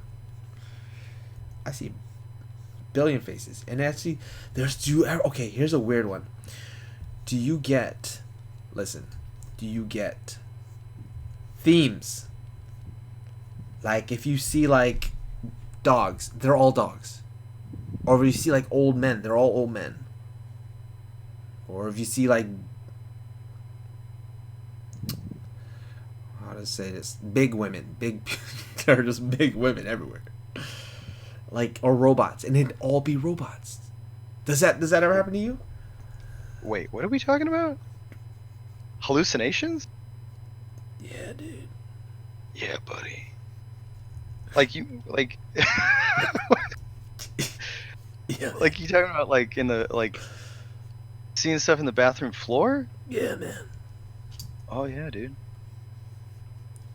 You know when you know what we call that in the psychedelic community? What? Pulling visuals. Pulling the visuals. When you start tripping and you're like looking at something, like if you're hiking and you're looking in like the side of a mountain, and you start to see like skulls forming in the mountain or like something crazy, you know, and you're just like you're feeling it real good. You just turn, you like pulling some pretty good visuals off this mountain here. I think I'm just gonna sit down and keep looking at this mountain. You'll see all kinds of stuff. Yeah, well, I've never cataloged it, but I should, because I can sketch it out. I can sketch out exactly what I see, and show you like what. Okay, look at this picture. You see that shape? Let me draw it out for you. And I draw it out, and then you'll see. Oh, okay. It's like a dude wearing a sombrero or something, or like a man with a beard, and then like. Like if you're like, hey, that cloud kind of looks like a whatever. Yeah, but I'll see it on like bathroom tiles, or like on the side of like rocks and stuff, like the wall here and there, and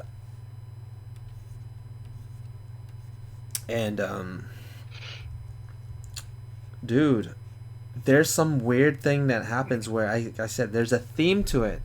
Like if I see ninjas, I'll see all ninjas. No joke. If I see rhinos, they're all rhinoceros. It's a night of rhinoceros. Something about it is weird. I'm thinking like there's something in the brain, my brain, that sees. Like it's like having a mood. Like you're in the mood for like potato chips or something. Right now, Interesting. yeah, right now I see a bunch of cars, and all I see will be cars. That's all I pick up. There's a car there, there's a car there. And I do this so often. I'm like, but it's like normal to me that I don't really think about it anymore, but it should be. I should talk about it because it's kind of weird. Talk about it. It's like, It's strange. yeah. So It happens to you. You're sober and you're Yep. seeing this. Yes. I mean, like I'll pick out those shapes, and then basically it'll make up these pulling visuals. I'll be pulling these visuals like, Yeah, you pulling visuals. Oh, look out, pup. yeah, pup. Yeah, there's a handful of artists that like make it their mission to try really hard to visualize what they see when they pull visual, experimenting with psychedelics, and translate that, because when they're tripping, it's so clear and it's so vivid, but to explain it to somebody is like as boring as when someone tries to explain to you their dream. It's like I don't feel the same way. I'm not pulling, it's like, oh, and then the teeth will turn into this and that, bro, and it's like, it's very uninteresting to hear. But when Alex Gray, do you know his stuff? No. Alex Gray did a lot of like Tool album art. Oh, He's yeah. a really great psychedelic artist. There's a couple other people who are just like really good at it. It's not easy to do, to explain or to translate, to share that sort of like experience, or like what you see. Because I'll definitely get like when I try it, I'll definitely get like you said, like themes. Mm-hmm. Like I'll get themes to the night. Like it's usually like pretty creepy stuff, but I feel like your output is affected by your input on that end of things, you know, Mm.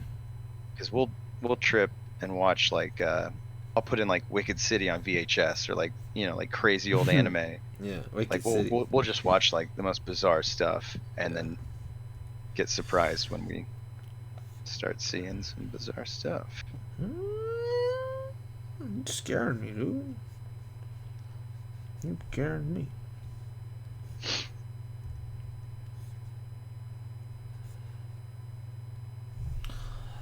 See here, Mitty the Kid. I hope. Hold on. Shoot. I hope I can watch. I can catch on the stream as well. I like watching art streams. I should write more, but I am somehow just so immersed that I just watch and try to absorb everything like a sponge. I wish I could watch. I wish. Oh yeah, yeah. I kind of know. I know what you mean. I mean, I've been sitting through people's streams. It's the same thing. It's just like I'm not gonna bother to write. I'm just gonna let somebody else deal with that. You know what I mean? And that's cool. That's cool, man.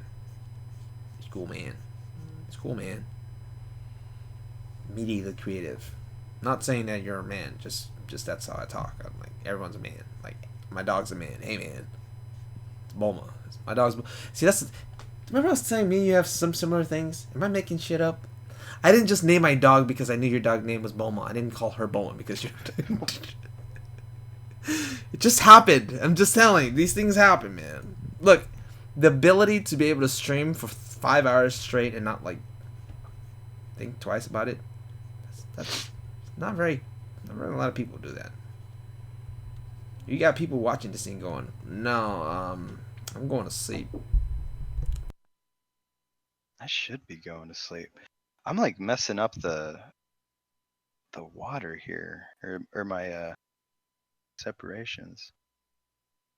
That's not a good sign. This is the kind of stuff that like early on I think I love to do. And then I go to do it and I'm like, oh, I should have just paid somebody to do this. Like it's like I should have just had Dan do this at the shop. This is driving me crazy. I'm trying to really make this shape work. This shape right here looks like this to me. Like that. And I should just stick with what I think I see first off. Then try to force it to do something that I don't want it to do. And then we can try to make a little more shape out of that. Like that. There we go. See? Problem solved. You don't need to reinvent the wheel. You just like follow the shape, man. Damn. Yeah, man. Watch Elden Ring from Software. Elden Ring. Oh, that's a new game. It's like Norse stuff, right? Norse mythology. You said Norse. You said Norse. Hold on. You said that Norse. You said that Norse though. Yeah, there's like a teaser trailer for it. I love Norse like folklore mythology. I love it, man. I don't even know what it is. I believe in reincarnation. I was a Viking in my previous life. Fight me. That's right.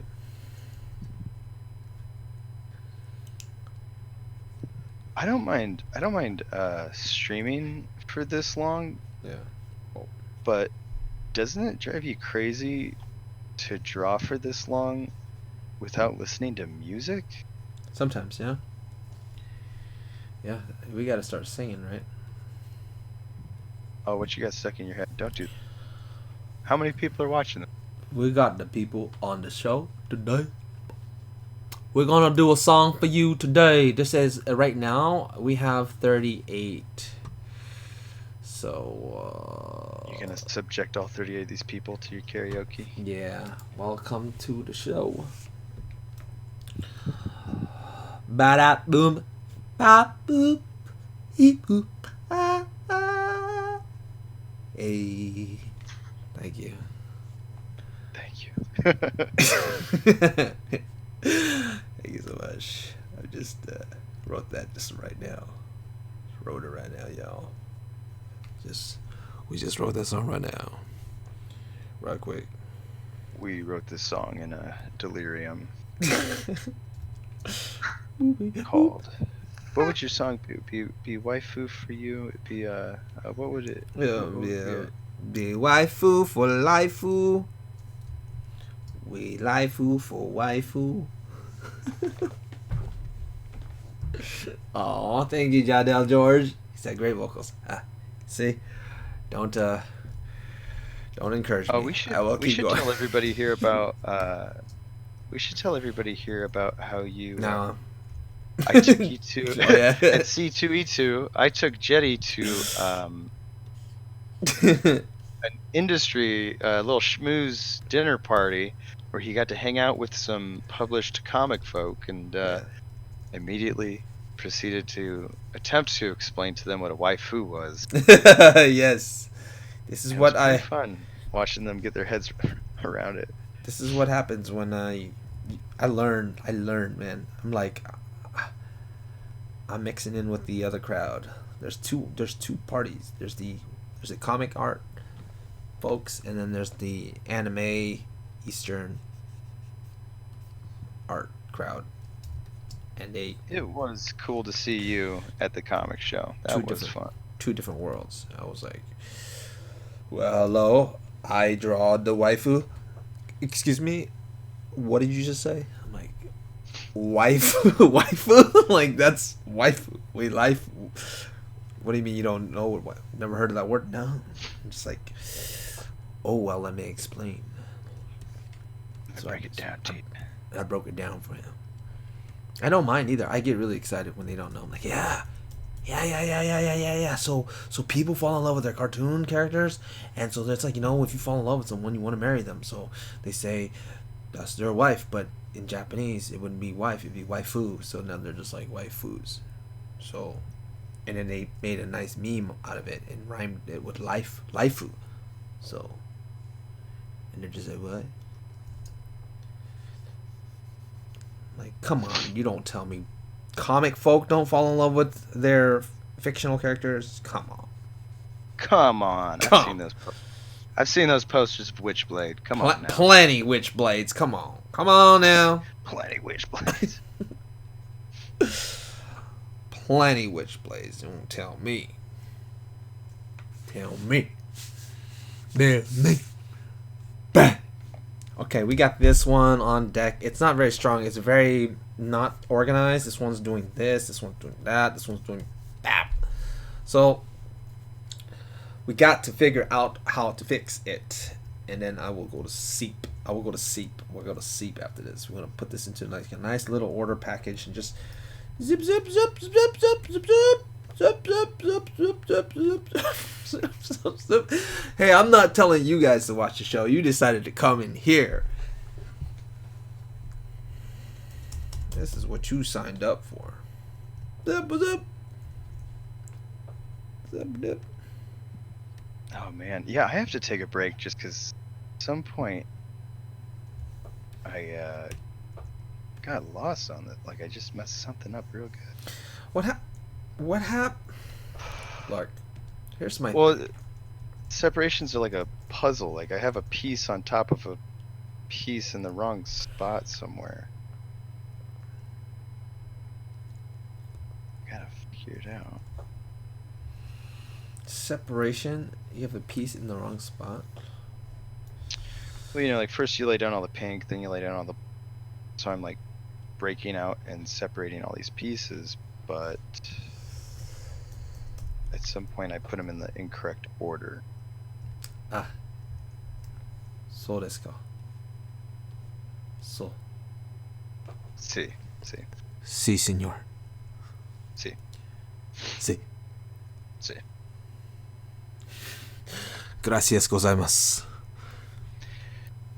Dude, it took me going to Japan 2 times to learn arigatou gozaimasu. Hey. Arigatou gozaimasu. This is how you remember. You gotta have these like word games. You say Harry cat goes I mass? I don't know. Goes to mass, but Goes to mass. yeah. But that'll throw you off because you're saying to mass, which will not make any sense when you say it to a Japanese person. Like what goes? But that'll throw you off Yeah, because you are stupid. Because you are. because you dishonored us. Oh man, yeah, I might have found my limit here, man. It's not getting anywhere, huh? Your brain juices are just doing. Hi, I'm working on DCEU concept art. Oh, that's old. Such a good gestures. Harry cat, Harry cat. Harry cat goes to mass.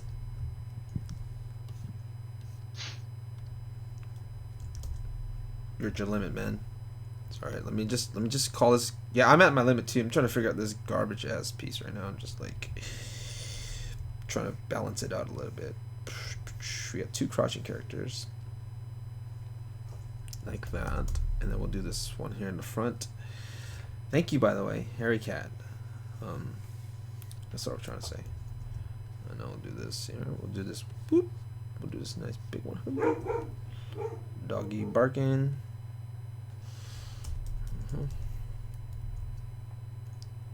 Beep boop beep. So this exercise that I'm trying to do is just trying to make sense of the little thumbnails that I created in the beginning, and I think the first one's a little more successful than this one. I literally, like, you rewind this and see it, I scribbled it in 2 seconds, maybe less. I'm like, okay, there we go. Those are shapes. We work with them. But I think the problem with this sketch right now is the poses is too similar than the other one. So the knee should not do that. We'll do. Oh, you know what? Butt shot. I've not done a butt shot yet, so butt shot. Butt shot. She got butt shot. Yeah, back towards us. There we go. Hey. And then.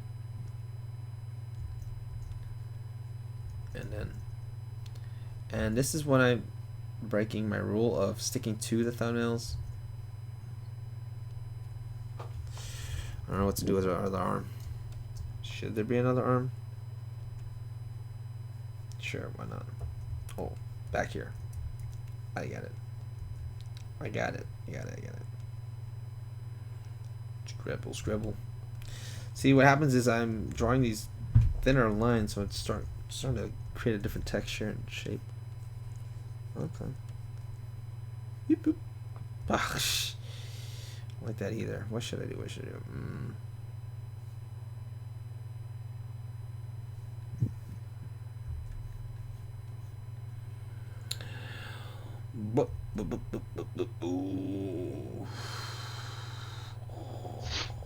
That's dumb. That side. This is back here. I think this is fine. This one right here. Yeah. There we go. I'm way back there. It looks a little broken.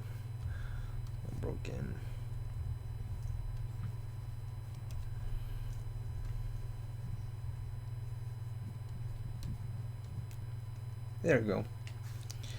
That'll work. That'll not work. How's your coming along? I'm over here struggling. I'm struggling, dude.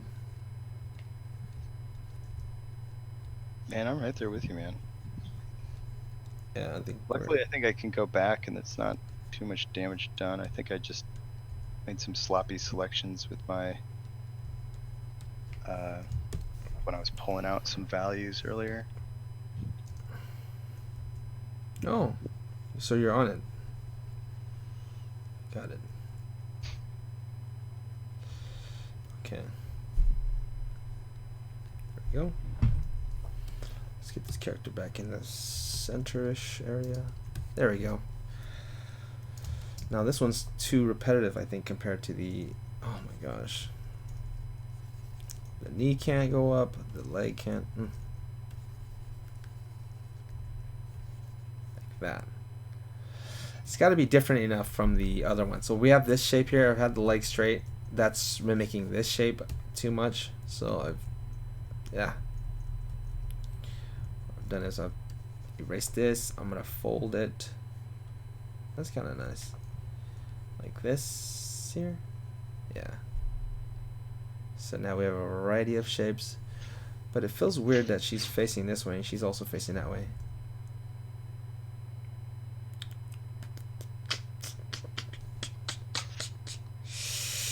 Again, the idea of this exercise is just try to stick close to the thumbnails, because the thumbnails is there to serve as like strong shapes Oh. and composition. Oh, what happened? Oh, nothing. Puppy was just biting on something. Oh, he's Little stinker. shit. Nope, no biting. No bite. It's so funny because the puppy will like do stuff, and Bulma looks at me like, oh no, it wasn't me. It wasn't me. It was you. It was the new one. She's being bad, man. I'm telling you, I told her not to. Listen. Well, chill stream. Time to get to the iPad and draw along. Hell yeah, 7. I'm happy you're doing that. I'm happy. But honestly, I think it's about time we call it a done one. What do you think?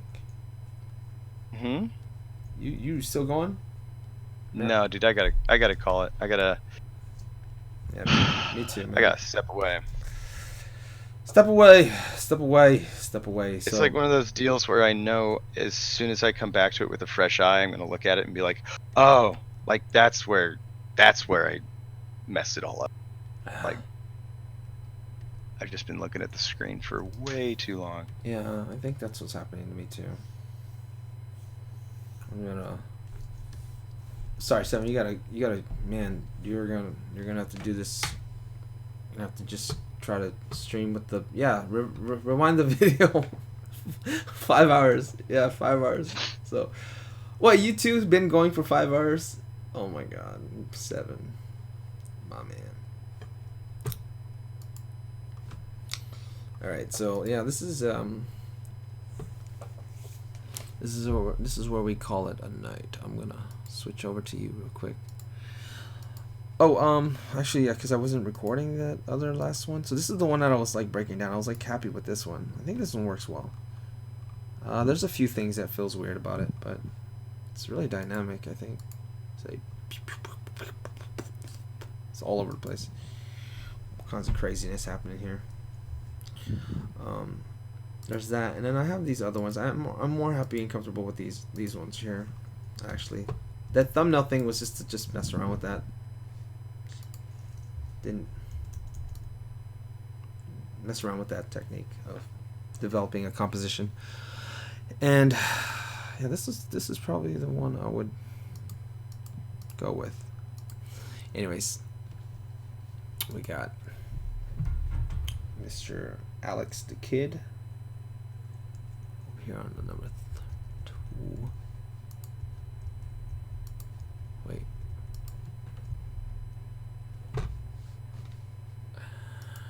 There you are. So there's the eyes are just blinking. Look at blink, blink. Oh yeah, I'm toggling on and off the layer. I'm just looking at them. I don't know if I'll keep them. It might be cool to do like a glow in the dark layer. Like if you like turn off the light and the poster just like all the skulls lit up. I think that'd be pretty dope. That'd But be pretty damn dope. yeah, the trapping is just it's a nightmare right now. I got all the rocks separated. The skulls are almost separated.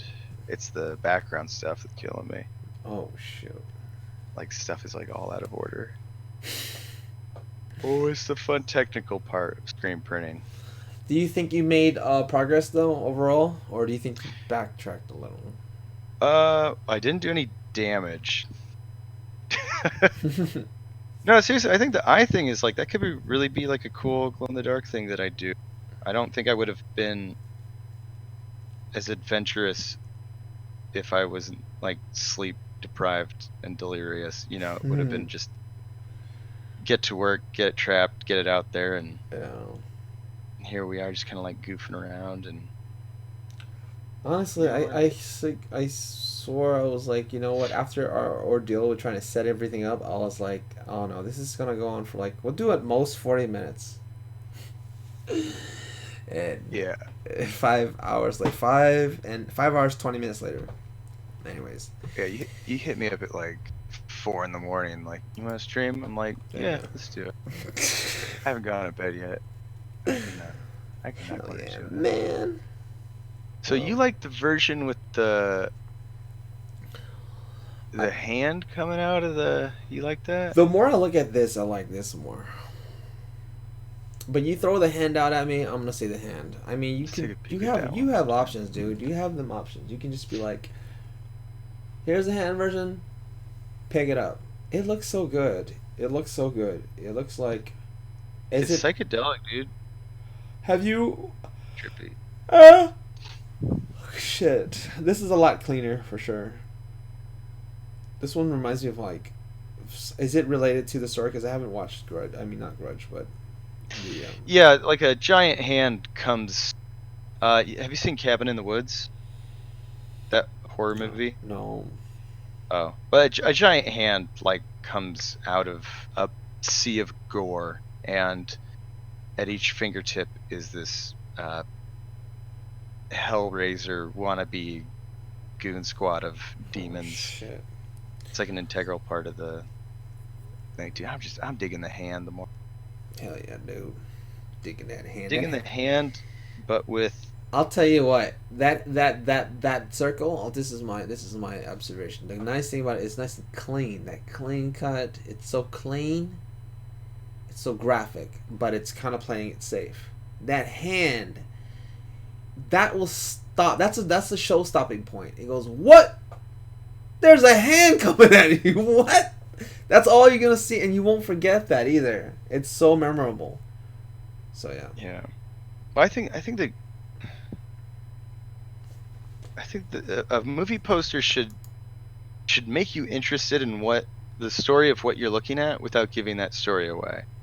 And I feel like that hand, I already see it comic convention, because I get this a lot with the Berserk too, where people come up and they're like, I don't even know what that is, but that looks dope as hell. Like what? And I'll be like, oh, it's this really cool manga. You should check it out. And it actually sells them on it. Like that's to me, it's like I have achieved the purpose of illustrating like a well-designed film poster. Like that should be the goal. I feel like that hand really kind of it builds curiosity and intrigue. Oh yeah, don't yeah, because I haven't seen. I don't know if you were describing the Cabin in the Woods or Berserk, but I'm eventually gonna be watching Berserk or reading it. Dude, Cabin in the Woods is a pretty good like meta horror movie. But I was gonna say it reminds you like the creepy like It's got a thing Japanese. with The Japanese like to giant do hands. hands, man. Oh, Cabin in the Woods. I gotta see it. All right, I think that's good. Where can we find you, Mr. Alex, the kid who draws? You can find me At that deep in your heart, deep where I live, cheering you on. Yeah, Never give up. there Follow you your go. dreams. There you go. You Get a guys. healthy amount of sleep. I think that's the best advice I can give. Yeah, at this point, I honestly don't know if anybody's gonna be around anyway. But we've said it a million times. Follow him, catch him at that hashtag at that kid who draws. I'm sure that kid who draws on the internet is gonna find his website and everything else related to that. Yeah, check it out, guys. Think Check you'll him out, like man. it. I think you'll like it. I think so. Jet, I am exhausted, man. Thank you for letting me be on your. Oh man, thank It's you been for joining fun. us. I feel like we were feeding off of each other's energy and good, In good session in. Hell yeah, man. Hell yeah, we'll do this again soon. We'll do this again tomorrow. Shorter. Yeah, right. And no, we're sticking to like if you do, I'm gonna do it. I'm gonna do it because I actually was like planning. I'm like, I'm not going to Emerald City Comic Con. I'm So down. yeah. I'm down. You just let me know, man.